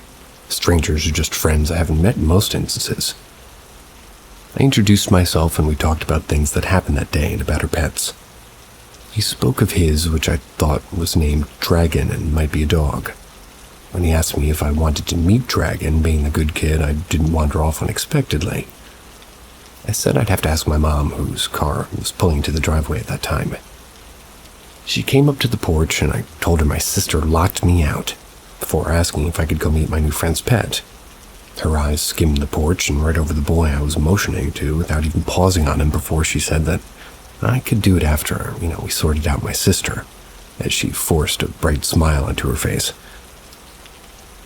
A smile I learned later was what she gave when she was encouraging my imaginative play. She probably thought at that moment that I created an imaginary friend to entertain myself while locked out of the house. Fair assumption, but I could pretty much tell pretend from reality, and I was sure he was real. My mom went to unlock the doors as I went to her side, and she asked for my friend's name. I told her before whispering I thought that he might be her guardian angel since he has wings, and he didn't come at the time when I was alone and upset. My mom's face went completely white and went to that door. It was open. She practically threw me inside and slammed it shut behind us, finding a bottle of holy water and basically showered me in it. I was hurt and confused as I was given no explanation for this, and I wasn't allowed outside alone for weeks. I never spoke of him again, not wanting to upset my mom, though I swore sometimes I caught a glimpse of him in other places. I had no answers for what happened that day until I was a teenager. Me and my friends were terrorizing the local Books A Million. What's that? Bookstore? We were trying to be fake edgy teens. We found like a demonology book and wanted to peruse it. I opened up toward the back of V's, since I was basically a demon dictionary. I want to point out now that this was before even the first Conjuring movie came out and had only heard the name from this person's lips. I don't even know if I was subconsciously looking for it when I saw Valak. It was in the section of the memory that boy came back full force, and the description. While not a direct quote since it's been years since I saw this book, it was a demon that looked like a child with angel wings, rode on a two-headed dragon. I don't know if I actually met a demon that day, and I'm not sure how much I believe in those things, but coincidences made my blood run cold. Now it's been over a decade since I saw that entity, and I still sometimes wonder what would have happened if I had gone with him that day. And the explanation for my mom's reaction, she would have come across it at least once. Her and her mom were really into Christian theology. We inherited many binders on the topic when my mom passed. My mom recognized that name description and truly feared for my safety that day. I would have gone to see his dragon without questioning it, just because of, dragon.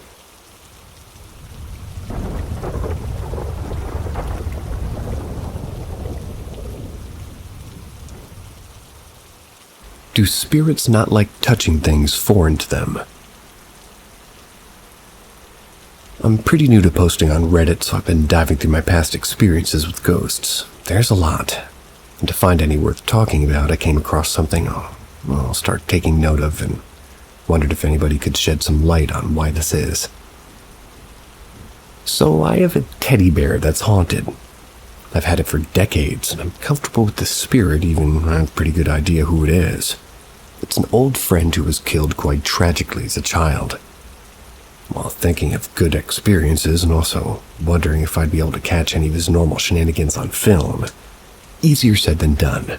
He is an intelligent haunting, and while very active in person even around strangers that he does know at least, When he's being filmed, he becomes camera shy. Because I've found an odd trait. He won't touch newer things. I first thought of the fact that he used to like flipping lights during movies, and he won't if you personally ask him if he wants to watch a movie with you though. But ever since I moved into a place with box switches and dimmers, he won't touch it. Then I realized he had this weird no-touching behavior with other things that are essentially newer versions of things that he'd normally mess with. Like he used to randomly make songs skip on my MP3, flipping to songs that were more upbeat. And that was when I was obviously upset. But not after I got an iPod. He was messing with my record player to this day though, and it's a newer one I received as a gift a couple years back. He would knock landline phones off cradles, but never messed with a cell phone. He'll knock books off shelves, but always ones that I've had for years. Newer ones. But also prefer hardbacks, which, weird trait, but hey, they handle the abuse better than paperbacks. I've started wondering if he doesn't mess with them because they're new, especially new technology. Has anybody who has particular active or playful spirits like mine seen this sort of avoidant behavior? I'm not looking to find an answer so I can change my environment. He's never acted temperamental over the changes in the modern home, but I'm curious if there's a reason for this. Me too.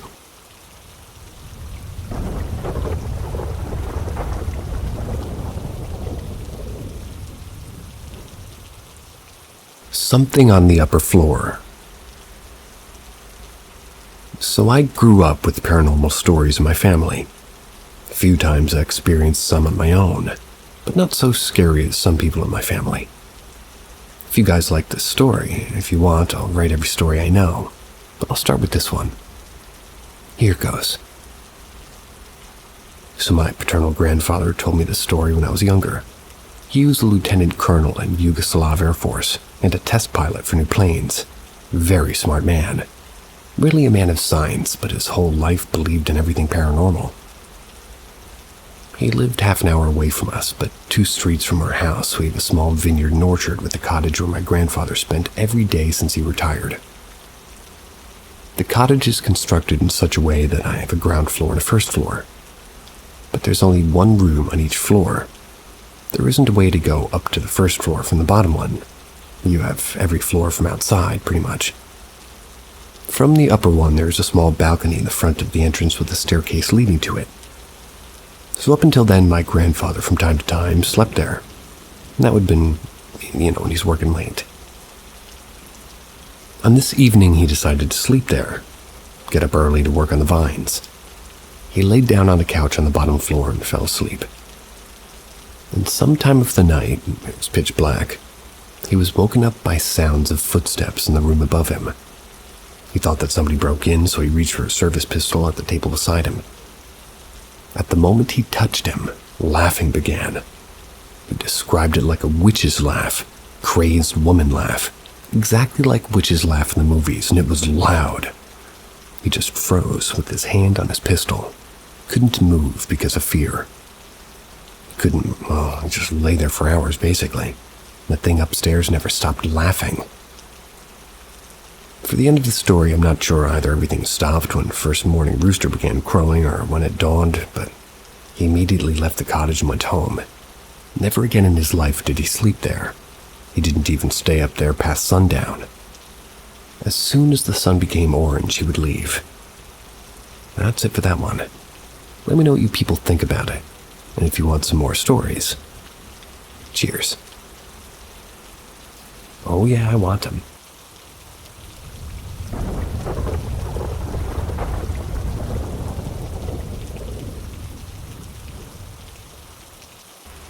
My old house was built on an ancient Indian burial ground. I've always wanted to post this on this thread, as paranormal experiences have been part of my entire life. My dad's as well. I'd love to share my experiences, specifically the one about the house I grew up in that my parents recently moved out of about 6 months ago. We built this house. We were the first ones to ever live in it. Completely brand new. You wouldn't ever think that a brand new house could be haunted. At least that's what I thought as a kid. I've heard footsteps, seen things move or turn on or off on their own, Flickering lights, electricity malfunctions, shadow figures and full-on apparitions. Above all, I never felt comfy in the house.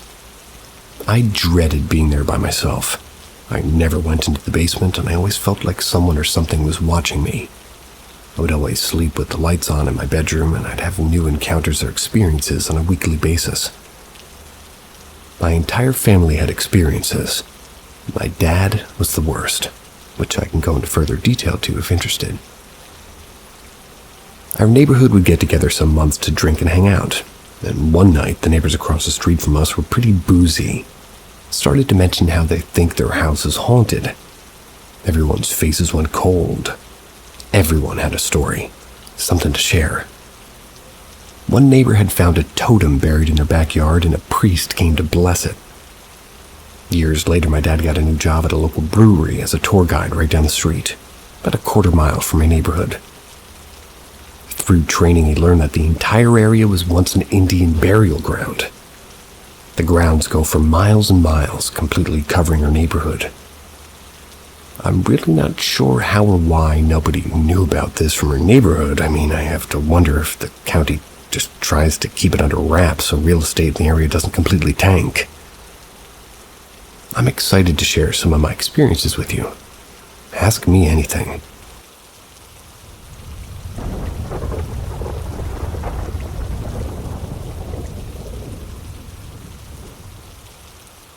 Is it him? I want to start out by saying I'm very susceptible to the afterlife. We all are. It doesn't scare me, and I've experienced different encounters my entire life. Specifically with my relatives, though. They always visit me when I'm sleeping, or so I think. My grandparents, my aunt, past kiddies, etc. And I'm always pretty sure it's just them checking in and seeing how I'm doing. My uncle passed away about 3 months ago. It was a terrible and unexpected death, and no one got to say their goodbyes.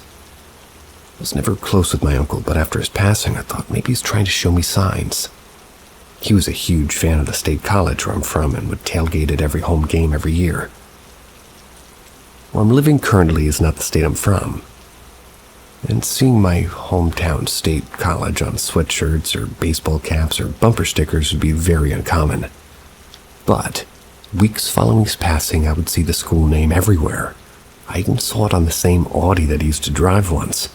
So crazy. Never freaked me out though, but I saw it as a sign. Over the past few nights, I've been dreaming about him. But the odd part is that he's in the dream, but he never says anything. A few nights ago, I dreamt that him and my aunt and cousin were eating at the restaurant he used to work at. It was one of those server nightmares where I was so busy I couldn't keep up, but I would see him at the corner of my eye and he was just at the table staring at me. Last night I dreamt I was at a memorial service for his passing. I was sitting next to my mom, but on the other side he was there. At one point he had his arm around me and I was so confused because I'd tap my mom and say, "Look, it's Uncle M. He's sitting right next to me." She would look at me funny and then I looked back over and he was still there. Again, he wouldn't say anything to me, just look at me and have his arm around me. I think that's the most confusing thing, is when he left my aunt or grandparents to visit me in my dreams, they're always asking me how I'm doing and we have conversations. But with my uncle, he just stares at me and doesn't say anything. I wonder what that means. Do you think it's really him trying to reach out, or maybe he's stuck in purgatory and therefore can't talk to me?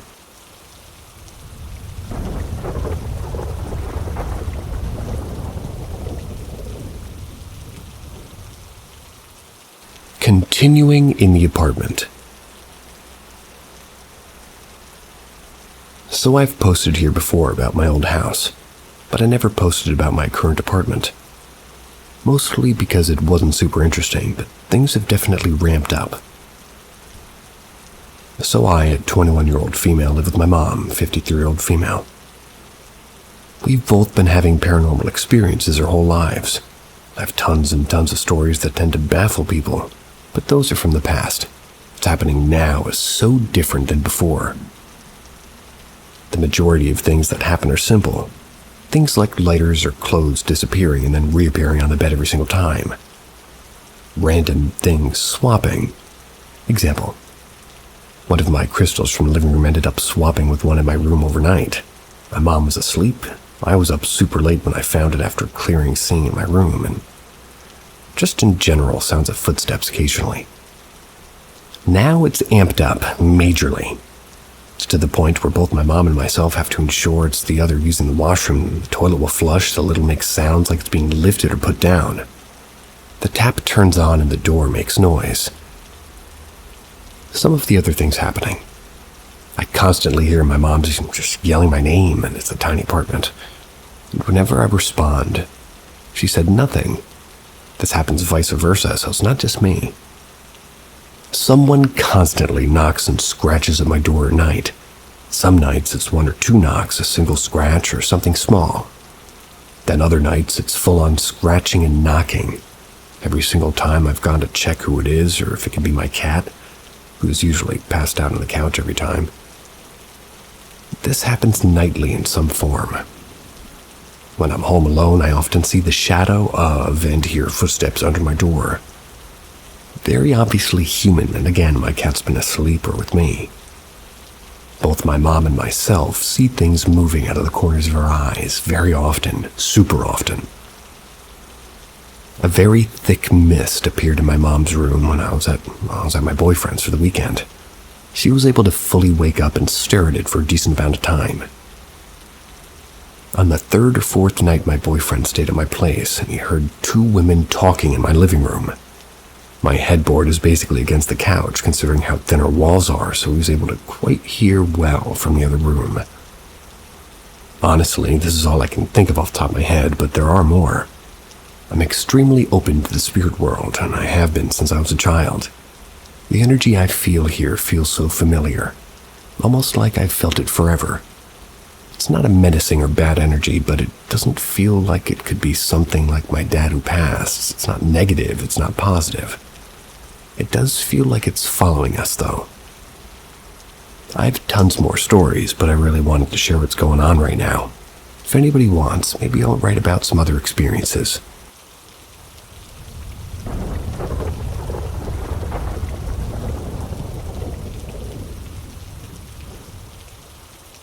More activity in the apartment. So I, a 21-year-old female, made a post a few weeks ago. Seems to have gained a tiny bit of interest, so as requested, here's another story from my apartment. First story is in my page. This isn't an update or part 2. So like I said, the first story I shared is on my page. I'm not going to reiterate everything, but it's worth reading for context. This story is more from my mom, who's 53. More so from her than it is from me, but it's still a healthy mix. I've already mentioned all of the smaller things that happen, but some of the bigger ones are much creepier. I believe I mentioned the mist, but if not, here's that short story. My mom was asleep one night in her bedroom, which is at the very end of the apartment. She tends to wake up every night around 3 a.m. and has done so since she was a child. One night she woke up and froze. All she could see was this fairly large cloud of mist that she described as somewhat ball-shaped. She was able to look at it for quite a while, fully wake up, blinked many times, yet it was still there. She estimated it was about 2 minutes that it was there. We've no clue what this was, but touch wood, it hasn't been since then. One more story I'll share for now is the I'm home events. Oftentimes I'll hear what sounds like my mom getting home. I'll hear the door or keys, some footsteps, and occasionally I hear her sitting down on the couch. It's happened 3 times in the last few hours alone. The first time was so loud it genuinely just brought a baseball bat into my living room. But the second I opened the bedroom door, gone, silent, nada. I know this one's fairly common for people, but it just happens excessively here. My mom's also heard me come home before, and we both even heard each other's voices very faintly.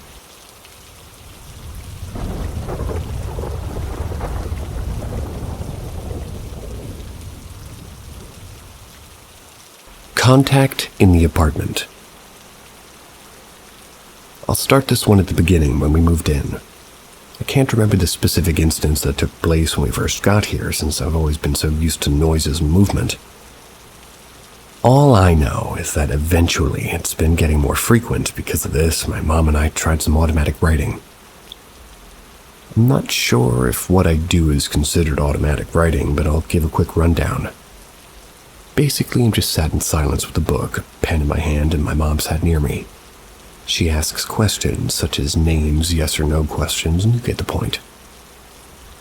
I just sort of white light myself, and whatever I write it. I always ensure I've taken every precaution to protect myself and not let anything in. The first time we tried this in this apartment, I got a lot of things written down.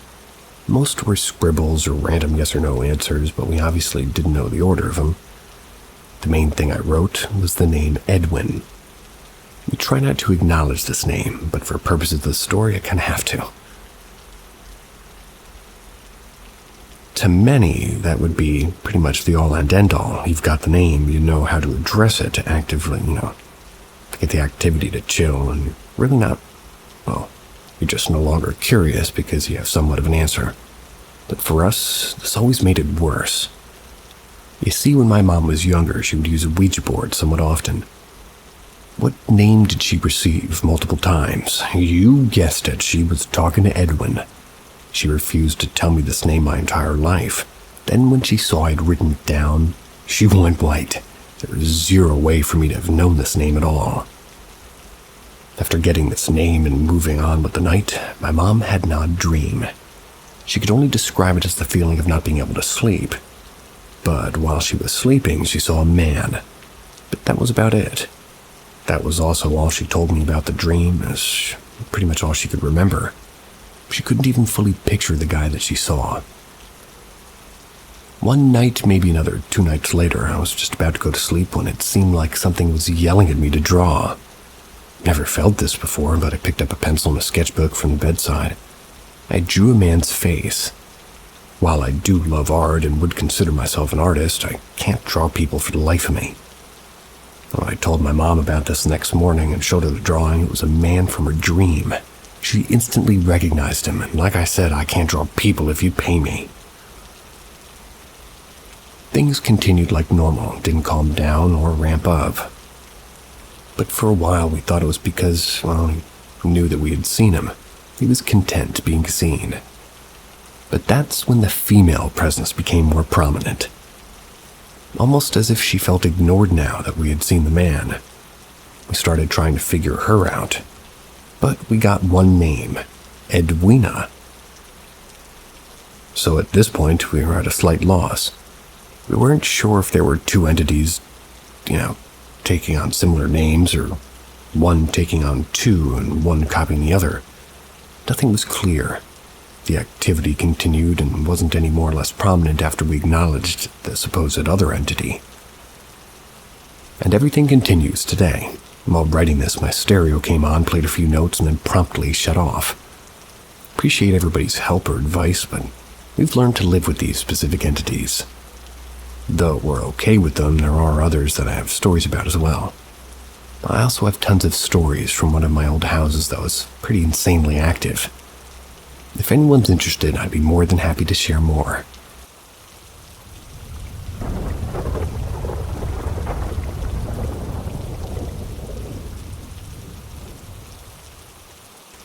Dying girl woke me up. I actually joined Reddit specifically to post about this encounter I've had. It's been something I think about at least weekly since it's happened. I wanted to post about it among like-minded individuals. Years ago, when I was 16-ish, my friend X and I were attached to the hip at most teens are, with their best friends. X's mother spent most of her nights drinking and staying at men's homes. She hardly ever came home at night, so X and I always stayed at her house to take care of her little sister, Kay. I remember when I first started spending most night at X's house, I thought it was odd that she shared a room with Kay, even though there was an extra room so they could each have their own rooms. I just dismissed it because it didn't really matter. Anyway, one night I was sleeping in X's bed, sharing a room with Kay. X had slept in their mother's bed that night. I was woken up by Kay shaking my arm and whispering to me, "Mom needs to talk to you, she's downstairs." So I got up and followed Kay out of the door. She ran ahead, and by the time I rounded the corner to the stairs, she was gone. Made it downstairs to an empty, dark living room. I checked the equally dark and empty kitchen, and no Kay, no Mom. Confused as heck, I walked back upstairs, peeked into X, who was passed out still, then went back into the room just to see Kay passed out on her bed. I went up to her and noticed her lips were blue and she wasn't breathing. Panicking, I started shaking her and shouting for X. She ran in just in time to see Kay take one deep breath.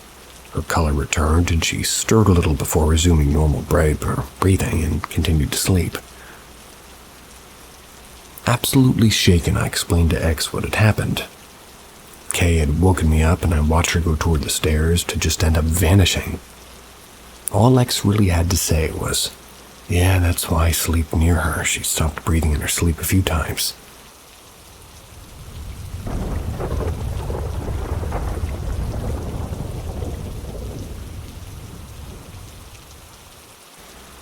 Shadow figures and strange noises. I live with my girlfriend and her 3 kids. I'm spirit sensitive. The house has always kind of felt off to me. I've had several encounters over the years. Recently, my girlfriend has been seeing shadow figures, mainly upstairs in the doorway to her bedroom and by the kitchen. She said she isn't scared when she sees it, and assumed it was her uncle. He passed recently, so she was optimistic that it had just been him coming to visit her. But the energy feels more malevolent to me. The kids were at their dad's one night. We kept hearing what sounded like a child's cough coming from her son's room. Very creepy. The kids have been sick for the past week, so we were used to hearing coughing, but they weren't home. Our neighbor told us that one of the previous occupants of the house had an older boyfriend. He was mowing the front yard when he had a heart attack and died. He died right by our tree. It makes me wonder if it might be home. Our laundry room is down in the basement. I always get the feeling that something is watching me. I told her that the energy felt darker. It's a very heavy presence, and I feel this suffocating feeling when I'm downstairs in her daughter's room. We had some sage, so I opened up all the windows and smudged the basement. She said she had done upstairs before, so I got home from work, and I'm not sure how much of it she actually did. Downstairs, I still get a creepy feeling, but the energy feels somewhat lighter. I'm just worried now that we might have pissed it off. Upstairs, I get the uneasy feelings, and she hasn't seen any figures since we saged the other day. Would doing this upset the spirit or spirits? What should we do next? I know what I'm doing next. I'm gonna eat something, and then I'm going to sleep. Might check the comments. See ya.